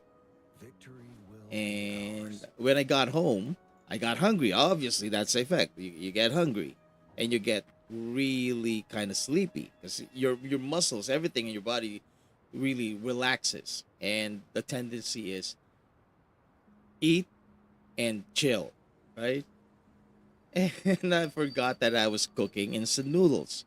So next thing I knew, I woke up with the alarms blazing, right, in the apartment, and I realized, oh, I was cooking something. Oh my god! When I looked at it, it was already burned, and I'm like, oh man, I need to stop doing this, right? So I had a really long span of time wherein I did not do anything until when I went back to when I went to Europe. And yeah, another set of fun time stories over in Europe. Because in Amsterdam, it's very legal to smoke them, right? You'd see like kids walking right there while you're smoking the good stuff. And we're not talking about small blunts. We're talking about the long ones. You'd think like they're like, cigars or something, or cigarettes at least, the size of a longer, the size of, if you know what they say, 100s, like that length, about that size. And this British guy, we were chatting, and hey, take this. I can't bring this to the UK, said, because they're gonna, you know, detain me if I bring this there. Might as well just leave it with you. Okay, so I smoked the whole thing. Next thing you know, I'm like really tripping hard, like really tripping. I was calling a colleague of mine who was in Germany, because because before I went to Amsterdam, I was in Nuremberg, right? So I left a colleague of mine there because I have to go to Amsterdam on a separate business trip, business visit. I was telling him like, dude, oh man, like, oh wow, wow, I'm like flying. I'm lying on my bed and I'm like flying right now. Wow, I'm like drowning like that. I can't remember exactly what I told him. Like I was just texting him. I can't remember exactly what it is, but that's what he told me. Like and we were like panicking. Like, should we go to Amsterdam and look at, see what's going on with Vic or something? And like, luckily, like after like 3 or 4 hours after I had my sleep, I'm like, hey, what happened, buddy? Like I saw you have like lots of messages. What did I do? And he explained to me like, dude, like we were panicking here. Like you were like, what the heck's going on? Like you chatted all this stuff, like it made us worry. And I told him like, dude, don't tell anyone, but somebody just let me smoke this friggin' long ass signature weed, and I finished all of it, and I probably tripped out. Luckily, I had food because I bought like this huge hot dog sausage or hot dog. I think it's a sausage sandwich at the park. There's a big park near where I stayed. Where I stayed was a posh area of Amsterdam, so there were parks there. And I bought pizza and a sausage sandwich or hot dog sandwich, and it's really long too. So I had those. And so like the hunger was actually the food trip was solved right away. Luckily, I bought that first before I actually smoked that thing. Fun times. Hey there, Foxhole V went to Europe to get high and Snoop Dogg. You can say that. You can say that. In a car. Sensational. Next video. Let's expose Vic. Let's expose me. There you go. Hey. They're beautiful. Have you seen Canadian girls? They're quite cute, to be honest with you. Especially like, when you're with this French Canadian girl, But nothing happened. It was just us, basically. Just the girls, they smoked and they passed it to me, and had a few puffs, and then got inhaled some of the smoke because it's close, right? It's a car, so the fumes are just lingers, right? And I remember like, oh, this is the first time I had it in a couple, and the effect is really good too. Like that was like for the first time I really tripped out because I was like, I was with them, but it felt like I wasn't with them. It was like me looking in through something, like you're outside looking in. It felt like that, but at the same time, you kind of know that you're actually there. And I was like, trying to touch things just to see if I could actually touch them. I remember doing that. All right. So I'm thinking like that must be like really prime A stuff that she got from her dentist dad. Because in Canada, like, like professionals, they smoke. They smoke the thing. They smoke the good stuff. They needed that to relax and stuff, right? They relax, they smoke, they sleep longer, right? So maybe her dad has a supplier who gives him the really good stuff. Because I remember like doing that. Like I'm like, oh, is that you? Is this your face? I remember that part. I remember like even like trying to see if that building is close to me or not. And I'm trying to reach that building through the window.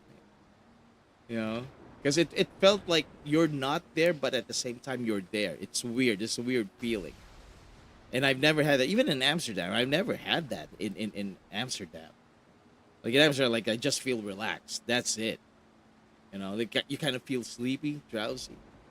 But you don't have that feeling wherein you're outside looking in, right? So I don't know. Maybe it's just because it's enclosed and I'm getting all of this, like the smoke that's coming out. I'm getting all of that. So maybe that's also the reason why. I remember last time I tripped out, it was a nightmare of a dream that Wufa lost a poker game. Oh my god.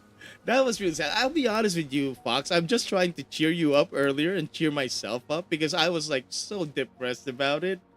To be honest with you, buddy. I'm sorry. Like I know I was like teasing you a lot earlier, but that was the only way I can cope to that whole debacle, that controversy.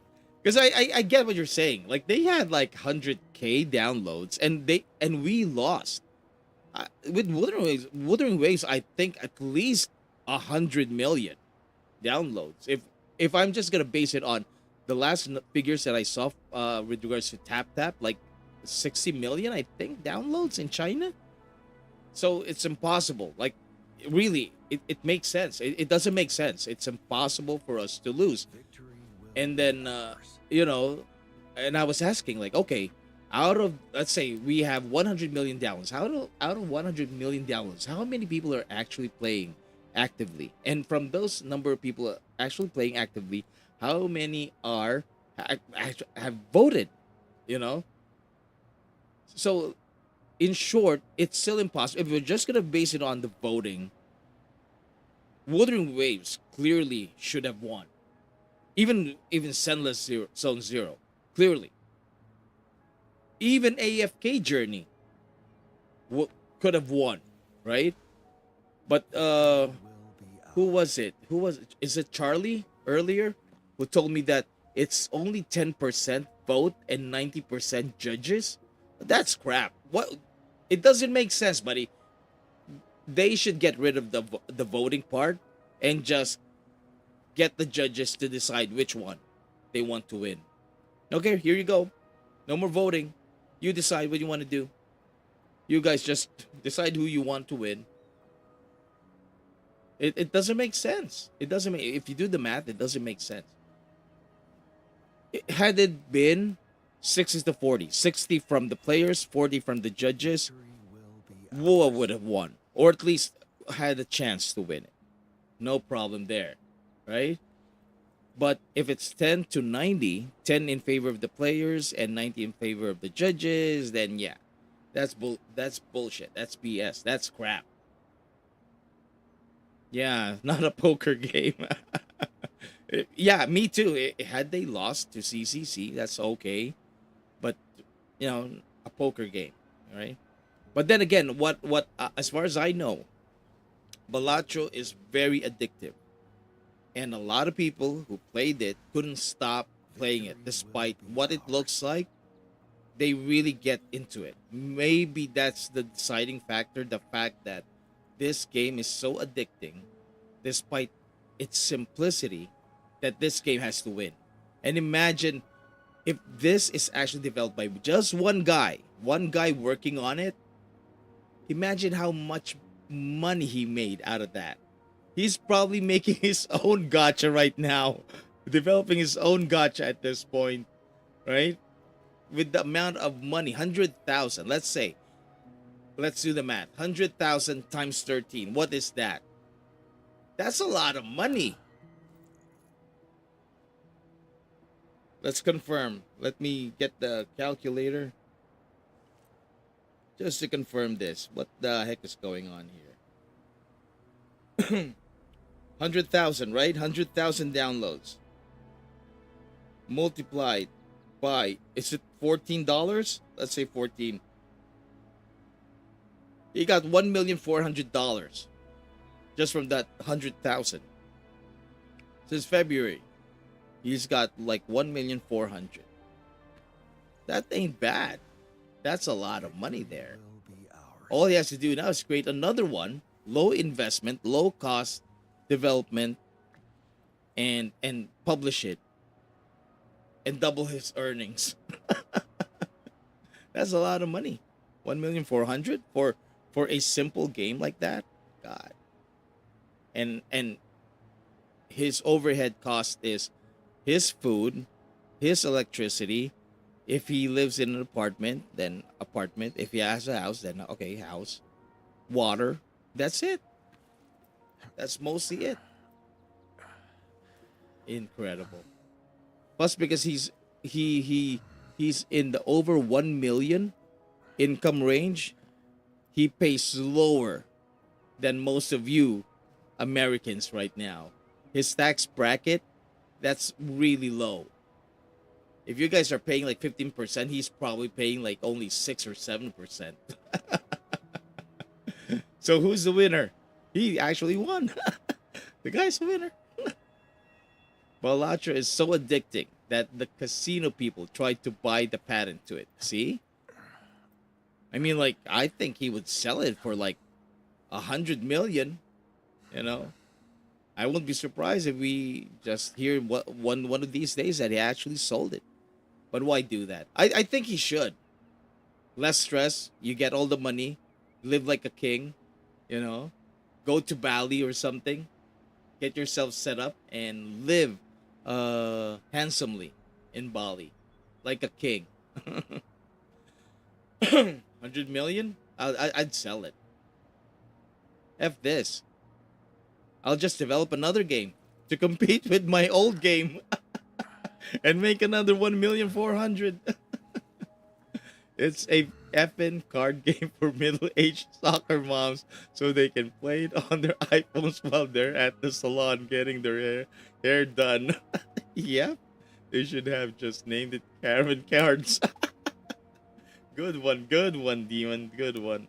But it's true though. Like the only question is how many let's say like all of these moms, like, you know what? Like they're easy to persuade. To be honest with you. If Balatro is like, please vote for me so I can win this award, these moms and grandmas definitely are gonna, are gonna go for it. They're gonna vote. But then again, if it's 90 to 10% only, yeah, no chance, no chance. Because at the end of the day, it doesn't matter if you voted. The portion of the total score for votes is so tiny. It all depends on the judges, which is terrible. But it is what it is. The creator didn't sell it, and on his will, he clearly stated that he wouldn't allow it to be sold in casinos. Nice. Okay. Or see what, or so what a post said. Me personally, like I would have freaking sold it. 100 million or 1 billion. 1 billion. You really want this? Okay, 1 billion. If you can match that, okay, I'll sell it. 1 billion is a lot of money. Definitely a lot of that's generational money there. If they sell if they buy it from him for $1 billion, that's generational money, generational wealth. His kids are gonna live comfortably for the rest of their lives, right? But if he didn't, then good for him. If that's what makes him happy, right? Oh shoot, I I I need a new PSU for my computer. I think my graphics card and processor are consuming way too much electricity right now that it keeps shutting down and changes the layout of my windows. Greased palms confirmed. You know what? I was telling you guys earlier during the live stream. I said, wait. You know the money's coming. They're just wiring off that 25 million. And it didn't came. It didn't went through as planned. But yeah, maybe it's possible. But then again, how much? Like if he made 1,400,000, how much would he have paid if ever? He must have a backer, somebody that has money to back him up, paid it, and a portion of the income goes to that other guy as an investor in this game. I mean, he's gonna make a lot of money out of that game, especially it's a mobile game, right? So, yeah, he could make it up. He could get it back eventually. I remember when Game of the Year went to real games like Doom 2016. Yeah. Well, it's still a real game. The other one, Astrobot, that is actually a real game. And when I looked at it earlier, I thought, oh, it's kind of like Crash Bandicoot Warped. Okay? Crash Bandicoot Warped, okay? By Naughty Dog. Except that it's a robot instead of an Australian dingo, right? Instead of a dingo, you have a robot doing those things. But it kind of, and if it is indeed kind of like that, then I cannot blame the the organizers of the event or the judges to vote for it, because if you guys know Crash Bandicoot back in the late 90s, early 2000s, that was a really good game. Back in the PS1 era, Crash Bandicoot is a really good game. Not the same as, like Resident Evil, Tomb Raider, not at that level, but it is it's a very, very good game. It was a very fun game, very family friendly game. 1 billion in Zimbabwe dollars. He didn't state what currency. No, 1 billion US, buddy. 1 billion US. 1 billion Zimbabwe dollars. I think that would only. Wait, it's possible. It could just be worth maybe like 1,000. $1,000. Beam next year, 2025. Maybe more new Hoyo came out soon. What do you mean? Like maybe more new Hoyo games will come out? I don't know. We'll see. Right now we have games from NetEase. Who else? The developers of Tower of Fantasy, for example. They're coming up with what do you call this game? Oh my god, Neverness to Everness. That is expected to come out next year. Same with Ananta or Project Mugen. Ananta is coming out next year. That's the estimate. Then a lot of people are saying Assure Premilia is coming next year as well. We're still waiting for Unending Dawn, right? So a lot of games are coming out next year. A lot of gotcha games. If we're just talking about Hoyo games, and we all know Hoyo does gotcha, there's gonna be a lot coming next year. A lot of games coming out. So Wuthering Waves is gonna be in some tough competitions, as at least competition when it comes to casual players, casual and new players. And if my memory serves me right, because I was watching Maggie do what do you call this? Neverness to Everness. I thought like, oh yeah, there are elemental reactions in that game, so it's kind of like Genshin, you know. So it also has a lot of background damage, a lot of elemental reaction damage as well. We'll see. They're making 8 more games. Yeah. I won't be surprised. Yeah. I mean, with Genshin finally having reached its peak, right? It's now on a downward, you know, trajectory as a game. It's getting old. People who played it, uh, for the last 2, 3, maybe even 5 years, has grown tired of it. And now we have like Zenless, we have Wuthering, and Honkai. A lot of those old gamers have moved on. So the game is now like turning, going downwards. It's reached its peak, it's going down like a mountain, going down now, right? So Kuro needs to come up with a new or a couple of new games in order to take over that role, because eventually Honkai Star Rail is going to reach its peak and it's going to go down, right? So they have to come up with these new games to replace those. So I won't be surprised if they're working on 8 right now. And that's good. Like as a developer, that's what you should be doing. You develop a game and then you develop again, right? A new game to replace the old game. That's just how it is.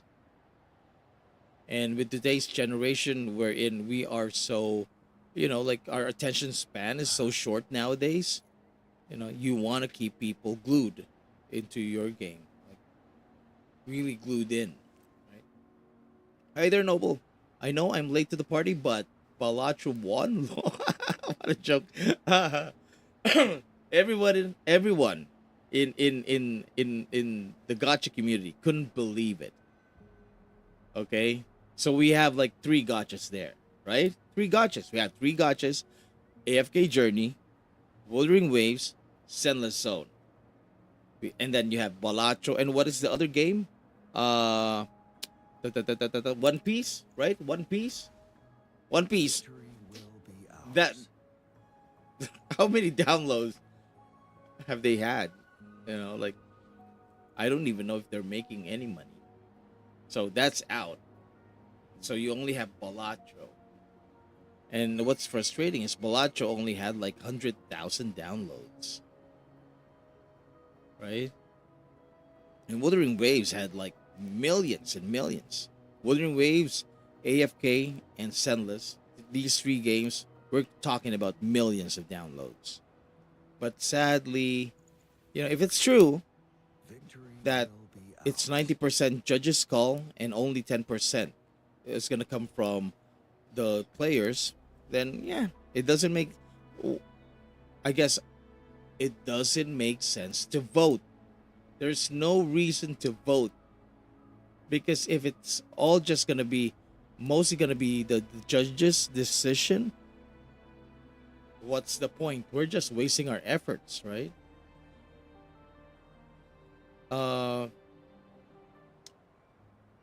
What I do hope, though, and I don't want to sound like, like I'm so greedy, but it will be nice for Kuro Games to acknowledge the fact that players did vote.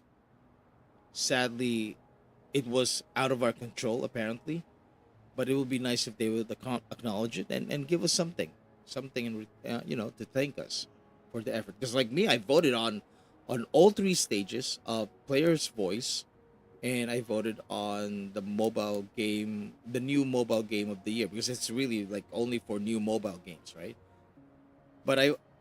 All in all, I actually voted on all the categories, because in order to get there, you might as well vote on the others, right? And I voted Wukong as the game of the year, not expecting that Astro Bot would beat it, right? So it's sad, I know. It's difficult. It's a hard pill to swallow, but it happens. And it's not our fault. We did what we can. We promoted the event and asked people to vote.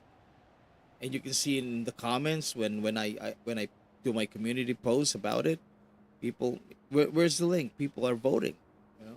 But we just cannot beat Balatro because it's friggin' ultra addicting. It's so addicting. I think the FDA should get involved. The FDA should get involved in Balatro. Check it out. Are you guys like have like virtual cocaine going on here that you give players that they get addicted to this?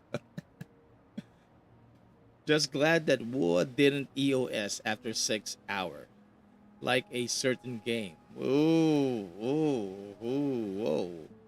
What game is that you're throwing shade at? Victory will be ours. They had judges from people like IGN, Kotaku, Variety, okay, and all journals outlet like that. Yeah, who are so out of touch with the gamers. Yep, yep. But I mean, I guess they could invite Tectone, you know. But then again, these are those guys, Kotaku, Variety, IGN, they probably sponsored the event. That's why they get the judge. They must have paid in order to sponsor, right? That's probably what it is. And unless you pay to become a premium sponsor of that event, then we have no voice. Tencent should have paid as a sponsor in order to become a judge in that whole thing. Oh well, whatever. It happened. Sucks. It sucks. Victory We will s- be ours. But people put in an effort to vote. Everybody here, I would say, like everybody in the chats right now, voted for Wuthering Waves, or even like Senless Zone Zero, right? So we should give ourselves a pat on the back, and making it to the final is already a big accomplishment. Not just for Wuthering Waves, but for the community itself, for mobilizing to help this game that we love at least make it to the top 5 of the player's voice. I didn't even expect it to make it to the top 5. I'll be honest with you. Have you seen the competition, the player's voice? Wow. Wukong, Genshin, Zenless, all of the big games, right? The big titles. So I'm actually surprised that it made it that far. I thought, well, okay, we might make it all the way to the second round, but I doubt we'll make it past to the third. We'd make it to the third, right? But we made it all the way, the final 5. That means people mobilized, people did their best, and it would be nice if Kuro would recognize that, right? Hopefully they would. Hopefully Kuro will recognize the fact that we all mobilized to help this game. YouTube ate my friggin' comment. What the hell? It wasn't me. Who ate your comment? Give it back, people. Give it back. Give back his comment. I think Gacha lost because once you do all the missions, all you have left are dailies. Very true. That is indeed very possible. That probably also crossed the minds of the judges. Gacha is very Ours. time gated, right? So there is a point within the day wherein, yeah, there's really nothing left to do, right? You go. The truth is, you go in, do your dailies. Takes you about like less than 10 minutes really to do all that. Let's say that you put in 20 minutes to do your dailies. That's basically it. Claim your rewards and get out, right? So maybe that's one of the reasons. And with Balatro, it's like never-ending puzzles. So you keep doing and doing and doing. I've heard about people who hadn't sleep playing Balatro for 3 days, no sleeping, and they're all just really trying to figure out how to beat the game, right? So maybe that's one of the reasons why the judges decided, oh, let's give it to Balatro. I mean, Wuthering Waves is probably easier to develop. Yeah, it requires it has high requirements, but with Balatro, you really don't need a very good system to run it. You don't need an awesome phone to run this game. It's low cost to develop, but it's uh challenging as hell, right? So maybe that's probably some of the judges thought that way. This is so challenging to the point that people are going crazy over it, despite what it looks like, that it has to win it.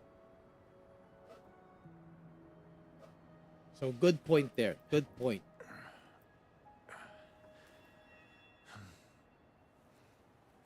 Nice one for Layla.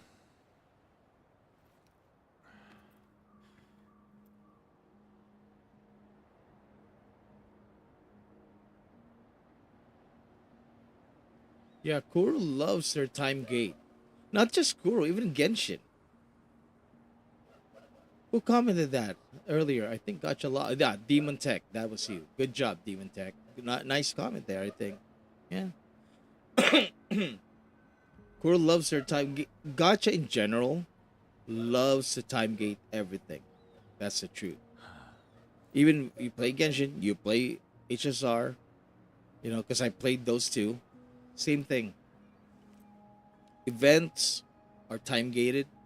They all use the same tactics. Even Wuthering Waves, like a lot, you know, like the pincher maneuver. So how long has it been out? Like a couple of days now, and we've only unlocked two of them. We still have to wait for the third stage, right? And that's just how it is. How Gacha is built. Time gating makes no sense to me. They want us to play their game, but then they block us from actually enjoying it for more than 10 minutes at a time. That's because they don't have enough content. That's the truth. They don't have enough content. They don't have enough content to keep you glued in.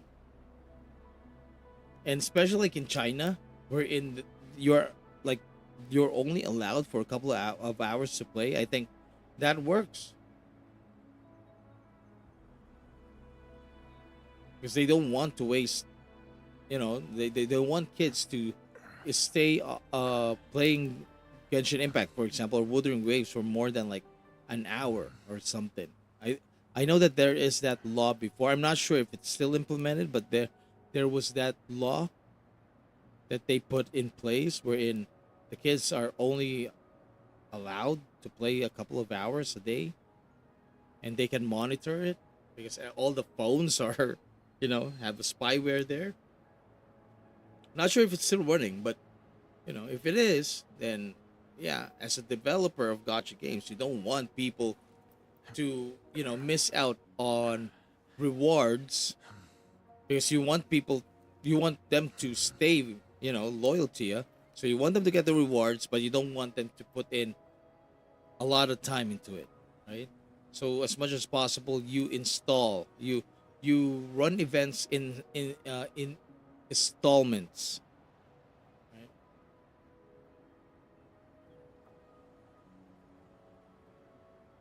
It's been out since the beginning of one point. What is? Give good scrubs. Yeah, best by a puzzle game. I know it's hard to get over it. Yeah, Looks at the journalist from Cuphead. Is that game still around, Cuphead? That's a game, right? I remember like when I had my this PC, we installed it. It was a okay trivial game. Sorry there, I just yawned. I'm getting tired. So instead, they voted on a puzzle game. I think, you know what? Like, I think Demon Tech actually may have nailed it. Yeah.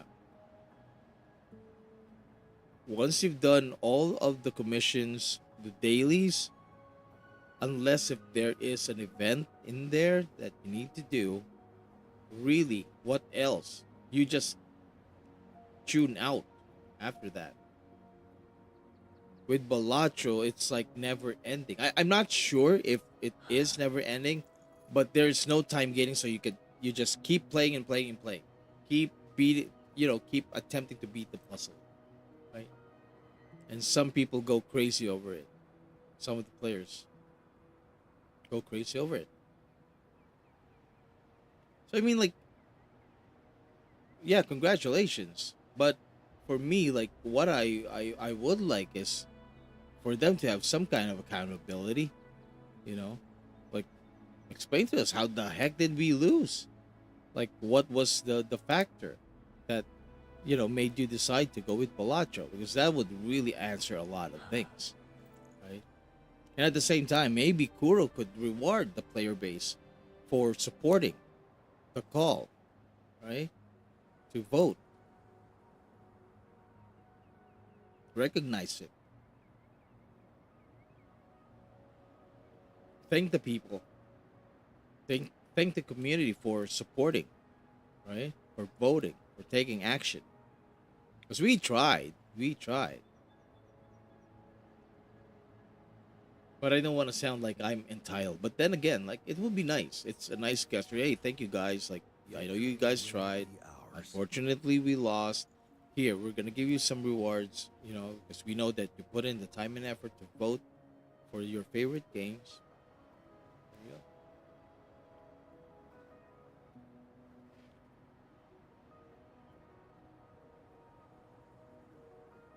Isn't that limited hours on South Korea? Maybe also I know in China they imposed that to 2022 or 2023. I think a couple of years ago. Just a couple of years ago. I'm not sure with South Korea though, but I know that they tried that in China, wherein you have they're trying to limit the time of people in these types of games. Or even echo building noble. Anything that makes more than 2 minutes to figure out gets sidelined and forgotten. Pincer has been out since 1.4 release. Was it 1.4? But then again, like, it felt like I just played this a couple of weeks ago for me earlier when I played it. Oh, this one. Oh, this one again. Oh yeah. Because it was just very recent. So it's possible. Just 1.4. Or I mean, like, maybe 1.3. I think it's more like 1.3. Oh yeah. But then again, yeah, maybe they introduce this and they're gonna run it every second half of the patch. That's when it's scheduled to run. Aside from that, Gacha has the stigma of being waifu collecting games.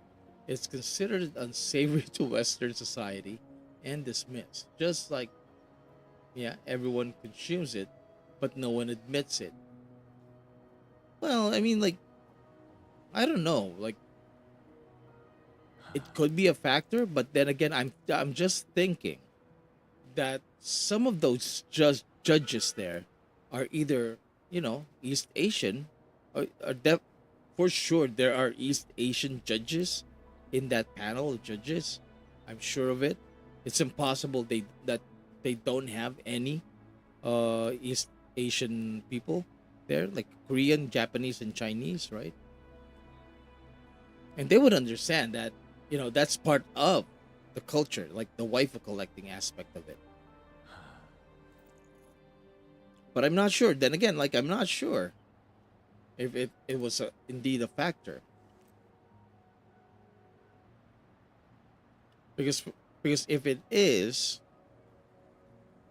then yeah, it's something cultural. And you could even argue that, what is that? Like, could you consider that as being racist? Right? That's being ignorant just because these games are waifu collection games. You know, do they not deserve to win if the game itself Victory is will be good, ours. right? But I think you made a good point there though with the fact that after you've done your daily commissions, there's really not a whole lot to do. Yeah, I mean you could still farm, or if there are events available, you could do the events, right? But on a regular basis, if you just want to get the daily rewards, that could be the only thing you do in this game, and then you log out. 5 to 10 minutes, done, get out, come back again next day, right? And I think with Balatro, it feels like it's never ending. You could be playing the game for like several days, right? It's like Candy Crush, for example. Like that game doesn't feel like it's ever gonna end. There's always a next stage in that game, right? Maybe that's how they designed Balatro, so that it's never ending, right? I also think it has to do with people thinking Gacha is pay to win. It is also possible they misinterpret the Gacha as pay. But then again, like Balatro has Gacha elements in it, right? So I don't know.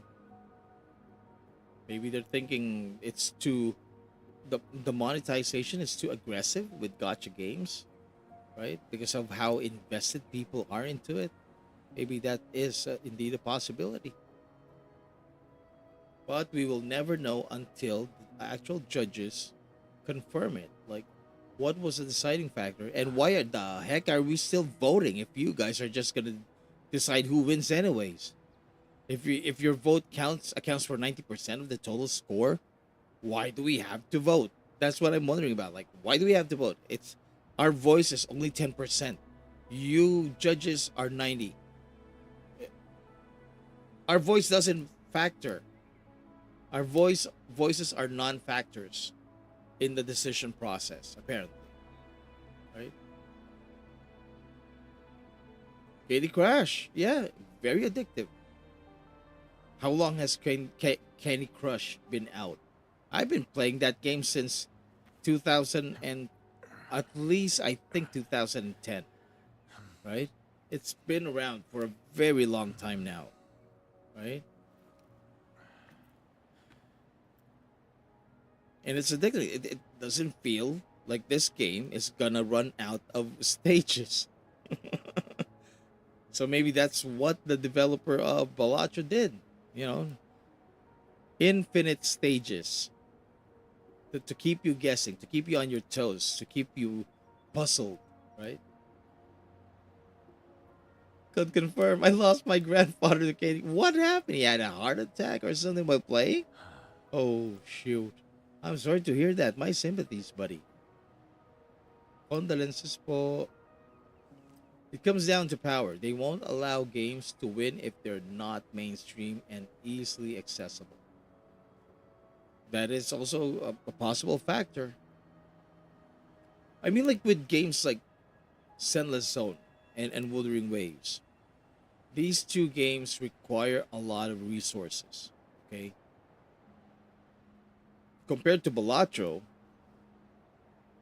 these gotcha games that were in that the nominees, the gotcha game that were nominated, they do require a lot of resources.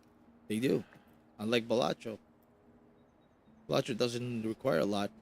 Technically, it should be very accessible to more players. And sadly, it only has 100K downloads over in what, App Store or Google Store, probably. But it's still, given the fact that more people actually downloaded Wuthering Waves, means that there are more people who can actually run Wuthering Waves in their mobile accounts compared to Balatro. Because 100,000, yeah, that's a small amount. That's not really a whole lot.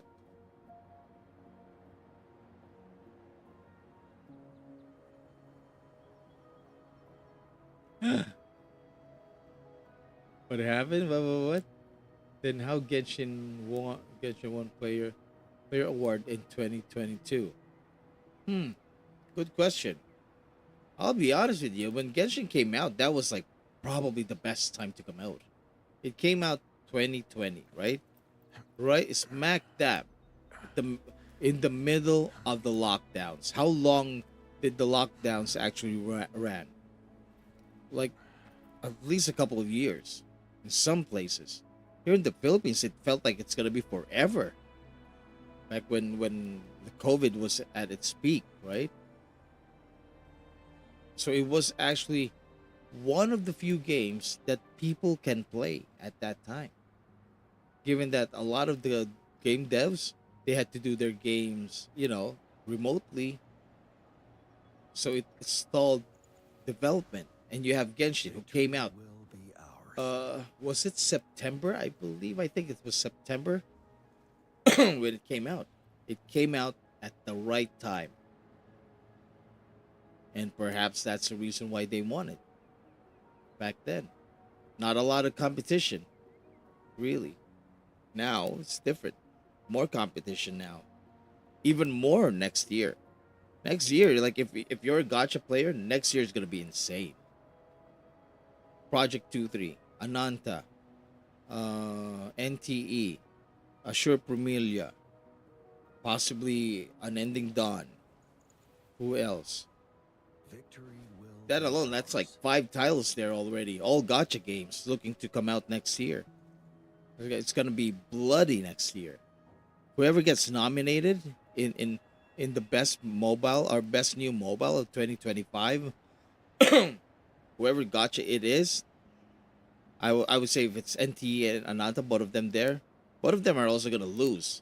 There's a game, and unless there is no like another Balatro, like another Dark Horse that comes out, they will lose, and it's gonna be insane. The competition is gonna be insane next year. Even Wuthering Waves, they have to compete with these new games that are coming out.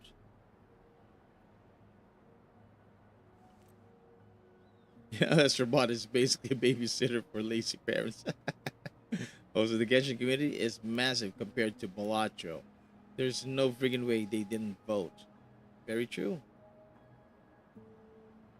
It all comes down to uh, how big of a deciding factor is the player's vote. That's what I want to know. How big it is. Right now, we're picking up 90 to 10. 90% judges, 10% player feedback. Ours. So if player feedback's only 10%, what's the point of voting? Why do we have to waste our time voting then? If it's just going to be mostly the judge's opinion anyway, right? I don't know.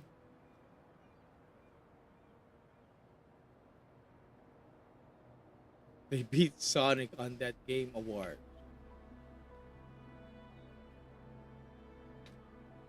Yeah, it's possible. Yeah, why not? Victory will be Back then, it was really solid. If is it 2022? Yeah,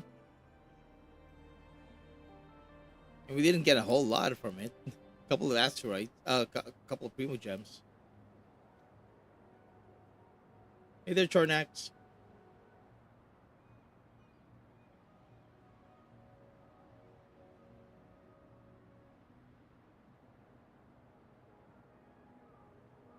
The Helen of Troy and Gotcha. We'll see next year when all these games come out.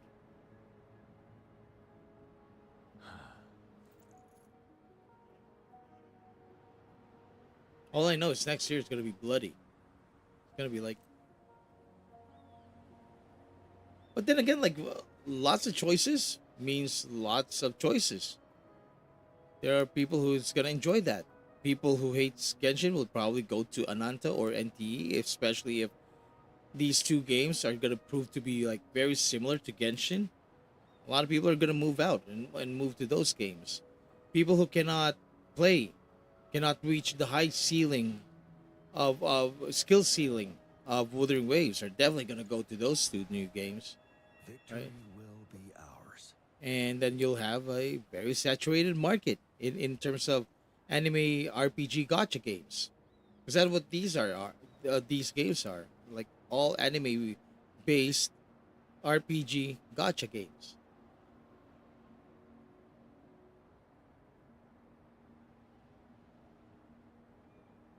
This is the time for us as gotcha players to all unite and stand firm instead of always fighting like schoolgirls. Very true. Would be nice. It would be nice if people could just unite, right? We could just unite for once. I mean, I'm surprised that I don't know, like at 7 months, okay, with Genshin Impact, did we already have drama of this magnitude wherein we have this one content creator just going on a tear, attacking everyone, right? Hmm. I don't know. I don't remember if there is. If there was that huge of a drama back then. I don't remember. I don't think so. Unless if somebody could remind me, like what happened in the first 7 months of Genshin in terms of content creator drama. But back then, I don't think there was a major drama at that time. I got Yin yesterday. There's no way I'm leaving Buwa now. Congratulations. Oh, yeah, you told me about that yesterday. Yeah, congrats. Nice. I lost my 50-50 and went dead broke, but I got her. It's always fun when you get the character that you want. Congratulations. Now it's time to build her, and that is a different beast on its own. I remember there being a decent bit of drama. There must be. I'm sure there is, but not of this scale, I guess. Like with Saint Tontes. Yeah, yeah, I remember that. Like everybody's saying, "Oh, this game looks very much like Zelda." It's practically Zelda, right? I remember that, but it wasn't big though. It was like, yeah, Wuthering Waves Victory took will be inspiration from ours. Genshin, same way that Genshin took inspiration from Zelda. It was more like that. I'm thinking of like a real content creator drama back then, wherein content creators were just clawing each other, being very catty, right?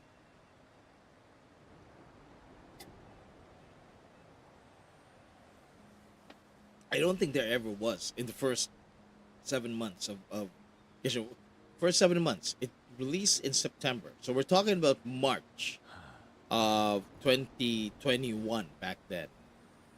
No, I don't think so. I really don't remember if there is. Uh, I remember there was an issue with the leakers, and a lot of leakers had been hunted down back then.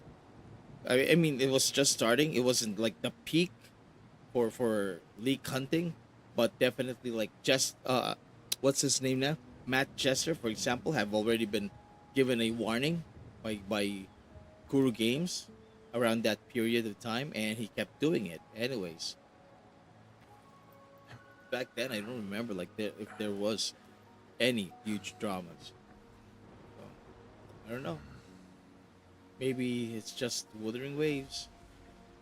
Maybe it was just us.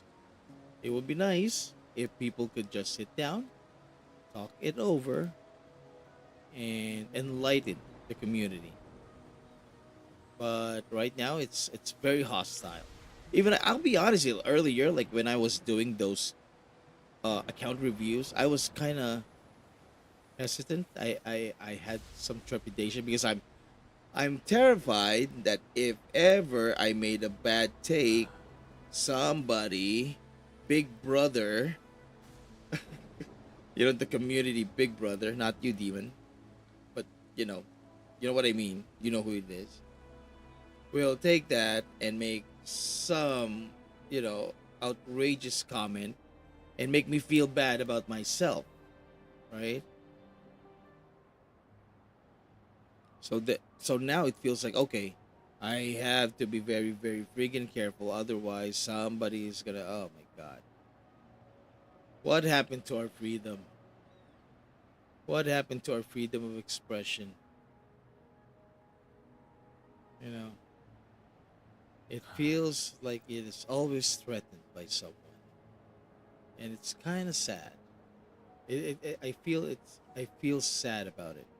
I go to these live streams and I see people getting banned, getting attacked left and right. People would have an opinion.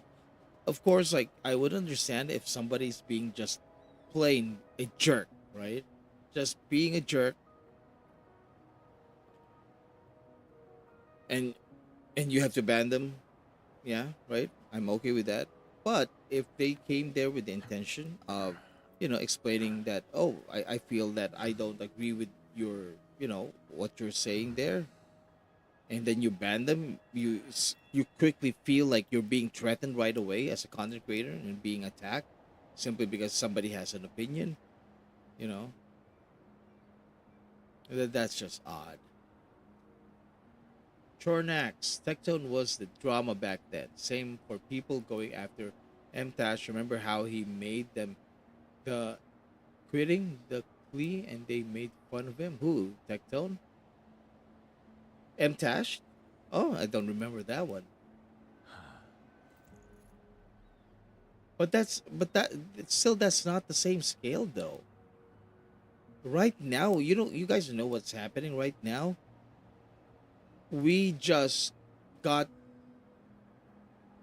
uh officially got into a war with Genshin players. That's what's happening right now. We are at war with Genshin. Anything that any Genshin Impact content creator, okay, who played Wuthering Waves, that has a bad take, is gonna be attacked. Okay, that's what's happening right now. I betcha. For example, like Bars, I don't know if he's still gonna make content about Wuthering Waves, but it crossed their minds for sure. If we made a bad take about Wuthering Waves, I am gonna get attacked. My integrity will be tested. Do I really want to continue creating content about Wuthering Waves now? Right? Victory will be ours. Because that's gonna hit you. How he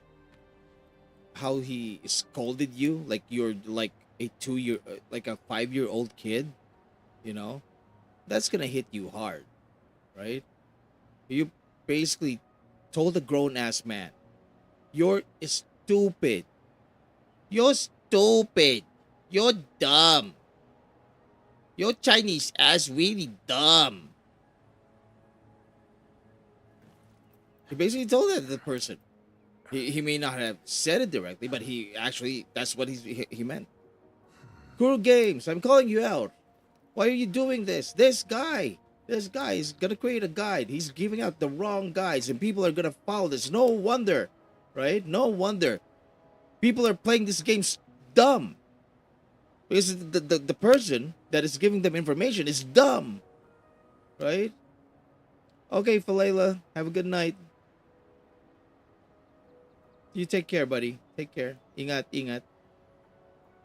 Right? So, Now now Will be ours. you're gonna have all these content creators, and I'm sure not all of them, but it crossed their mind. Do I still want to create content if I'm just gonna get harassed by this guy? That's why I stay away from the internet. Yeah. Stay away from YouTube. But like I won't be surprised if ever there are content creators, especially players, content creators who play Wuthering Hoyo verse games that are thinking right now, if I make a content about Wuthering Waves, I could get dragged into this whole situation, into this drama. Might as well not make anything about it. Might as well not play this game anymore, right? I mean, this is not my bread and butter. This is just additional content. Let's see if I could create a community out of this game. But if they're gonna, say they're acting like this towards, they're being hostile towards us because we play Hoyoverse games, then maybe I will just stick to my original community, right? And make content about Genshin Impact or HSR or Zenless Zone Zero. Rather than waste my time, get attacked, have to deal with that, right? And actually make very little out of it, right? I'm gonna cut my losses now. I'm not gonna make any more content about this game. Fuck this. Fuck Wuthering Waves, right? I don't know. Some of them probably would think that way. Given Tech, making a WUWA channel at this point is just a bad idea all the way around. You just can't win anymore. Yep. I would say, like, if you play Hoyoverse games and you decide to make a channel about Wuthering Waves, like, you definitely have to consider the possibility that you're gonna get attacked sooner or later. Just be ready to become a CC of NT or Ananta. Oh, definitely. I am looking forward to test those games out. Like, I've seen NT. I'm excited for Ananta simply because of what I've seen visually. But I've seen NTE, and I've noticed that there is indeed elemental reaction there. I was watching Meigi when she did her closed beta, and yeah, that's nice. I mean, they could expand on it. Make the characters more interesting, make the combat a little bit more interesting, right? Right now it feels kind of dry, but make it just a little bit more interesting, and I think a lot of players are gonna relate to it, right?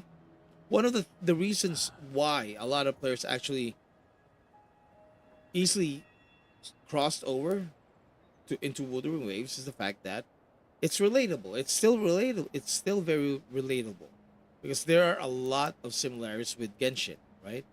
And if you're a Genshin Impact player, if you could let go of some of the minor nuances of the game, then you could easily relate to it and transition to it. I would like that. Yes, definitely. I don't want you to be attacked by some shills and bots, man. Well, thank you so much. I definitely don't want that either. I don't want my, like you guys having to deal with that, right? So, me, I'm just expressing my opinion. And I don't know, like, some of you guys have seen me go to Saint Tanta's live streams. I comment. I don't lurk. I comment. Now, of course, like, if he blocks me, if he mutes me, then I end up lurking. But apparently he hasn't. So I comment. I try to be very respectful about it. It's not like I try to steer any trouble, right? But I don't lurk. I interact in his live streams. I ask questions, right? And I know he knows who I am. He knows I'm in his radar. I know. There was a time when he was actually surprised that I was there. Like when he realized, oh, he paused a little bit. read this. He went like that. So he knows. And his community actually like you again. They were like that. You, right? Right? Oh, it's you. So they've been talking about some of the stuff that I posted, right? I don't know if that's because I'm guilty by association. I don't know. Maybe that's one of the reasons. Maybe because they know that, I have some negative opinions about him, right? Maybe. I don't know. It's not like I always have negative opinions about him. I do agree with him in a lot of, some of his videos too. Of course, once in a while, I would disagree, and I will express that. Why wouldn't I? I have rights. I'm not a robot. I can have opinions of my own about things. Does those opinion conflict with yours? Sure, but then again, like we're adults here, right? If you cannot accept that people will have differing opinions, that people cannot agree with you all the time with your opinions, then you have a problem. Because that's like you're living in a fantasy world where everybody just listens to you and believes everything you say, and your opinion is the only opinion that matters, that counts. In the real world, if you friggin' do that to your boss, you friggin' boss your boss around, you try doing that, you want to do that, like friggin', like you say something and your boss disagrees and you start attacking your boss. Let's say this: hey boss, I have a proposal here. I think we should do this. And your boss explains, nah, like right now is probably not the best time to do this kind of project because we don't have a huge budget.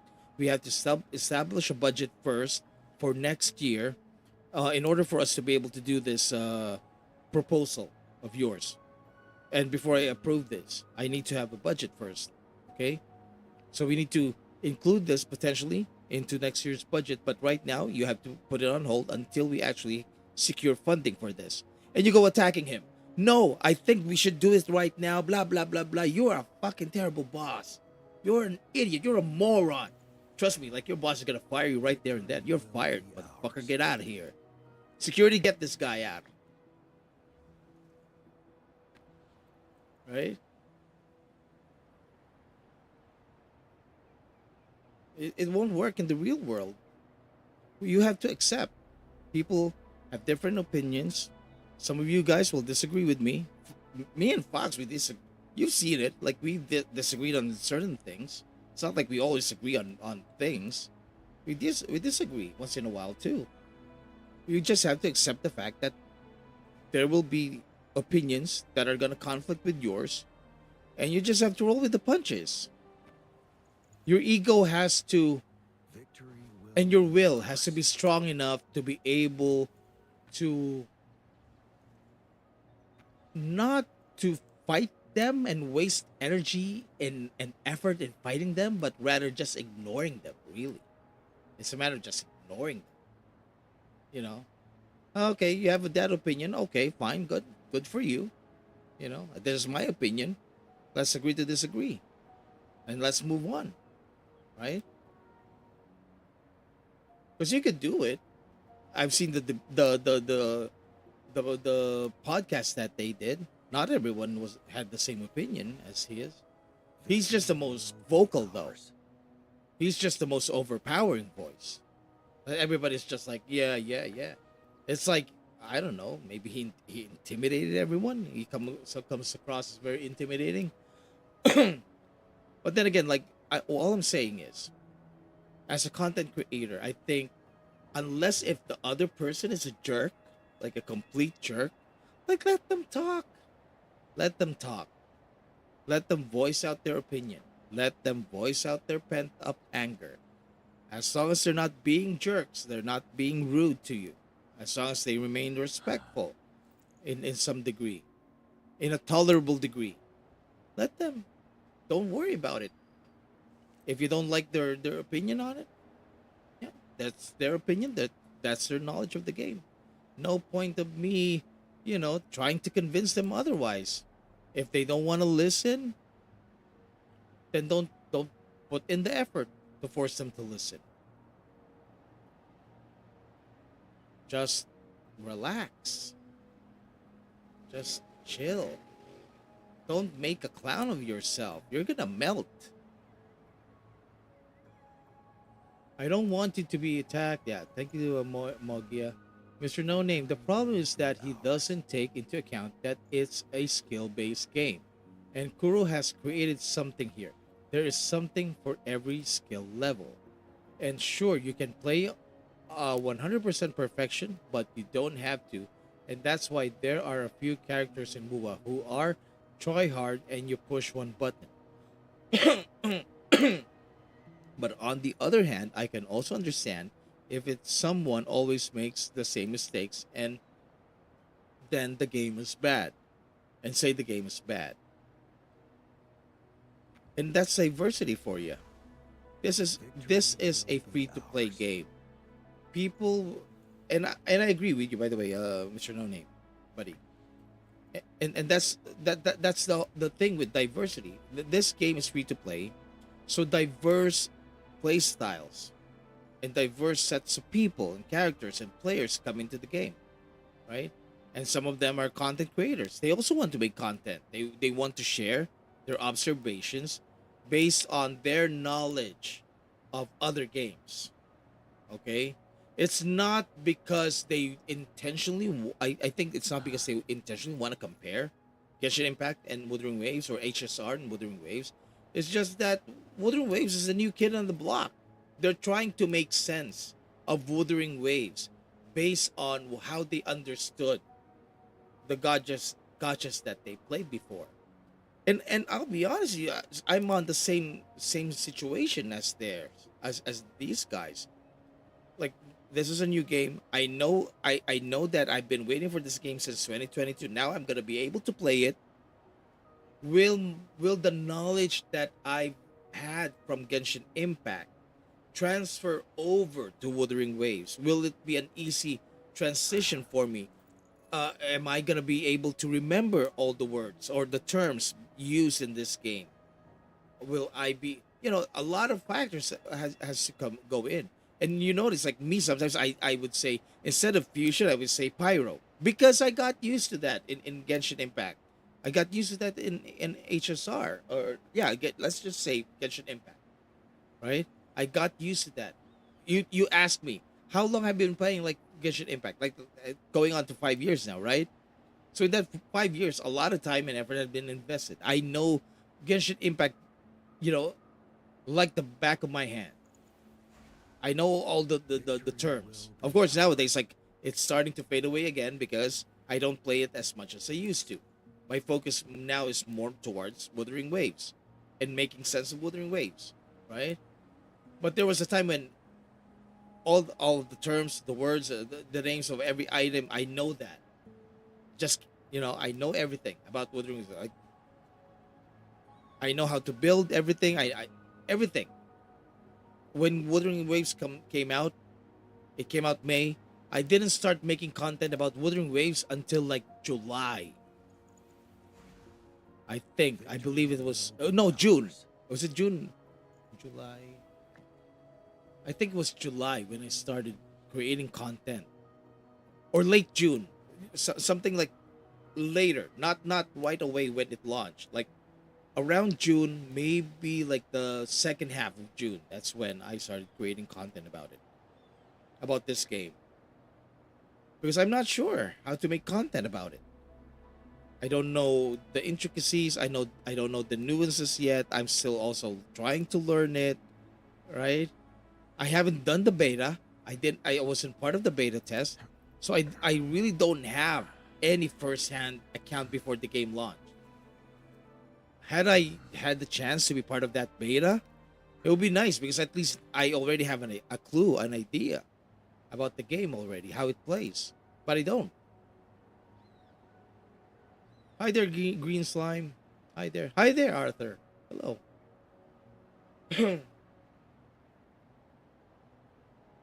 But then again, back then it's okay because we are still very peaceful back then, right? But now imagine like making a Wuthering Waves content nowadays. Like if you're a content creator and you decided to create Wuthering Waves content, it's kind of scary. It's kind of scary, I'll be honest with you. Even I, like earlier, like I said, like earlier when I was doing those reviews, account reviews, there's a part of, in the back of my mind was like, hey, like if I make a mistake here, I don't know, like somebody might just jump me or something and attack me all of a sudden, you know? If I make a bad call here and if I, you know, next thing you know, like you're, you know, somebody's making an attack video about your lack of knowledge. You're stupid. You're a moron. You're a noob. You know, you're just a tourist. All of these terms, right? Me, I would love Wuthering Waves to grow, to become a big game, to become, you know, a game that we could all really enjoy, not just be players who are hardcore players of this game, but we should be, you know, open enough, tolerant enough to embrace new people coming into this game as well. And even the tourists. Why not? There's a reason why those guys were selected. They have the biggest reach. Hopefully, they enjoyed the game enough that they would make it their primary game. And along with them, their community joins in. Right? That's the whole idea. So the question here is, do you really want Wuthering Waves to become big? Or are we just really gonna push, you know, like the casuals, the noobs, the unskilled players? Are we just gonna push them away? You know, the tourists, are we gonna push them away? When I feel, I don't know, but this is my gut feeling, Kuro Games wants to include those people as well. They want all of these people, the casuals, the noobs, the the tourists, to experience the game as well. So why are we pushing them away? Why are we harassing these people? Why are we, instead of building a bridge, we're actually destroying one right now? Why are we doing this? Or at least some people in the community are doing this.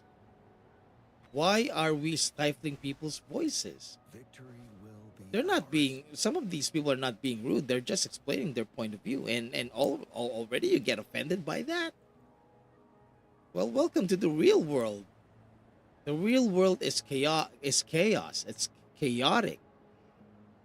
People don't agree all the time. People disagree a lot. That's just how it is. People have opinions. Some people have stronger opinions than others, right? And if they're not being a joke, if you can tolerate them enough, don't block them. Don't block those voices. And Kuro Games, I am sure they want to know what areas of the game they can improve in.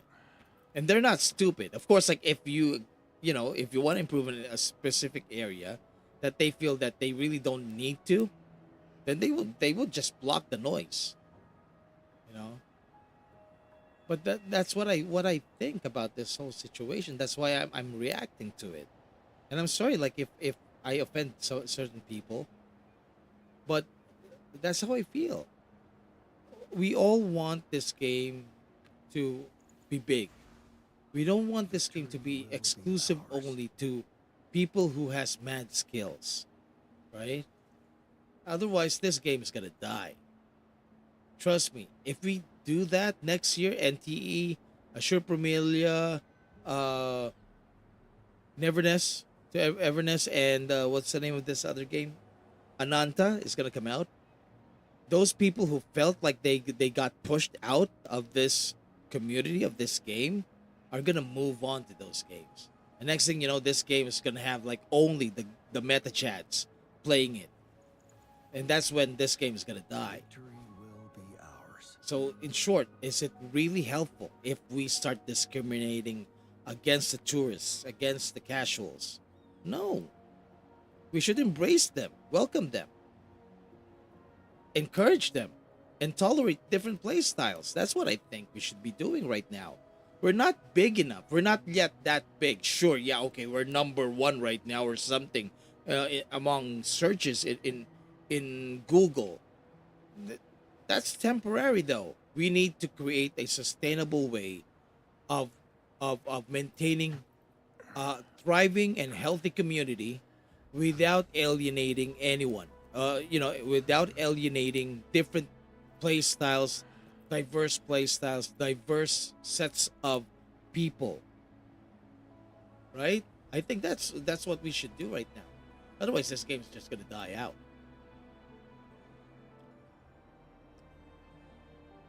Quick swap is not a groundbreaking mechanic. Compare Wuwa's combat to old Genshin games. Oh, what Gen? Old Gen MH games, and you will see top tier combat is. What is MH? I'm not sure though. Chornax, I'm. Oh no, like definitely, like Wuthering Waves is not the first one to employ, high skill games. There have been lots of high skill games in the past. The question is, where are they now? Did they last more than 2 years? Because I'll be honest with you, like I had a coworker. He quit the company recently, but when this game came out, I think we had a conversation back in around September. Okay, and I was encouraging him and I was telling him, why don't you give it a try? And his response was, because I think it's more difficult compared to Genshin. I'm hearing this and that. You have to dodge, you have to parry, you have to time, blah blah blah blah. It's too much. It's too tedious, too much stress, too much skill, and I'm not a skilled player. I'm just a casual.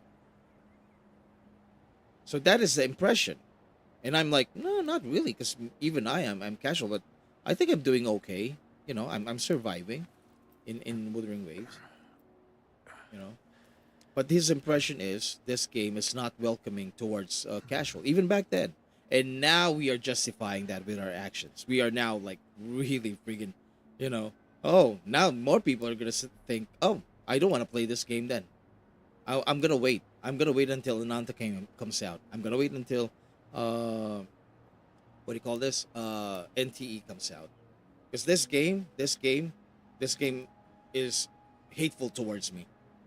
It's too toxic. The community has become too toxic, and it's hateful towards me. I'm being discriminated at. I have no voice in this game. I'm not allowed to speak. I'm a robot. I'm just just play and shut up. You're a robot. You just play. I tell you to play this character this way, and shut up. You have no other opinion, right? That's what's going on. That's why I said, like, it feels like it's fascism. Like we are only hearing one opinion at the moment. All the others, they're getting muted, and those who spoke up, they're getting attacked. What kind of shit is that? I thought freedom of speech is for everyone, right? I thought freedom of the press is also for everyone. I thought that, like, I thought these things that we hold true. If you're you're an American, these things you hold them true. They're not privileges, they're rights. And now it's being, being stepped on by a few loud voices who feels like there's some kind of superhero for a friggin' gacha game. If Wuthering Waves decides tomorrow that it's gonna end of service, what are these people gonna do? Commit unalive themselves? What the fuck? Right? Is that the plan? Like we die with this game now? What? Is that the plan? I mean, this is just a game. It's just a game. If Wuthering Waves, if Kuro Games decides tomorrow, look, guys, we don't like the deal that we got with Tencent, and Tencent is basically gonna own us, and now we don't want to continue development. We are ending our service tomorrow. Is the world gonna end? Are we gonna have like mass unalives? Hopefully not. Definitely, the world is not gonna end. Not yet. At least, as far as we know, it's not gonna end tomorrow, right? But right now, it just feels like, like there are people who thinks that if they don't defend this game, if they don't, if they don't, Victory will if they be allow ours. criticism, right? Then it's like they are personally being attacked. Me personally, I don't. These content creators, they need to learn certain balance here. Don't take everything too personal. Try not to. I know you're passionate. I know they're passionate. They really love this game. I love this game as much as you guys do. But if I'm not skilled enough as you guys, I'm sorry. And chances are I'm not gonna become perfect anyways, and I know that because I really don't have the time to spend like 8 hours on this game. I can, in a day, okay, I can only spend a maximum 2 hours on a regular day. Not today, it's okay. I could spend more time, but on most days I can only spend 2 days between content creation, letting Stella use the computer, and other family matters. I have a clear 1 hour window to play Wuthering Waves. That's the truth. 2 hours if I'm lucky. Okay? I really don't have a lot of time to put in to Wuthering Waves to practice what I want to practice, except on weekends. Okay? These people have to understand that not everyone can reach that high ceiling, that high skill ceiling. And some of the content creators, yes, they play this part-time. So what the heck do you expect? Right? But does that justify you attacking them? They're not even attacking. They're just, pointing out their observations and, like hoping that maybe the developers would listen to it and make necessary adjustments from their perspective based on their understanding of this game and based on their experience in other games. Now you're gonna get attacked over that? Like, oh my god, I'm scared to make content about Wuthering Waves now. But certain people don't understand this. Like, it's like, I am the center of this world. What I do, how I play this game, the amount of time that I put into this game, this is all that matters. This is all that matters. Either you listen to me, you follow me, or you and I, we're through. I'm gonna weaponize my community and go after you. What the F is that? Green slime, wait, what happened in the Woowa community? Same thing. Somebody has went on a tear, attacking every content creator they can find who they don't agree with. Right? Say something bad, just something tiny, something so minute, so irrelevant. Say something that is considered negative against Wuthering Waves, and trust me, the hounds are coming for you.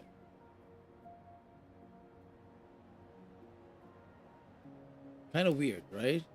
That's just wrong, plain wrong. And the sad thing is, the YouTube algorithm is stupid. Stupid algorithm. Ours. So these types of content content are getting pushed. I got rid of leaks. I don't receive any more notification about leaks on YouTube. What I'm getting is drama, though. That's what I'm getting. I'm getting drama instead. Now I'm thinking like, oh shoot, I kind of miss leaks now. I would rather watch leak videos at this point, because right now at least with leaks there's no toxicity. With content creator drama, oh man, that's a lot of toxicity.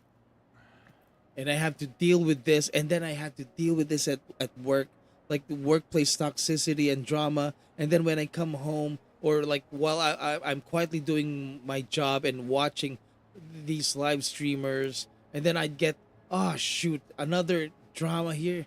Oh, he attacked this cat. Oh my god. Now I have to deal with that. I'm just freaking losing my taste for this game at this point. I just end up like, oh, every day, like either I would hope for like Maggie to just do a live stream. Earlier, like I saw she posted a new video about Lumi. I got so friggin' excited. To be honest with you, I got so excited because at least, oh my god, at least she's not gonna drag any drama into this, right?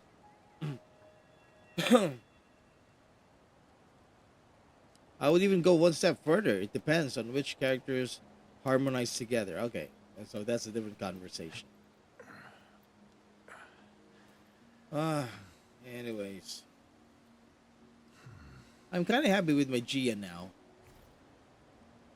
Just a little bit more. I'm just gonna save a little bit more. Yay! Finally, 52.3%, and then crit damage to 52.8.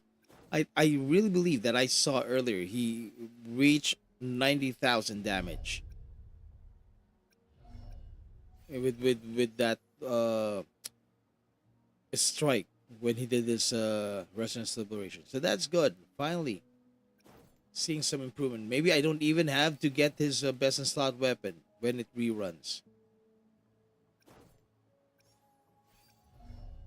So these ones, I just need to get them crowned. Oh, not crowned, but level 10. Okay. Me personally, like my only real issue with Wuthering Waves, the only thing, right, that I'm really asking the devs, just one thing, really, ecosystem, the echo system for echoes. Is dynamic. That's it. Do not let your guard down. Make some changes here, I guess. Give us more tubes. Give us an opportunity to convert these echoes into tubes. That's it. If not, then unlock some of the substats, so that at least we know which ones we are gonna keep and which ones we have to get rid of. That's all I'm asking. Either it's more tubes, echoes that can be converted into tubes, or unlock the, what do you call this?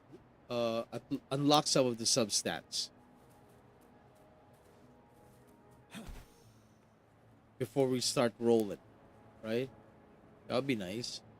And yeah, I hate to compare it, but I'll be honest with you, like with Genshin, it's actually a quality of life to already have at least 3 of the substats out. The first 3 substats right away. If you don't see the substats that you want from those 3, then you can move on to the next artifact, right? Here we don't know. We have no idea if that echo will have crit stats in there or not. No idea.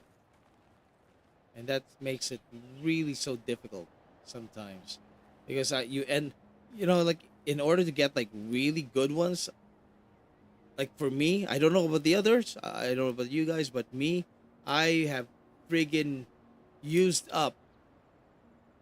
I exhausted all of my tubes in order to get like a better crit ratio.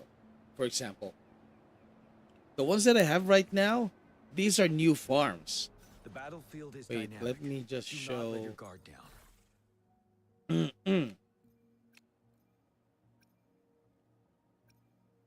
So for example, like this one upgrade.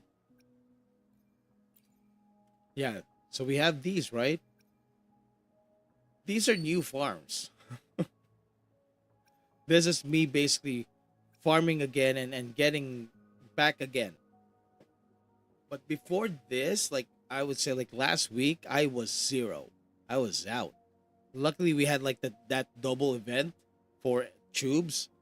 So okay, I was able to recover again. But when I was working on Changli, uh and Jian in order and Camellya in order to get them better crit stats, crit ratio, I had to use all of these. I was zeroed out.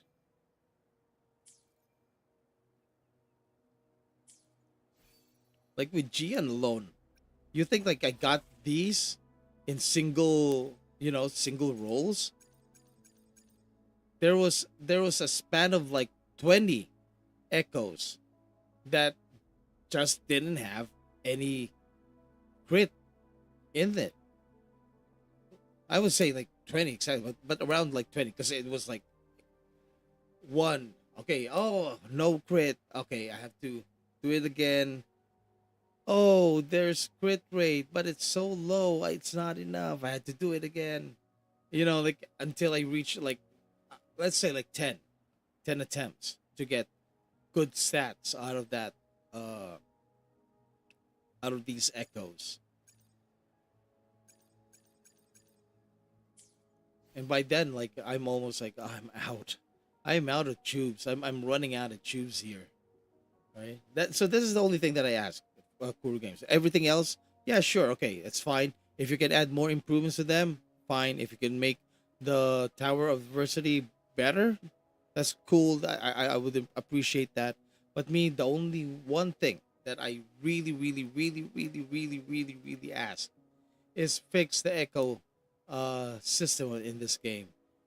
Less micromanaging, uh, more intuitive, more player friendly system is needed so that we don't end up using up all of our resources just to get good substat rolls. If we can do that, perfect. 10 out of 10, no drama. I'm all for it. I got 2 crit rate mechs. So now I'm just trying to save tubes so I can ruin the damn thing on flat stats. And that's gonna happen. And that's definitely gonna happen with the way this system works right now. WoWa has a really bad implementation of tuners. I kind of agree with you on that one. Like based on my own experience, we're getting we're getting way too many echoes, ending up in way too many micromanagement of these echoes, and instead of being able to use them productively, you can't use them productively because in their basic forms, they're practically useless. They're just useless. The only time they become of any use is when you've invested materials into them. That's why I'm asking, like, at least like unlock even just 2. How many total substats? We have 5, right? And that's awesome. If we could unlock 3, and then let us guess what the other 2 are, that will ease up the problem because now we know which echoes we're gonna be keeping and which ones we're gonna be discarding right away based on those 3.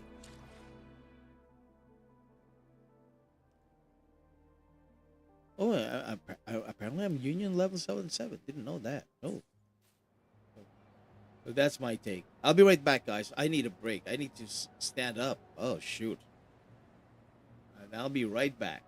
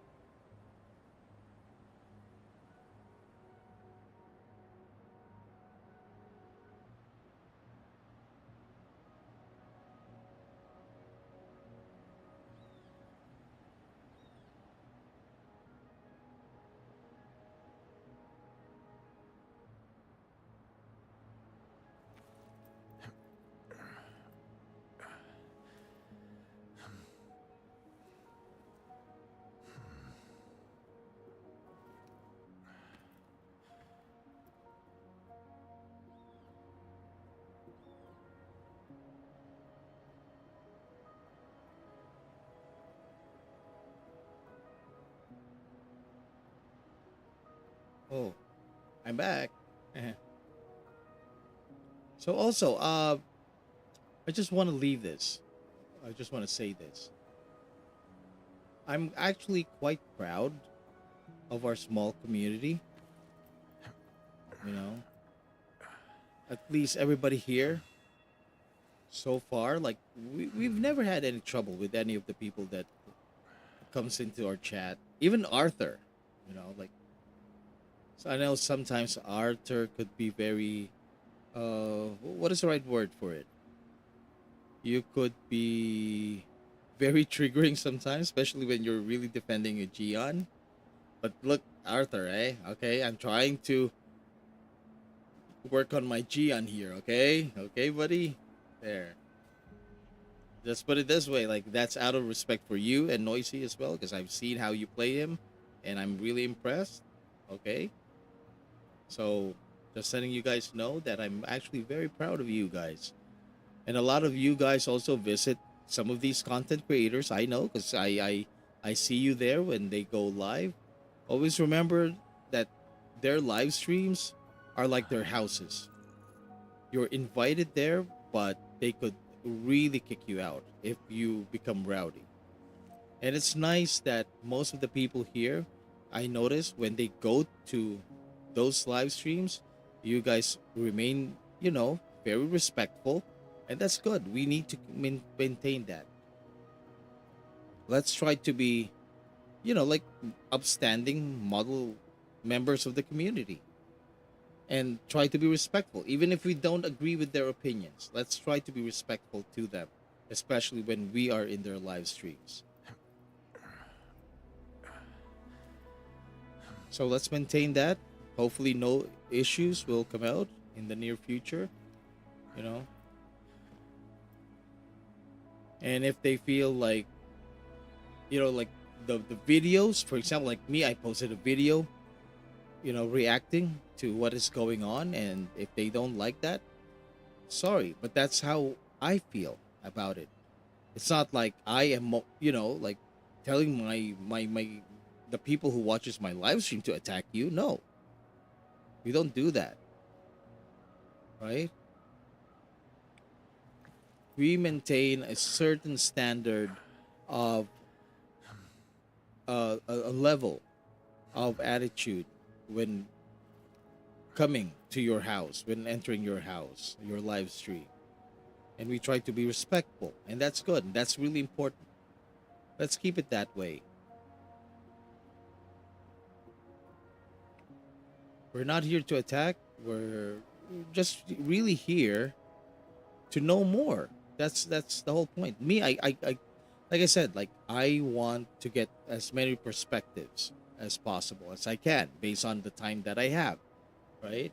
Because I'm a busy person. I have a day job, and Will be ours.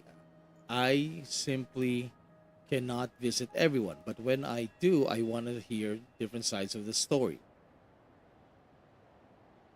And maybe at times I tend to be, I tend to tease and provoke Fox, but he knows his limitations as well. And that's a good thing about Fox. He's very open. To be honest with you, like Fox is amazing. A lot of people doesn't give him enough credit for that, but Fox is quite amazing. He's very sport. He's a very, is that the right word? In the Philippines we say sport. He's a sport. He's, you can tell him he's wrong as long as it's respectful enough. It's okay,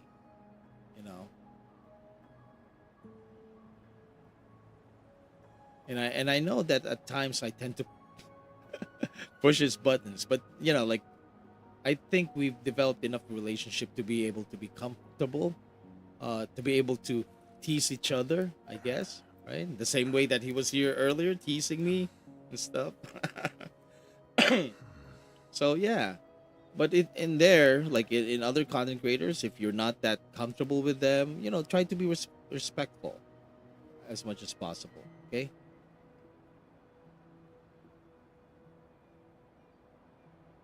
So yeah, good sport. Yes, Fami. Hi there, Fami. Good sport. Yeah, didn't see you there. Thank you so much. Maybe it'll all change in 2.0. Two things. I would say the Demon Tech. Two things. Okay, could change it. And it all really boils down to Kuru Games and how they're gonna manage. Maybe not even two. Maybe even more than that. I'm sure. I mentioned that a system for hardcore players and casual players, I guess they could put out, like I said, like a hardcore mode, where every enemy is like level 150 and above for those whales and giga chads of this game who are looking for more challenges, right? In order to incentivize them, put in a point system, okay, wherein they can collect tickets. For example, you beat the 150 level boss, okay, you get a token or a ticket. You collect as many of those and you could exchange them for aesthetic rewards. What about that one? Same with the Tower of Adversity, right? If you can complete it without getting the stars, you'll get the asteroids. But if you can complete it with the stars, you get points or tokens or tickets, whatever that is. You can get those tokens. Eventually, when you've collected enough, you can exchange them for something. Something like badges, for example, or banners, or whatever it is that we use in Wuthering Waves. Right? Avatars. We could have that. Kuro could put out something like that. Third, I know that there is a lot of tension going on, and that involves the fact that, for example, like with St. Thomas, the way he expressed it, yes, he loves the game, but he also wants to be more involved in the game. He wants to be part of that creator program. I feel that he deserves to be part of that program. The same way that other content creators like Mikey, for example, Rexland. Well, I think Rexland is already a content creator for Wuthering Waves. Who else? Amethyst Abrams, like Ethan, you know the guys, who are the content creators. Include dedicated Wuthering Waves content creators or players into that content creator program. Get them involved. Include them. Why not? Right? That would definitely ease up the tension. Third, not third, but like fifth, fourth, I guess. What is that I was thinking earlier that could, yes, 2.0. With more content, obviously, that will keep everybody busy. And all of these are dependent on Kuro Games, not the community itself. I feel that it's time for Kuro Games to intervene in some way and try to address it. Just so we could, ease up that tension that is boiling right now. Victory will be ours. It's saying only CC got beta access? What do you mean? The level is gonna go higher than 120? No, I'm not saying it's gonna get higher. Yeah, well, if it's a hardcore, it depends. Like, I don't know what is the tolerable level, but if you're a whale, for example, I think 120 is gonna be easy for you. Have you seen like the damage of these S6 units? They're ginormous. They're ridiculous. I didn't even know that you can deal 1 million in this game. With a couple of just look at Fox's Changli. That Changli can deal over 200k when she nukes. Right? So, let's say like 120 is the tolerable level. Make a mode wherein every enemy is like level 120. Simple. Problem is going to be solved. Now, if you manage to defeat that enemy, you still get the same amount of rewards as the casuals, but you collect tokens or points or tickets that you can exchange eventually in the shop for cool aesthetic rewards there. We could do that. That could be done. That should be simple enough.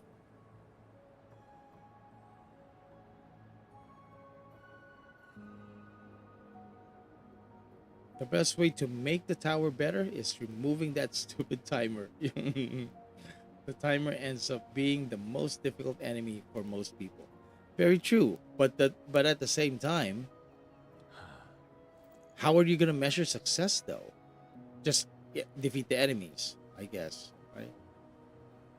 Me, I personally I don't mind the timer because, like, for example, like in Genshin Impact, and again, like, I'm sorry if I'm comparing to Genshin Impact because, but that's because I played Genshin Impact since 2020. So I'm sorry, some people don't like it, but it is what it is. I'm sorry. That's my main comparison point when it comes to Wuthering Waves because that's the only game that I played consistently since 2020.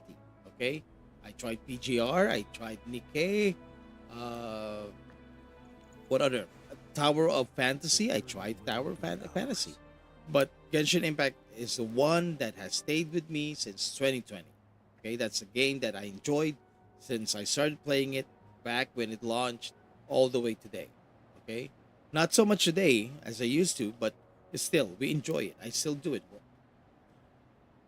So in the abyss, like you still have the timer, right? So what if instead of what about prolonging the timer?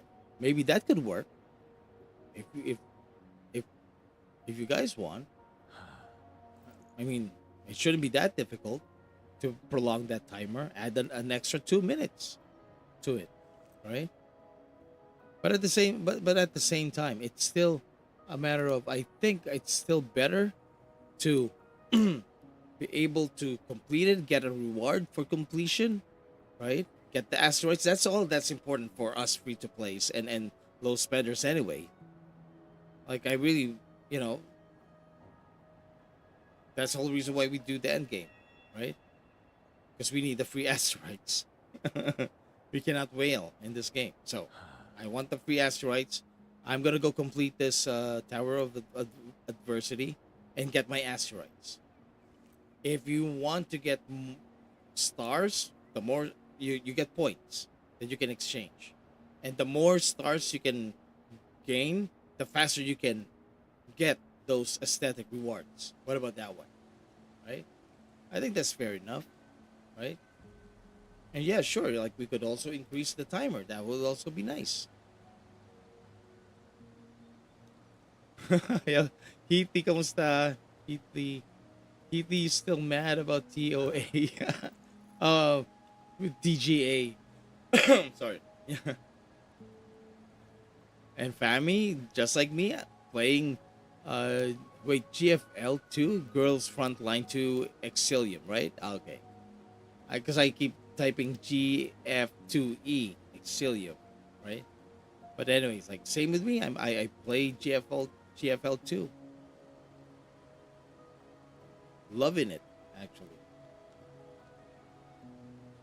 Oh shoot, I forgot I haven't finished GFL yet.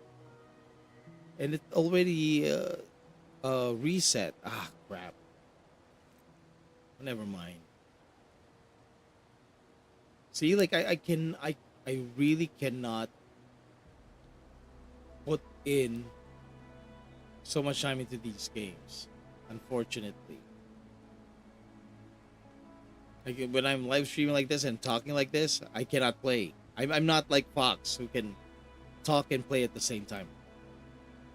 I find it difficult. I need to focus on one. But yeah, like enjoying that game as well. And tomorrow we will probably do Infinity Nikki, a little bit of it. Give you guys a sneak peek of our account in Infinity Nikki. I'm sure Vicenta is gonna love that. And maybe we could convince Fox to try it as well.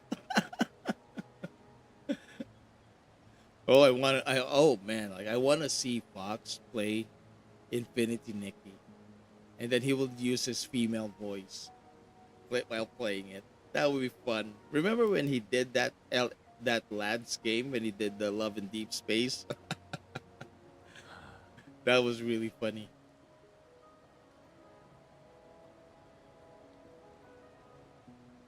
Say this a grand priest. What is this? Daniel says, is Saint only CC got beta access? No, Saint doesn't have beta access. Oh, you mean like early access? Or the beta before the game actually launched? I'm not sure. I wasn't really paying attention to every content creator at that time that had access. I know it's coming, and I'm just gonna wait because what am I gonna do?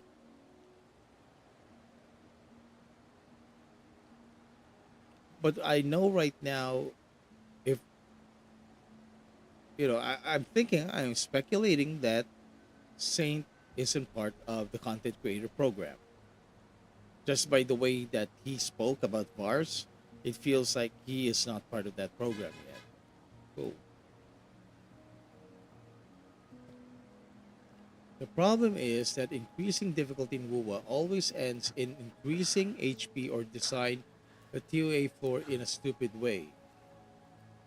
No, like, yeah, increase the difficulty, but what I'm saying is have a different difficulty for casuals, and a different difficulty for hardcore players.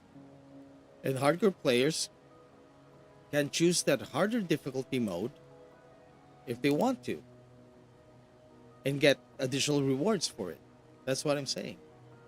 Without sacrificing the casuals or alienating the casuals. Because, oh my God, like, imagine, like, if you're a casual or free to play trying to beat a 150 level boss, I don't think you can do it. Victory will be ours. Just a fusion rider, the top level fusion rider right now, in what do you call this? Shoot, what do you call this now? God, see, I'm so bad at names. As I get older, I get badder and badder with names. What is this? This one here, tactical hologram. There you go. That one is friggin' insane. It gets insane as soon as it hits level 3. It gets really extra harder, right? Casuals can't do that, right? So that's all I'm saying. Like, they could introduce a hardcore mode. Players who want a more hardcore challenge, they could choose the hardcore mode and get challenged, right? And then they can get tokens that they can collect and gather and exchange for aesthetic prices. That's what I'm saying. Holograms, yes, Steven. Thank you. I know a couple of other CZs who got access every now and again through conversations. Yeah, but they're not official though. It's like, okay, I'll lend you my early access so you could have early access to it.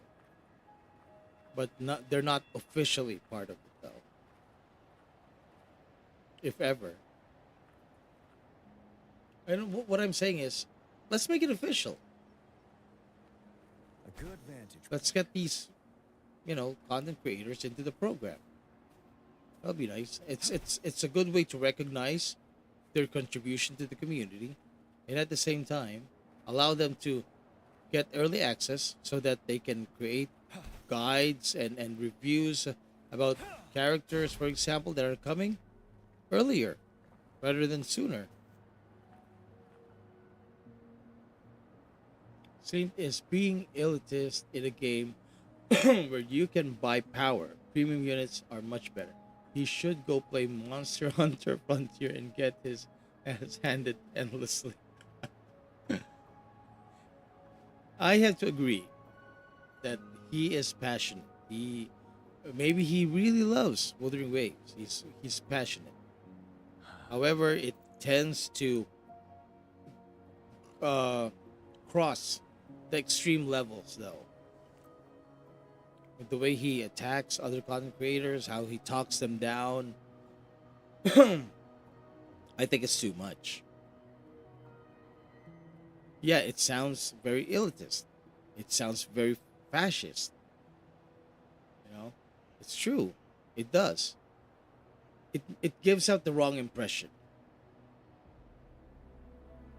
Especially, not everyone is actually, drama farming or interested in drama farming. He needs to be very careful. I'll be honest with you. If you look at Where is that thing now? If you look at this, the guidelines for derivative works of Wuthering Waves, he has actually misrepresented Wuthering Waves in more than one occasion already. Victory will be ours. So if for example, like Wuthering Kuro Games realized that their name is being dragged in the mud, this thing you know hits the fan for Saint Thomas, and Wuthering Waves gets a hold of this, or Kuro Games gets a hold of this, and realize that, for example, like some of his clickbaity titles, thumbnails, wherein he's saying like Wuwa destroys this, Wuwa destroys that, Wuwa ruins this. That in itself is already misrepresentation there. Why are you representing us all of a sudden? Like, why are you using our name to push your personal agenda? Right? He needs to be very careful of that. I don't know. Maybe he has a deal with Kuro Games. Maybe they told him, yeah, it's okay for you to represent us in your battles. Right? Maybe. Maybe he has like a special deal or something. I don't know. But here it says, you shouldn't be using Kuro Games. You shouldn't be misrepresenting us. And then, where is that part?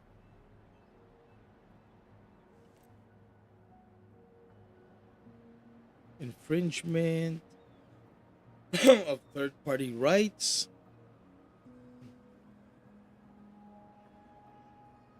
Refine certain use inappropriate use, third-party rights.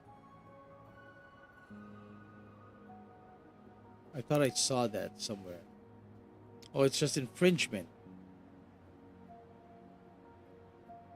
Oh, here, specifically, damage should not be done to the reputation rights and image rights of the said of any third parties, and contents to which any third parties have intellectual property rights should not be used.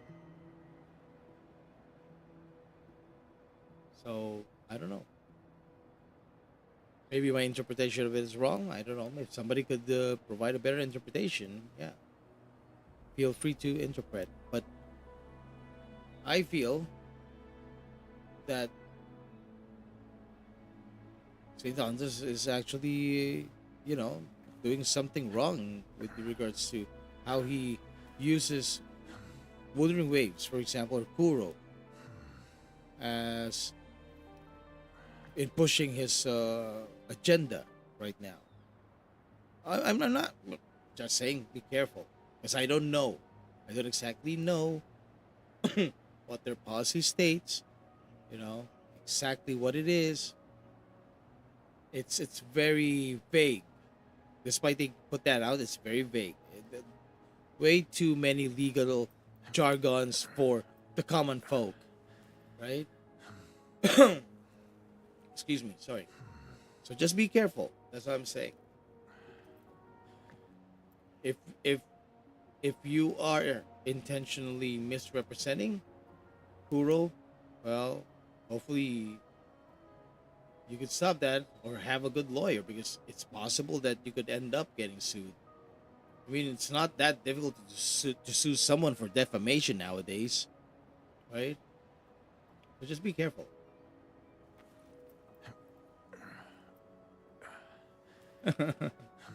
Tower of Timers. You really hate the timer.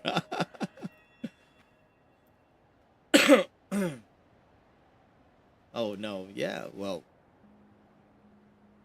the way he's acting right now, it does feel like that. Somebody commented like something about the use of the word fascism and how it offends people who are actually victims of it.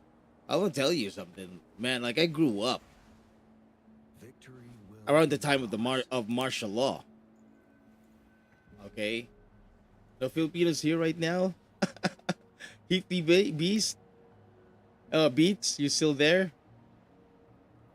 Okay, so I grew up around that time when there is a martial law in the Philippines, wherein we had a dictator for a president. Okay, the dad of the current president of the Philippines, he was a strong man, a dictator, as many called him, and for a time he imposed martial law in this country. So I grew up around that time. It was a very fascistic, authoritarian government, and we had a lot of civil liberties that were stifled, right? And until now, the stigma of that era it still lingers, and that's why there are a lot of doubts about the current president, because his dad was a dictator who implemented a fascist new world order in this country when he was in rule. Me personally, I don't really believe it was really that bad, but then again, you know, I was probably a baby at the time because they lifted that in 1982, right? So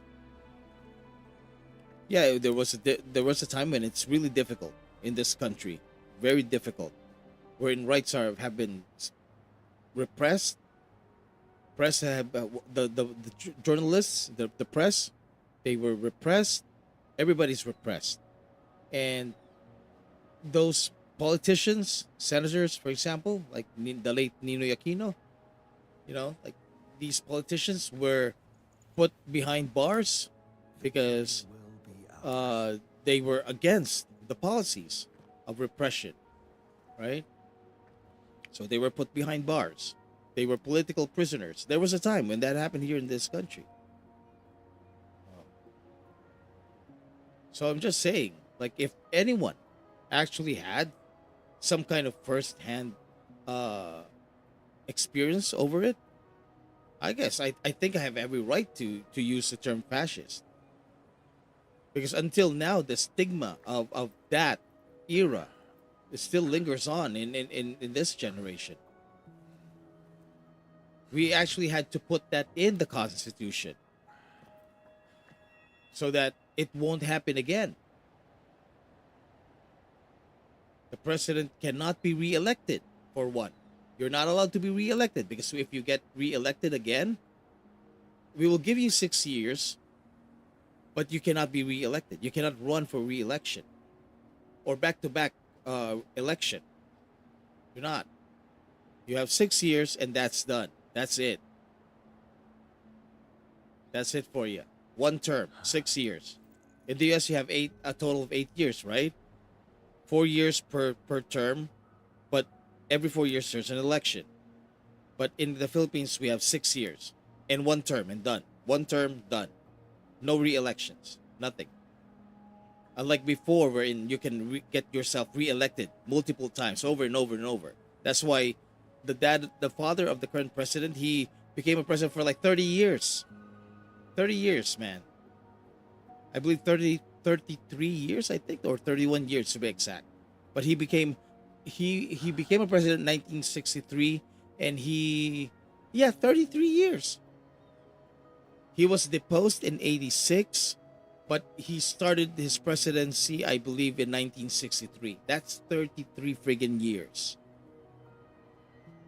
And it took a revolution to bring the strong man down. Okay? And at the beginning, like, it was good, and then around the 70s it worsened, you know. Lots of insurgency, lots of political strife, and he had to impose martial law because we had that law back then that the president has the prerogative to impose martial law and run the country as, you know, as a fascist authoritarian. And he did that for several years, so like a decade or so, right? And that's why we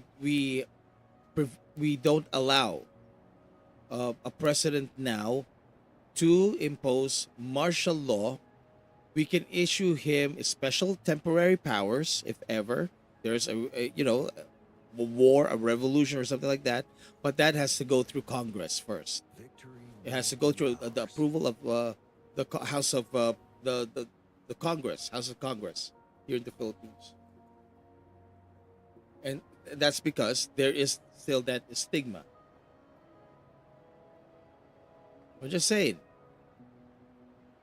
If they say like yeah, they get offended, oh, dude, you have no idea. You know, like if you're an American, you've never had a fascist ruler before. But I'm Filipino. I'm different. I grew up at that era, during that era. I would say like at least I was born. But even after they lifted that martial law, like people, the stigma is still there. The people are afraid, you know.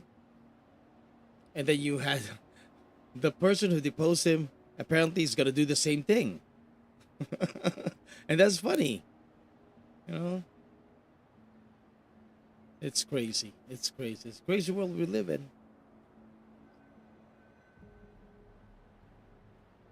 Elijah says, St. Thomas only speaks to those who he can overthrow with his and those who licks his but he cannot fight with real logical people who have the same mind. I don't know. I don't want to say that that he is like that. But here's the thing. In one of his live stream, just recent one, where he had that conversation with Fob Master. Okay, he mentioned that, hey, I'm open to discussion, blah blah blah blah. So I typed in, what about you and Foxhole talk your differences? He never replied to it. Some of the people in his chats, yeah, good idea, yeah, good call, yeah, why don't we do that? You know. He won't address it. If he's indeed open to discussion, what is he so afraid of? If he knows Wuthering Waves, what is he so afraid of? Have a talk. Foxhole is freaking desperately trying to reach out to him. Why not talk?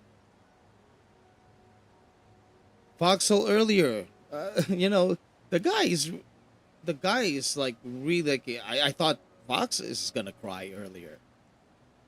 Like he's like I desperately need to talk to Saint Thomas. Anybody here who has a line with Saint Thomas, tell him I want to talk to him.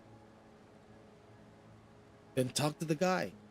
If you really are open to discussions, then talk to the person. I don't know what he's afraid of. Is it because he knows that he could easily, you know, beat Mr. Poke or Fob Master in a discussion? I mean, these guys are not natural English speakers. Mr. Poke, obviously, like, he's not a native English speaker. He has a team of translators in the back of his head, translating every word that comes out of his mouth from Chinese.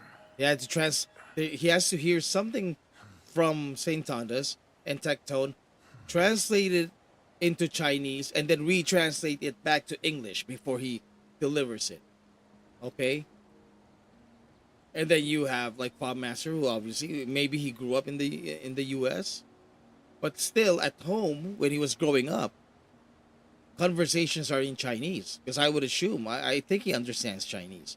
He still has a little bit of that Chinese accent in him, right? Now, I think if he is indeed open to discussion, reach out to Foxhole, reach out to Gacha Smack, talk it over, have a conversation. That's what I think. Have that talk. If they prefer to talk in private, go talk in private. Just talk. The other guy has been asking, he's begging. Foxhole, I know Foxhole is basically begging him to talk to him.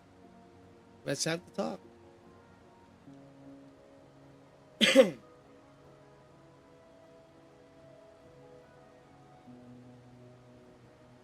And yet, Fox said he agrees with him on some things.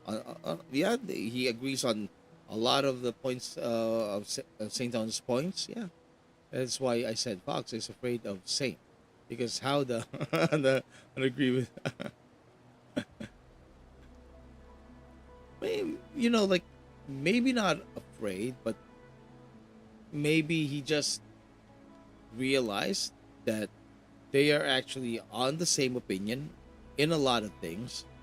It's just a misunderstanding on their part, right? That how they delivered it, how they interpreted it, right? Although I have to admit, in a way, like earlier, like, oh man, like Fox is saint shilling, or turfing. But like he wants to talk to this guy. He wants to reach out. He wants them to have a conversation. If Saint is indeed like what he's saying he is, he's open to discussion, to conversation. Reach out, answer back, talk to. Fox already sent out an email. He sent out a message on Discord. The least you could do is give the guy at least like 5 to 10 minutes of your time. It shouldn't hurt. Talk. If not, then okay. I will eventually have to agree with some of your thoughts, guys, on this, because like this other dude has been trying to go on a date with you, on a man date with you, and you won't let it, then you're not really open to discussions. He basically sent him an email already. He sent him an email. He sent him a DM. You have no idea what happened earlier, guys. Like, Fox desperately needed to talk to St. Thomas. He is trying so hard to reach him. And I'm like teasing Fox. But are you Saint to shilling now? You're Saint shilling, or you're Saint to turfing? But it is what it is. That's what he wants. Hopefully he gets a conversation with Saint, and we'll see if it's actually productive or not. If they can actually still coexist together in this same space, right? What I know is, if a lot of people have been criticizing Fox for his nitpicking and rambling and ranting, now compare that to how Saint Thomas is lately. Apparently, Fox is a saint. Fox is a saint. Fox is a friggin' angel. See? Looks can be deceiving sometimes, eh? The saint is actually, the harsher one. And the guy considered to be the devil is apparently, tamer than the other guy. Fox just nitpicks. But, he really hasn't directly attacked anyone. In fact, when he said that thing about if he wants to get 10,000 views in one video, all he has to do is make up a video saying that Saint Thomas is a moron or something. But it's hypothetical. He didn't actually do that. He was just saying that if I want to, that's all I had to do to create just cause drama. Basically, what Fox is saying, if I want to get popular, all I have to do is create drama. It's in a hypothetical way. And I don't even understand why people are like, got riled up over it. Because me, like, when I heard that, oh, whoa, hey, dude, like, do you really want to say that out loud? Yeah, of course, like, people are gonna watch it, but at the same time, certain people might take that, interpret it differently. And then all of a sudden, you have other people's attacking, other people attacking you, But it is hypothetical. It's not like he is going to do that. He just stated it as a hypothetical thing, and people took it in the wrong way, right? And he got branded as a demon, as a moron, a hypocrite, blah blah blah, right? His his lad's video got posted on the internet and has been put into a terrible light, right? So, and Daniel Ray, of course, Daniel. Here we go. Wuwa needs a fishing mechanism system. Classic. You know what? I think it does. To be honest with you, you need to have a fishing system in Wuthering Waves somehow with rewards and stuff. And I know. A lot of people are gonna say Wuthering Waves copied Genshin Impact's fishing system. Okay, if that's the case, then not fishing then. Why don't we do hunting instead?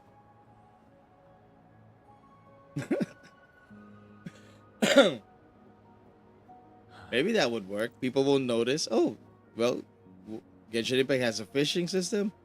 Wuthering Waves has a mode where you can actually hunt for wild game with rewards. That could work.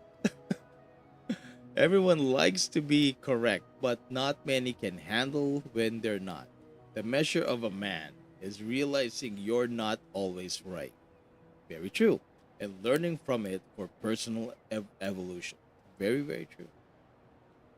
Eventually, like, it also comes with age, right, Demon? We talked about this earlier. As you get older, of course, like, get wiser. That wisdom is a result of years of bullshit. The years of bullshit you had to go through, you had to face. Well, at work, at school, at relationships, right? So as you age, you gain more wisdom based on the amount of bullshit you have faced in your entire life. Amount of bullshit you had to fight through. And I think St. Thomas, given his younger age, relatively to me, for example, and definitely for you, Demon, he's still trying to gain that wisdom right now. That's the thing.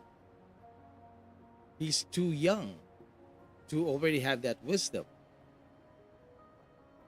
He's still learning how to let go of certain things, how to play it cool. He still gets affected by the noise, right?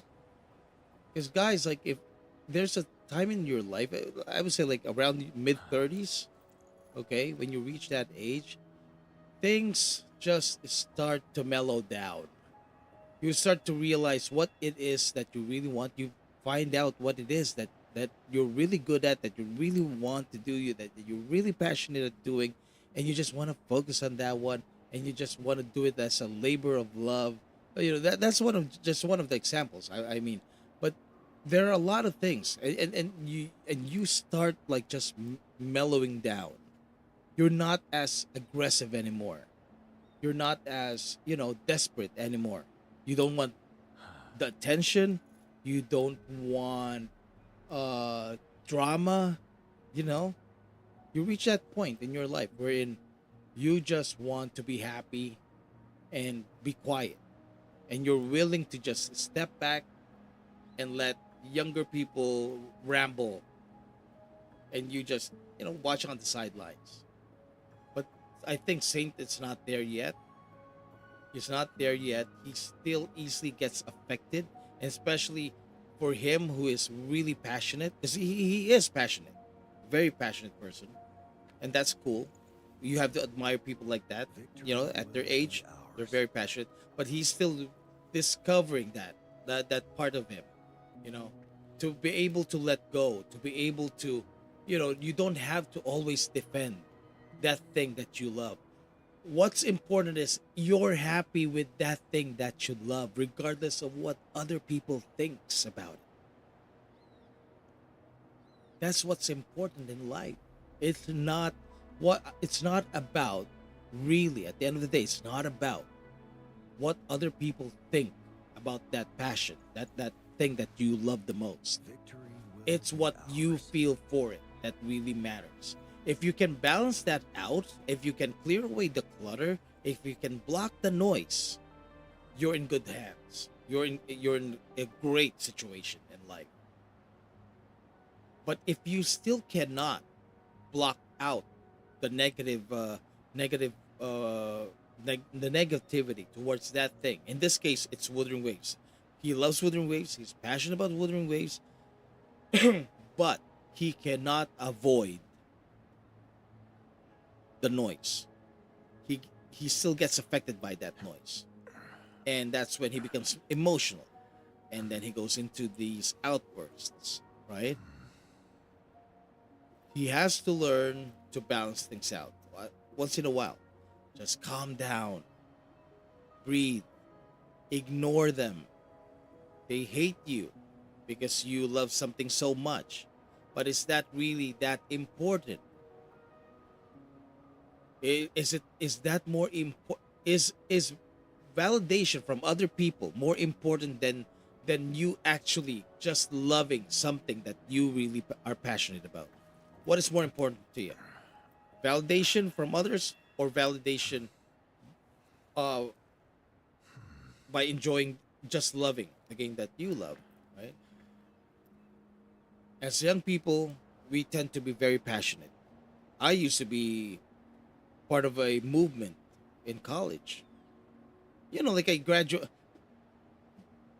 No Filipinos here, so they nobody can relate to this. But I went to a school, a university, the national university. This is like the real national university here in the Philippines. It's called the University of the Philippines. I graduated with a degree in economics.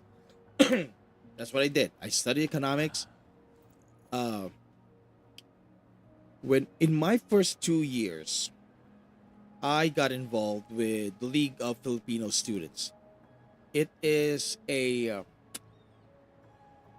rebellious militant group. Not really militant, but it is associated with the Communist Party, and the Communist Party has its own military. Okay, so just for context, I used to put out.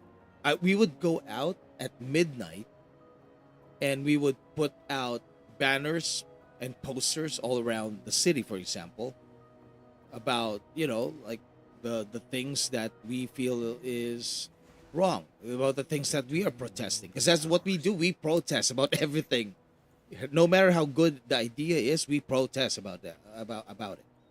Now I was involved with that. They indoctrinated me, etc., etc., and of course, like, you're kind of associated with the Communist Party. But around like my third year, same thing. Around, I believe it was around my third year, when I realized that I thought we're not supposed to support American capitalism. But how come everybody here right now in this room, this tambayan, wears imported clothing? You have these kids wearing Nikes and Adidas, and like all the imported brands, branded products, right? We call them branded products. But we are also protesting against American capitalism, because that's always the theme. Let's reject American capitalism, blah blah blah, right? So if we reject American capitalism, shouldn't we be supporting local brands instead? So how come everybody here is wearing Nikes?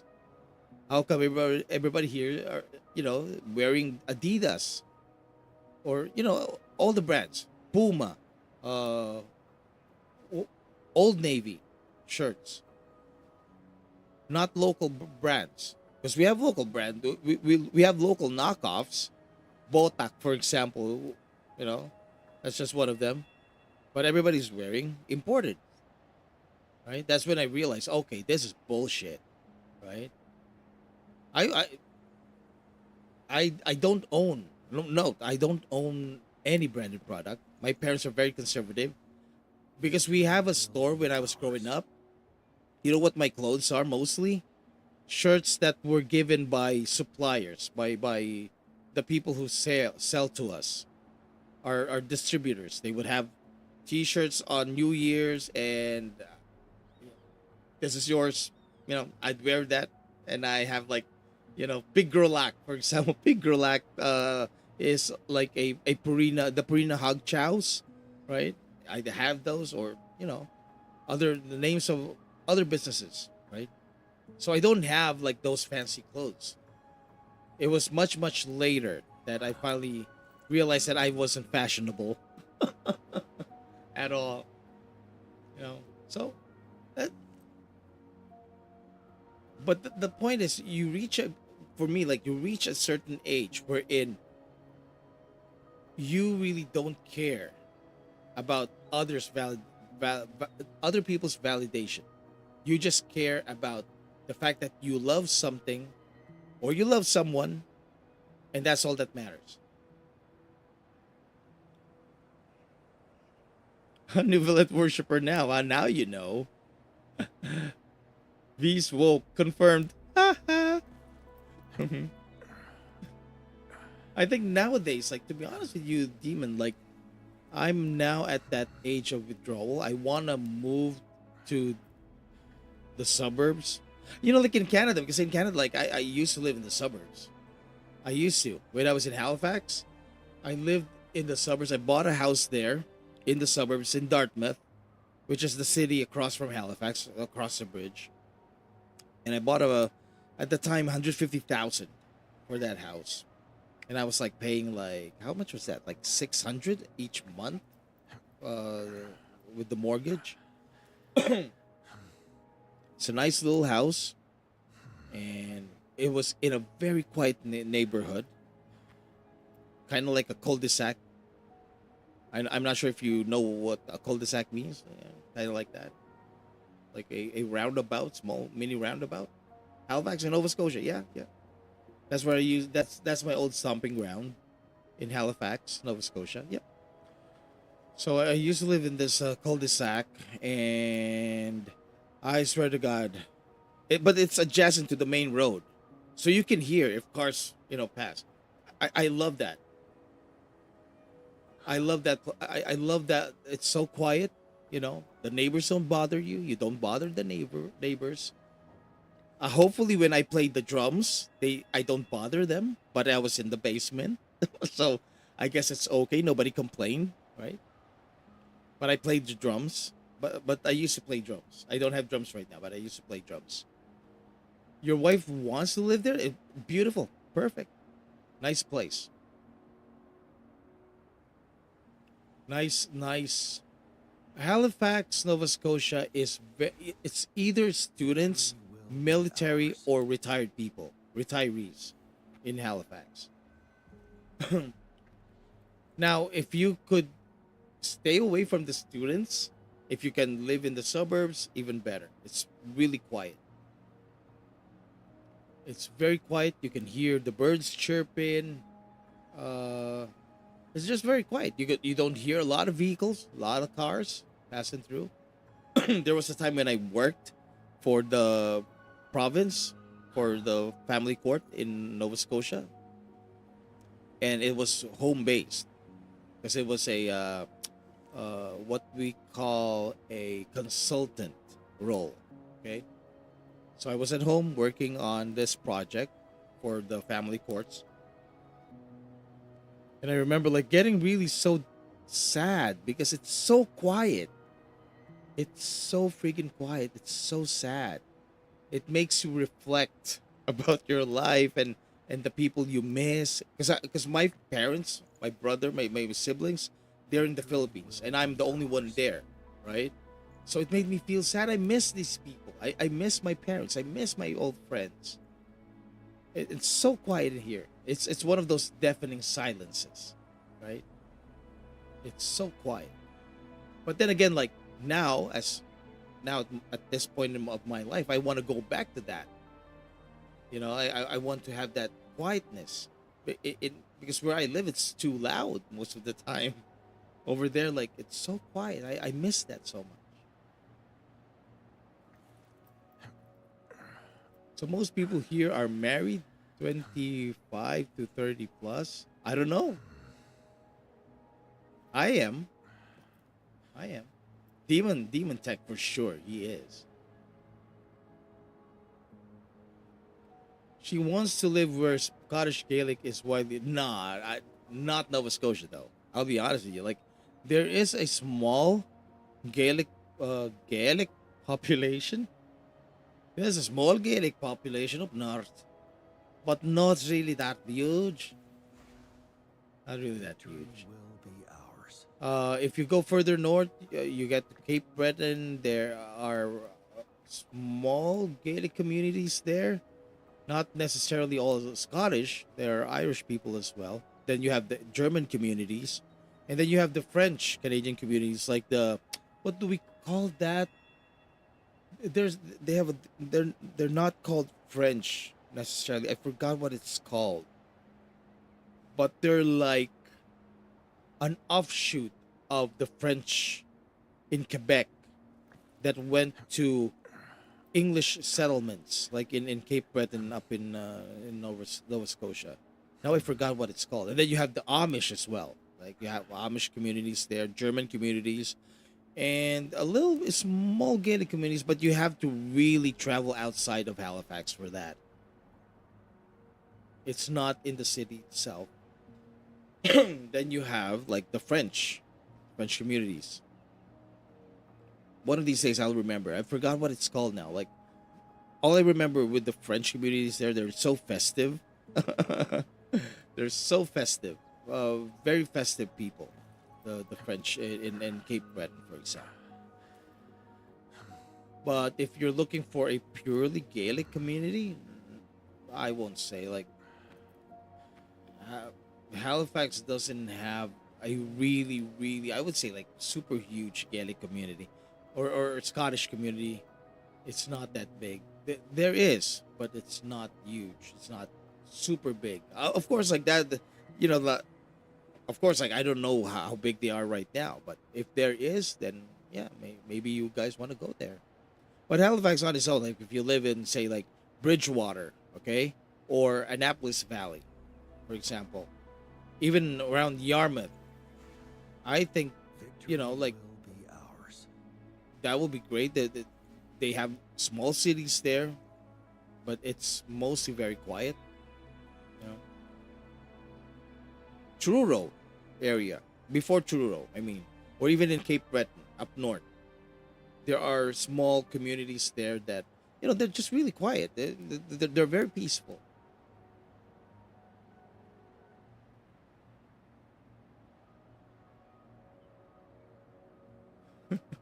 Daniel Ray at dark 50 years later. I'm staying single, only friends with benefits. Yeah, that's good. Yeah, that's okay too. I mean, if you prefer that, that's okay as well. 53, and I still got ID for cigarettes. Don't worry, it's not just you. Me, you know what my problem is? I don't think I really look that old. My problem is more on my hair. I started graying out when I was 6 years old. So, and it's a gene thing, because everybody in my father on my father's side, they have thick, long hair, but it gets white. On my mother's side, though, they are more baldy, kind of. You know, they bald, but they don't have white hair. They just bald out. So I got the hairy but graying out side of the genes. That's my issue. Hi there, Jimmy too. Nova Scotia translates to New Scotland. Yep, because it looks kind of like Scotland, like the trees, you know, the weather, and that's why they call it Nova Scotia, right? That's why. And there is a small pocket of you know, Gaelic communities there, but I don't know. Like, as far as I know, like, back then, it's not super big. If you go down, if you go up north, going to Cape Breton, there is like a community there. People from Scotland, I believe, or Ireland, and it's called Gaelics, the Gaelic communities, right? And most of them are fisher folks, right? Then down south, you will find in Bridgewater, you would most likely all the way to Yarmouth, you'd most likely find Germans, a lot of Germans there in Nova Scotia, but not in Halifax itself. Like maybe like a 1 to 2 hours drive from Halifax, you'll find a lot of Germans. They would buy like these cots uh, near lakes Will be ours. and near the ocean. It's like their retirement home for them, and these people are Germans. There's a lot of them in that area in Bridgewater.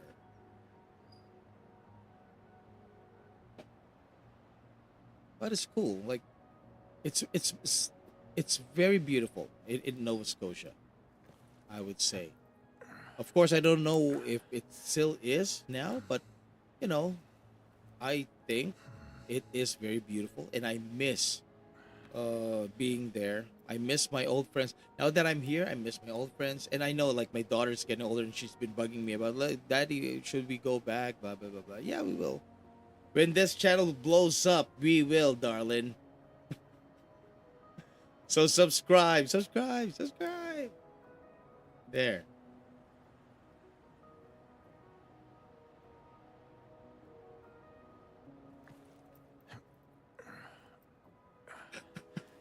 Your teeth looks like 2 rows of bombed out houses. Ouch.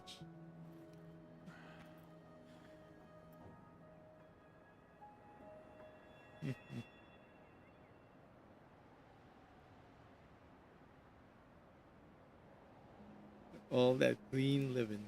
Mhm.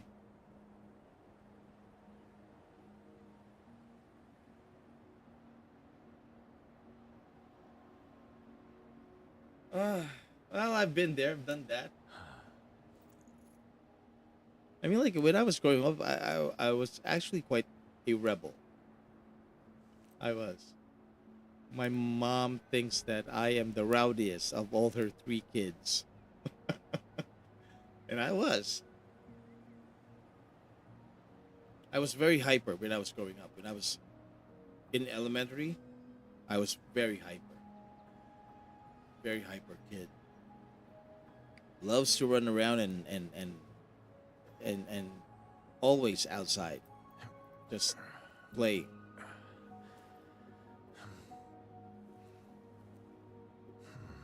But I did well in school though, enough for me to be part of, the top 5 students in our class each year.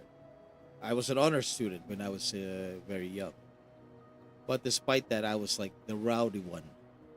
Never been, you know, never been one who I would say easy to control. Always makes life difficult for the teachers.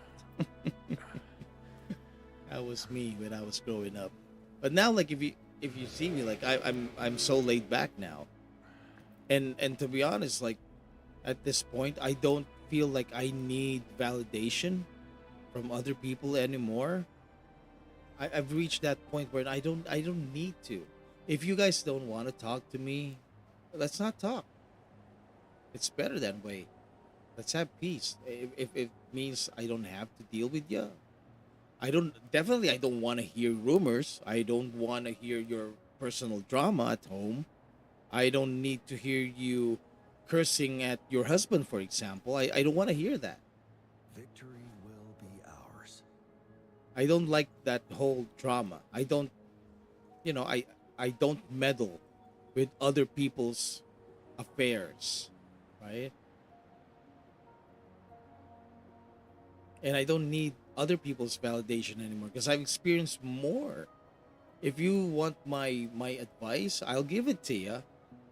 But if you're gonna waste my time, then let's not talk. I don't want to deal with that.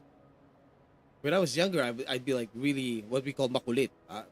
What is makulit in English?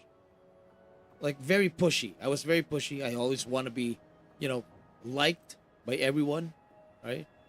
But nowadays, like yeah, well, I don't want to bother anymore. Damn, I don't want to be like. I don't want to be liked. I just want to be me at this point.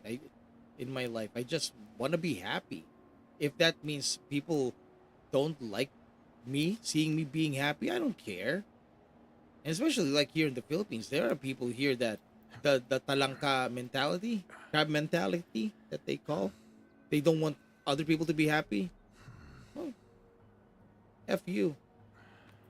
I don't care about you. Leave me alone. Eventually, people will reach that age wherein they will learn to just be happy and not look for validation from others. They don't need to have that validation anymore from other people. They don't need to agree to others. They don't need to appear like they agree to others. And they definitely don't need approval anymore from other people.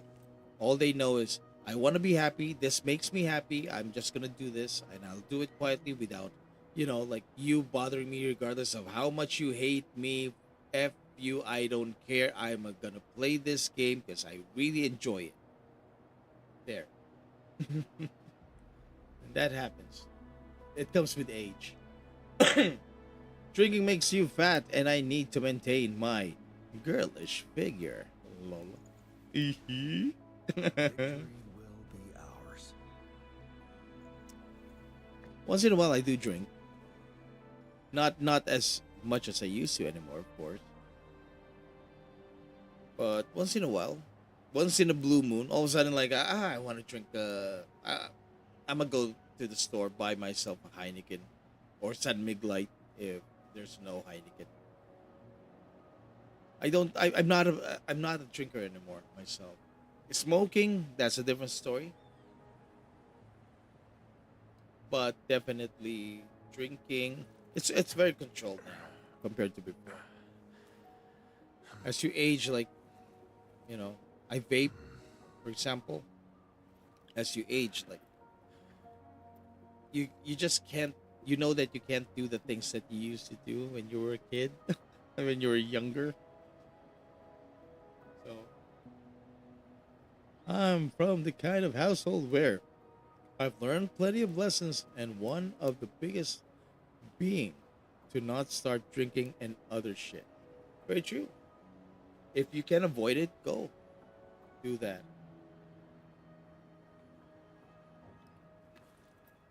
Is born from envy and jealousy. Yep, it is.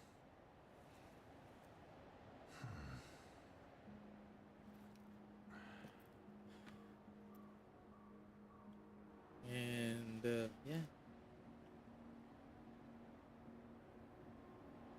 And with Saint Thomas, that's what I feel. Like he's very passionate. He doesn't know how to properly project that passion yet, and that's why he gets easily affected, I would say. Either that or he's just really fishing, for attention and clicks, right? But we cannot prove that for sure. We can only assume. But if that's not the case, if he's really, he's someone who's really passionate about Wuthering Waves, he still hasn't figured out how he could block all that extra noise, that extra clutter. He doesn't know how to do that yet, and eventually he will learn. I'm actually quite happy that he had a conversation. I believe I didn't see it, but I was told that he had a conversation with Tectone, wherein Tectone was actually telling him that like you're doing this, but you may be, and yeah, it will create clicks in the short run, but it could have major complications in the longer run. So you have to be very careful. Blah blah. Right? Well, we'll see. We'll see. Me, that's my positioning. Like if somebody here comes who plays Genshin, I would tell them like, shut up. I play Genshin too. Shut up. You know, I just don't make that much content, but you know, you'd catch us once in a while in a live stream playing Genshin. Because why shouldn't I? Like shoot, I've spent it so much into that game. I've been playing that since 2020. You know.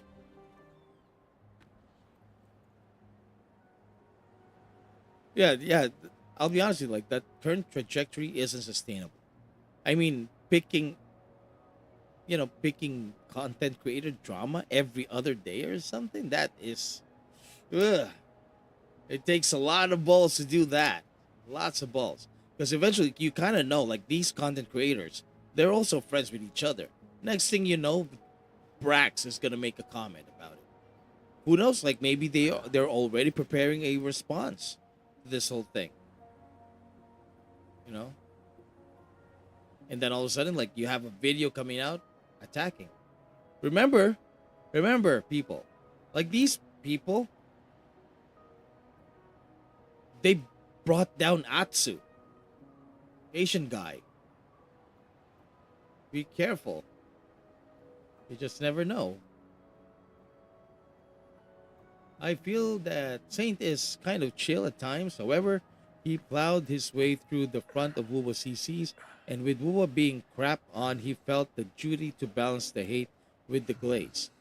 No, like me personally, and that's where he got it wrong. I think it's you cannot balance things out. You have to let the game speak for itself. That's what I feel. Because no matter how much you glaze over it, you're just making a clown of yourself. If you just glaze and glaze, there's no such thing as a game that is perfect. Wuthering Waves will have areas of improvement, and I expect Wuthering Waves to continue improving. Because what Wuthering Waves wants to do eventually is to get more players glued into to the game, right? You want more people, more players to come in, embrace the game, and get glued to it, get invested into it, right? And the only way for you to do that is constantly improving that game. If Saint Thomas, for example, he would say, "Oh no, I don't agree with you. This is already a good, this is already good. Blah blah blah blah. I love this game so much. These guys are the best developers ever. Blah blah blah. This game is the best game ever. What is the point of continuing developing the game?" Right, Jimmy? When you think about it, what is the point? The game is perfect already. What's there to improve on it? That's why as much as possible, like, control the glazing. And it's not his job. It's not his job. He shouldn't misrepresent Kuro Games, because it's not his job. He thinks that it's his job, unless there's a paperwork that actually tells him that this is your job. You will glaze over us, our game, and you will attack anyone with even the slightest hint of negativity towards this game. If that's, because I don't think that he shouldn't take it upon himself. He's creating undue pressure and stress on himself. Okay? That's what I feel about this. He'd look stupid. I'll be honest with you. Like I thought, like, oh my god, what that clip where he said, "I am the greatest defender or warrior of Kuro Games," or something. He said, "What? You're like He-Man now? He-Man, Masters of the Universe? What the heck? Like you're a superhero for Kuro Games now? Huh? That's kind of weird." Kind of weird, to be honest with you.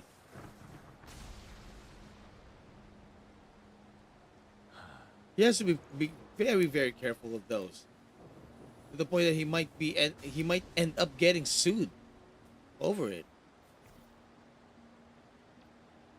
for misrepresentation.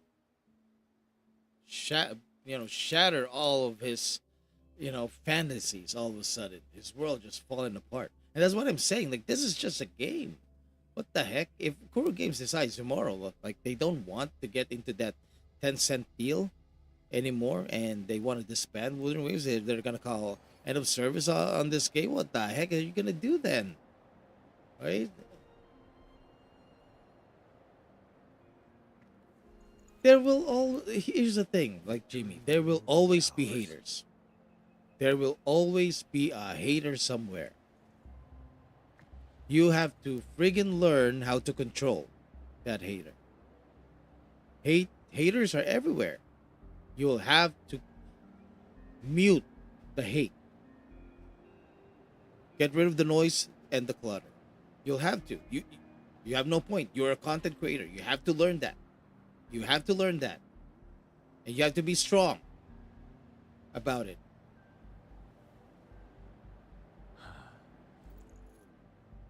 I feel the Saint is kind of chill at times. Oh yeah, okay. Uwa as of the moment remained on flack from the haters, though the flack became less prevalent. It'll be challenged to grab new players because of the outside noise surrounding Wuwa. But it's also coming from the inside as well. I'll be honest with you, like I said earlier when I was doing those account reviews, they're at the back of my mind. I'm like, if I make a mistake here and one of the lurkers from St. Tonda's captures it, it's possible that he could be making a video right now throwing shit at me. You're a moron. Blah blah blah blah. You blah blah. You build advice is wrong. Blah blah blah blah. He has to be very careful. I know you like him, but you guys have to be freaking very careful. You're walking a very thin line here. Tolerating him is not gonna help your cause, because there are actually more people that doesn't like what he's doing right now. Even like those guys, like the Genshin Impact creators, they're just creators. Like I said, like these guys don't play full time. They're just tourists. Is that wrong? Is it wrong to be a tourist? They played Genshin Impact for 5 friggin' years. Why are you guys being hateful towards them?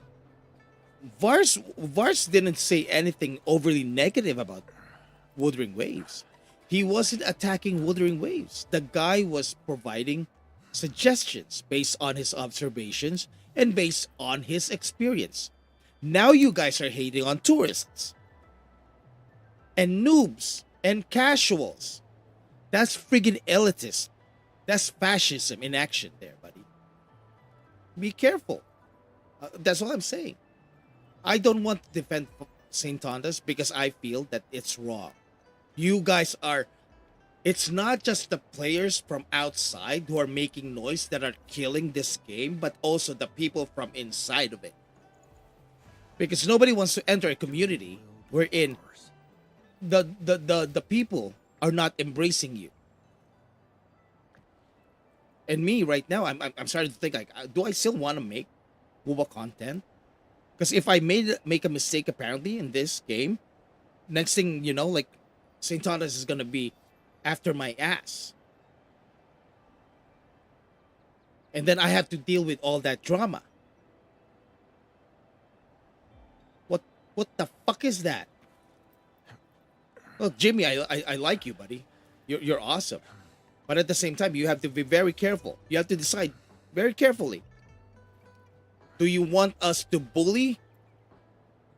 Or do you want us to have meaningful conversations in this community? Do you want us to be exclusive only to Giga Chads and meta slaves and tryhards? Or are we willing to embrace new players right? Yeah, they have to. They have to improve constantly. Victory will be ours. Let the game speak for itself. I'm gonna tell you, like a lot of these haters, they hate because they're jealous.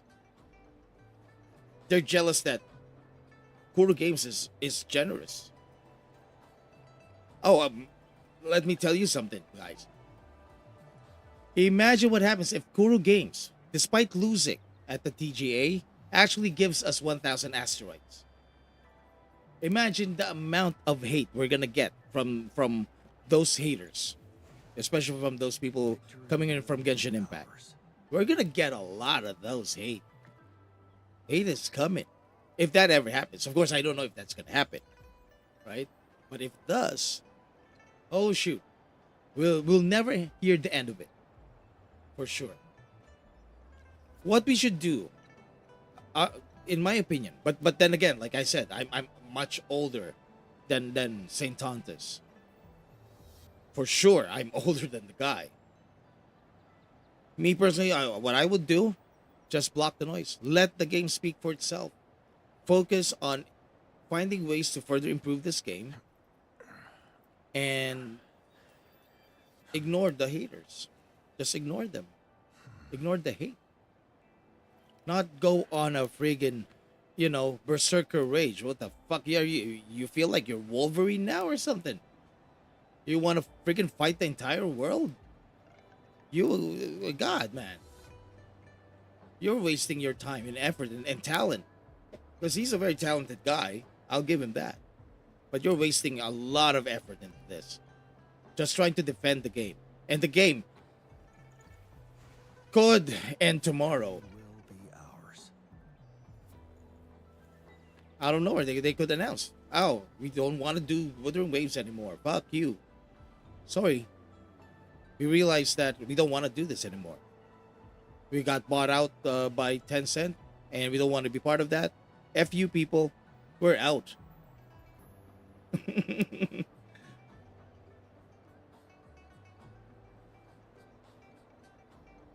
Yeah. Ignore it. Ignore the noise. Ignore that. Yeah, you can get annoyed. That's the whole purpose. If you know what? The whole purpose of hating is to get a reaction from you. That's what they want to do. They want to get a negative response coming from you. Who's winning? Who's really winning? The haters are winning. And it creates more haters. Because, oh my God, like, yeah, we got a negative reaction from this guy. He's on a berserker rage. He's going crazy. Gacha Smack called him a schizo. He's mad. He's crazy. Like, we won. We actually won. We won over this guy. This guy's breaking, falling apart, trying to defend Wuthering Waves. Yay, yay, yay, we won. That's what these haters are thinking. But the truth is they're just insecure and jealous. They don't want to admit it that Core Games has developed a good game with a good, concept behind it. And the Core Games is very generous in this game. They don't want to accept that. They just don't. And they won't. You have no choice. Trying to convince these people otherwise is a waste of time. Because no matter what you do, these guys, even if you come up with the greatest response to everything that they say, these guys are just gonna force it in. That's their role. They're trolling you, right? They want to get a negative reaction. The haters can do shit when it comes to Kuro Games, improving Buba. Yes, very true. Developing it even more. That's what we should focus on. Like, how can we help this game speak for itself? Because the best form of flattery is actually, backing it up, right? Victory will be ours. And regardless of how good this game is gonna be, the haters are always gonna be there. Somebody is gonna come up with some kind of excuse, just to hate on this game, right? That's all it is. Oh, like they came up with a new region. It looks kind of like Fontaine, blah blah blah, and then freaking, it looks kind of like Fontaine. Of course, it's Italy, you idiot. What the heck do you think? It's not like Italy and France have a very, very big, distinct difference in terms of architecture, right? They're both Roman. They came from the same Roman style of architecture. The architecture in France and architecture in Italy, they both came from the same Roman architecture. Even their language is Latin based. Oh. Just idiots, right? Just noise coming from the outside. That's all they do. That's the whole point. That's the game. That's why it doesn't make sense. Now what we need to do is improve this game and at the same time embrace those people who are willing to, who are looking to be embraced. Let's welcome them. Teach them how to play the game properly in a calm way, not in an aggressive and hostile way, right? You know, like those guys, like Vars, for example, they have like over, I'm not sure, but I think like, let's say 100K, 100,000 subs, right? The idea of giving them content creator access is so, and this is just me, my assumption, okay? From a business point of view, Core Games wants to get a shortcut in order to get more people to try out Wuthering Waves. They're gonna go first to the big content creators for sure, because those people already have clout, have influence. They're influencers basically, with a huge following. The hope is those guys would try Wuthering Waves, and if they really like it, right, these guys would play it full time. Okay. And when they play it full time, of course, they will feature it a lot more, and the community members are going to see that. And maybe those people in the community as well, the subs, will also play the game full time. That's the whole point. Then now you just attacked one of them, right? Then you attacked another, and another, and another. I think, you know, these guys don't even, and you're proud of it too. Like he was like, I bet you guys, like, Vars is not. This is gonna be like the last time he's ever gonna make a new video about Wuthering Waves, and you're proud of that. When Wuthering Waves, Core Games actually wanted these people to embrace this game, and you actually cock blocked it. You cock blocked the guy. You blocked him. You basically scolded him like a kid. Do you think he's even gonna want to promote this game now? And I agree with Saint. I agree with Saint. We need dedicated content creators who play Wuthering Waves full time. Cool. I agree with that. I agree with that 100%. Right? But those people that already have the huge following, that Core Games wants them to try out this game, like Vars, for example, if ever he decides, I don't want to promote this game anymore, I don't want to play this game anymore, next thing you know, all the others are also not going to play the game anymore. Now, you're limited now to the hardcore players. That's all you have now, the hardcores. The hardcore players, they have a well-built community of other Wuthering Waves players. But that is already, that's it. That's it for that. There's no diversity anymore. There's no additional market coming in. You only have like this core. This is it. We're gonna stagnate now at this point. Now, maybe not exactly stagnate, but we have just limited you know, the other side from trying this game out because it felt like it's limiting. It feels like I because I play Genshin Impact, I don't think that I will fit in Wuthering Waves. Not just because of the game's high skill ceiling, but also the fact that its top content creators are hostile towards players like me. Remember, not all of the haters, not who play Genshin, not all of the people that play Genshin Impact are haters towards Wuthering Waves. It's the same thing. They have that their vocal minority trying to provoke the vocal minority of Wuthering Waves, right? That's why I believe that if this game wants to grow, it shouldn't isolate itself. It should welcome. It should embrace. If if for example, like with Vars, he doesn't know, right? He made a mistake. Okay, that happens. We're only human, right? He made a mistake. Talk to him. Hey Vars, look, I'm watching this video. You know what? I don't agree with you on that one. I think this is what you should do. Blah blah blah blah. Try this out. You should play it like you need to fill the intro outro gauge, right? In order to make them do intro and outro, in order for you to get that additional buff. If you don't know, just letting you know, if in case you don't know this yet, try doing that. Maybe it will improve a little bit. But it wasn't that wasn't the case. The video that I saw, because I have it here, of Saint. He already watched it first before he actually made the reaction video. He actually watched it already because he said it. He watched it. He took the liberty of watching it before presenting to everyone and reacting. And he knows what is gonna happen, right?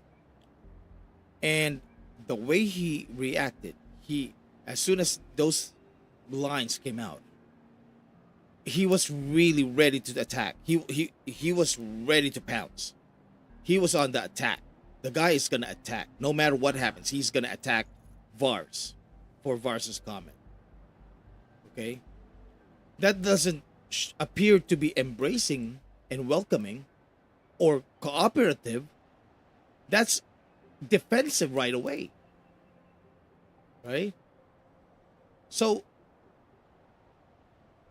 I don't think that's the kind of attitude of someone who is a fierce defender for Wuthering Waves or Kuru games. I don't think that's the kind of attitude. Superman doesn't go and attack right away.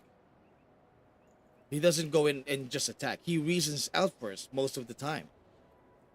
He tries to reason out, and it's later when he attacks. In that case, that's my opinion. I think he should have talked to Vars, calmly, explained to him, okay, I think, I don't believe that. I think you should have done it this way. If you're willing to listen, let's talk. Like, let me explain to you how it works. Maybe it will help you. It will help improve the experience for you. And then let's find other areas of improvement. Because I feel that this part here is just misunderstood. Okay? If you're willing to talk, if he's not willing to talk, if Vars is not willing to talk to St. Thomas, then let it go. Explain to the people why this is wrong, but don't go attacking. Don't go attacking. Because we don't understand shit when you go attacking. If you're like shouting, blah, blah, blah, blah, blah. I don't even, like, what the heck? Did I actually learn anything from that? Fuck. It's just him ranting and shouting at people, right? And he's like, he's banning everyone. He's banning everybody in his own chat, accusing everybody of being, Hoyo shills or Hoyo bots. Like, you just have a different opinion, agree with Vars, you get banned. Have a different opinion, you get banned. You compare it to Genshin Impact, you get banned. He friggin' basically killed off any form of discussion about this shit. He killed it. He destroyed it. any chance of discussion, right? That's unbecoming. That like if he wants to be of the fiercest protector or whatever the fuck he calls it, he wants to be Superman. I don't think that's how you should approach it. No, no, I you never. Like I said, like if you do that to your boss is gonna kick your ass out of the office. Get out of my sight. Fire this motherfucker. You know, you do that in a professional setting. God, that's terrible. And the funny thing is, just considering the size between WoWa and Genshin play bases, I think Holy Shields outnumber Kurobots by at least twice the number, or perhaps of course. And we're already like this, and we're not our biggest content creators are not even at 100K. Imagine what will happen if they're like if they're already like 100K and they act like that now. We become bullies. That's the impression right now. Doro is very chill. I agree with you. Look, Doro, I like Doro. I like I Win to Lose. I'm okay with Gacha gaming. I like Sevi, although Sevi kind of semi-retired. And Sevi is also Filipino, by the way. Sevi plays. Who else? Not a whole lot. Most of those guys are chill, So, a lot of them are actually chill. A lot of them just doesn't understand the skill based system in Wuthering Waves. It's not about attacking them for lack of understanding. It's about enlightening them, right? Had we, like think about it this way. Victory will be ours. There, back in the 60s, the United States had the civil rights movement, right?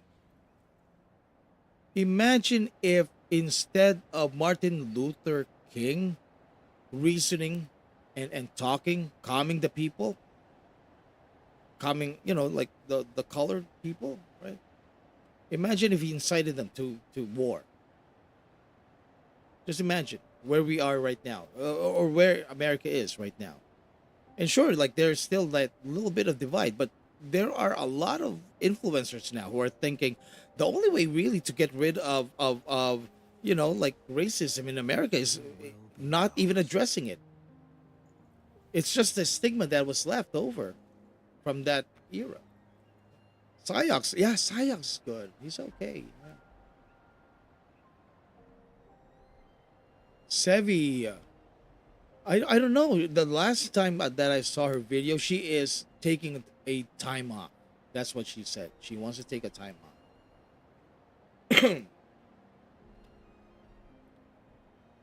Like Steorg, for example. Steorg, he used to be a content creator for Genshin Impact, and now lately, like he's already convinced. He's playing more and more. That's why these guys were. I'm not sure if Steorg is part of the content creator, but let's assume that he is. If ever he is, then that means that's the whole purpose.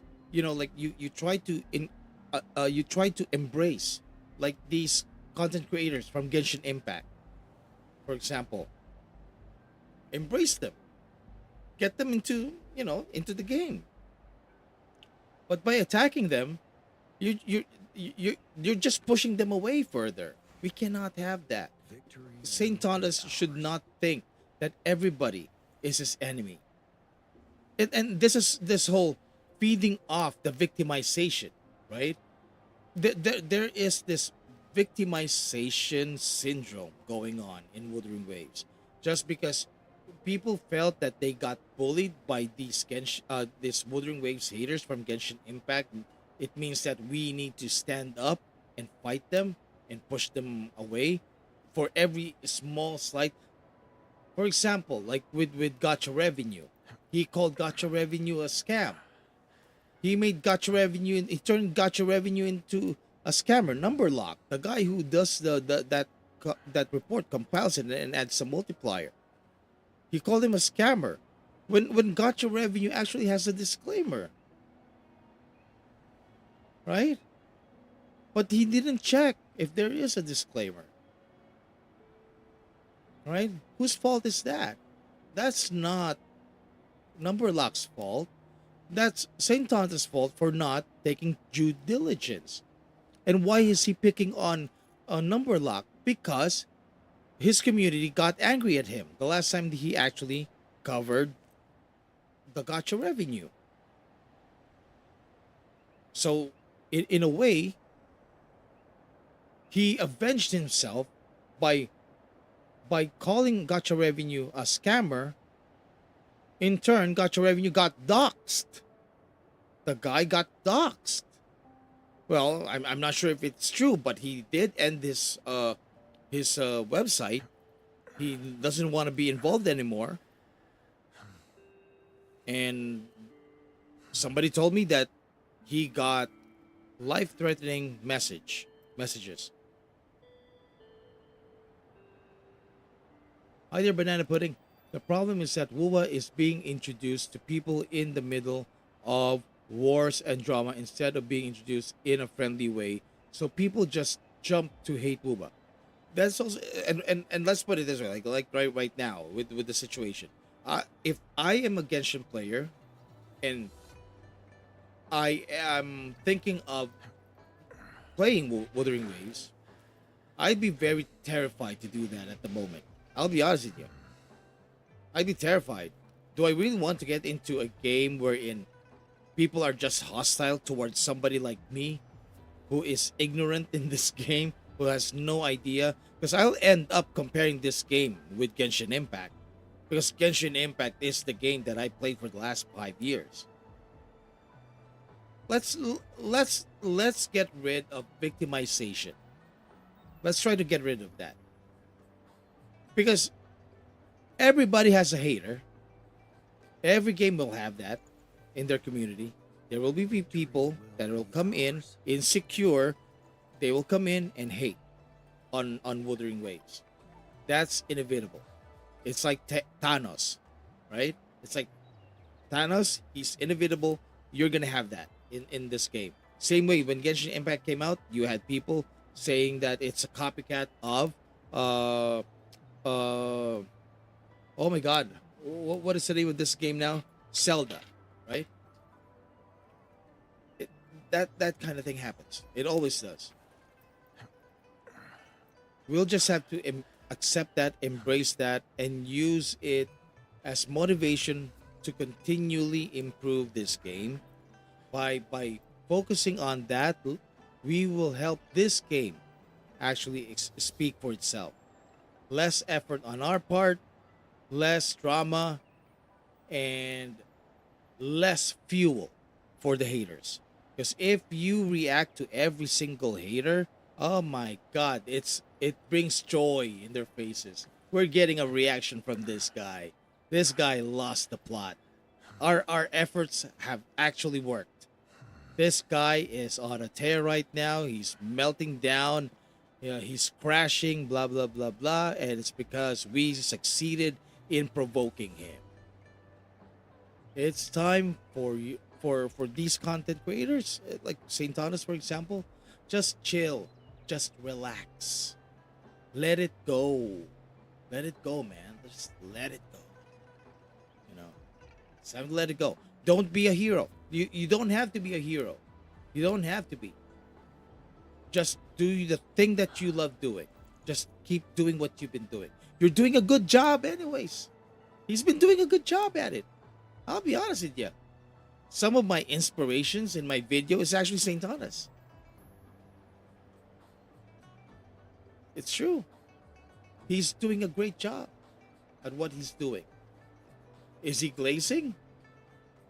Yeah, he is. And that's fine. Because at the end of the day, there's really no problem about glazing. It's just too much of it is kind of odd, you know. But it's okay if you glaze. If credit where credit is due, that's what I think. Now, if glazing is beyond that, then okay, yeah, maybe tone it down a little bit. If you know that there's something wrong with the game, yeah, maybe criticize it a little bit. You know, fair is fair. right? Criticize it when it's not doing well, and you know, like uh, encourage it and credit it when it's doing really something really good for the community, right? But yeah, like we need to get rid of the clutter, embrace the new people, so that you know it doesn't alienate people who play Genshin Impact. Let's not alienate them. Let's embrace them. Teach them how to play this game. Help them, you know, get around, right? Because in the first place, that's what would, at least from my point of view, that's what I feel Wuthering Kuro Games wants to accomplish, right? Sorry there. I mean, Gacha Smack is pretty big, and Saint brought him into this. Yeah, well, and Tecton too. Well, with Gacha Smack is ready to go to war, man. Like he is ready to go to war. Have you seen his video yesterday? How he commented? He basically called. I don't agree with it, calling Saint Thomas is schizophrenic. But then again, I don't know Saint Thomas personally. I haven't interacted with him enough to say that he is. But I don't agree with Gacha Smack calling him schizophrenic. However, he did, you know, like Gacha Smack did point out a lot of things that I feel is wrong about the arguments that Saint Thomas is doing or saying.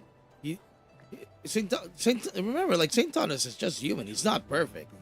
He's making mistakes. He's trying to grab onto anything that he can use in order to fuel his what do you call this? His point of view in order to support his beliefs, right? Things that he believe in. So, you know, and Gacha's Mag is ready to go. I think that's he's ready to go. If these two is in a room, Gacha's Mag is gonna go for it, right? He's ready to go. That's why maybe it doesn't make sense for them to talk right now until cooler heads prevail. If he wants a little bit of, you know, like peace, like St. Thomas, Fox has been trying to reach him for the last week or so. I know some people think that even I like, well, okay, Fox is Saint to shilling, but okay, let's give the guy what he wants, and I'm in full support. If that will create clarity between these content creators, go for it. Though if you guys have contact with Saint Thomas, tell him, talk to Foxhole. He wants to talk to you. He wants to work with you on this, right? Go ahead, right? Dark. Regardless, if WUA will be able to stay under the radar while improving massively within the next year, I feel that it might create a narrative of WUA becoming one of the most underrated gacha games. It's not underrated anymore. I'll be honest with you. It's not. It's not underrated. Who said it's underrated? It's in two categories. It just won an award. Not TGA, but it's still it's the name is going around. It's not underrated anymore. It's not gonna go under the radar. That's the thing. You cannot make it go under the radar because it's been on everybody's target since day one. Right, Jimmy? It cannot be underrated at this point. That's impossible. You think he's being controversial to get more attention? Yeah, it's possible. Of course, like we don't know what is going on in his mind, right? But it is indeed very possible to get more clicks, and I believe Techie actually addressed that in the conversation yesterday, wherein he said, you know, like yeah, what you're doing will create short-term engagement, but the long run is what you have to be careful of, right? So it's possible that he's trying to get more engagement, more clicks. And I'm not accusing, okay? I'm just saying it's possible. I'm not saying that it is. I'm saying it's possible, okay? Please don't put me out of context, okay? in the beginning at least. But there's some ego now as well. Gotcha smack, laugh, hyena. Gotta love gotcha smack. I see 50% bait, 30% ego, 10% attention seeking, 40% ego. Yeah, something like that.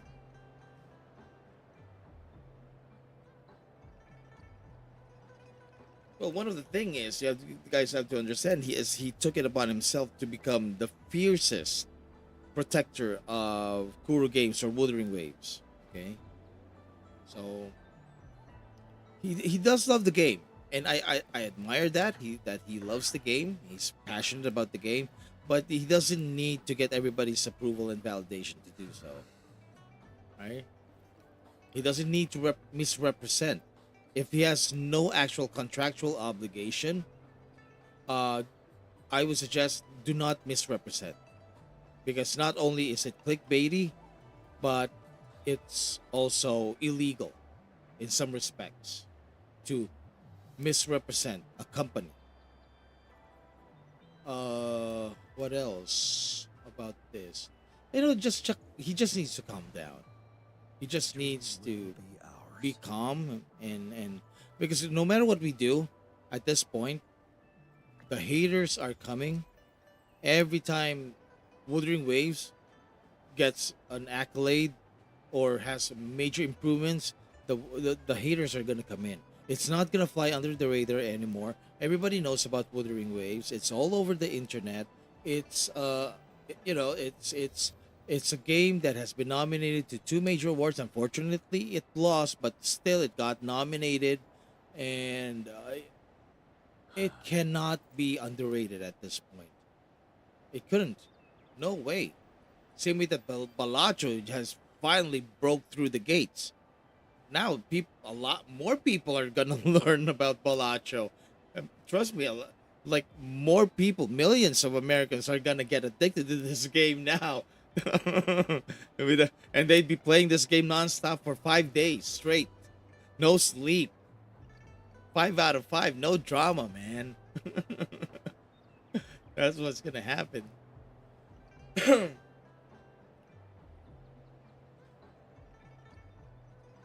Wuba is pretty big right now. Not as big as still not as big as Genshin. Yeah, but pretty big anyways. Yeah, it is. It is big. It's become bigger too, right? It's not that's why I'm saying, like, yeah, it will be nice if it could fly under the radar while we develop it, or the devs develop it. But I doubt it. I highly doubt it that it's already got a target on its back, right? It's already got the haters, and it's impossible. Every time, like I said, every time something good happens to Wuthering Waves, like, the haters are gonna be there criticizing, and that's why we need to learn how to block them. Just ignore them, the noise. Me, like, personally, if they are gonna come in and they're just being rowdy, I'm just gonna mute them quietly. I don't even have to shout it out. I don't even have to get you guys involved in it. Like, I said, okay, I'm sorry, you're being rowdy. If they're respectful, I'll tolerate it. But if they're just really rowdy, oh my god, like, let's get rid of these people. Let's remove them. But if they still make sense, because at the end of the day, you want to be enlightened, right? I love this game, but enlighten me. Why I shouldn't like this game? If they're respectful enough in their response, okay, you stay. If not, oh, okay, man, dude, like, you're just trying to be toxic. You're just trying to get a reaction from me. Jesus Christ, like, okay, let's mute this dude. I guess it's like starting smoking for once or twice to get your mind off of things and do good stuff and get back in your life, but you just keep going in the hellhole and starting drinking, vaping. Are you talking about me? This is when you gonna sleep, man. Well, you got me all started with this conversation. Oh my god, it's 1:30. Oh yeah, okay, yeah, I definitely need to rest up. So yeah, I had a lot of this live stream has been fun. Conversation wise, really enjoyed it. Thank you so much, guys. Everyone who joined us in this live stream, really appreciate y'all. And I'll see you again tomorrow. I think we will live stream tomorrow. Same time, maybe around like what 4, 5 o'clock in the afternoon, because it's a Saturday. So it's gonna be me and the daughter Stella. We are gonna play Wuthering Waves, of course, Genshin Impact, uh, Infinity Nikki. There you go, and also Girls Frontline. Hopefully we can get that Girls Frontline too, Exilium, and yeah, hopefully we can, because tomorrow usually it resets around like 4 or 6 in the afternoon, so we'll see. But I'll try to play as many games as I could. And yeah, thank you so much. Hey Jimmy, thank you. Dark, Banana Pudding, Green Slime. Who else? Demon Tech was here earlier. Thank you. So I'm sorry if I missed some names, but thank you so much. Daniel, of course. But I just letting you guys know that I really do appreciate you all, and I'm sorry for my voice. I keep losing this voice. Let's hope that some rest tomorrow will do us some good. On that note, thank you so much. Maraming salamat po. And I'll see you in the next video. Bye-bye.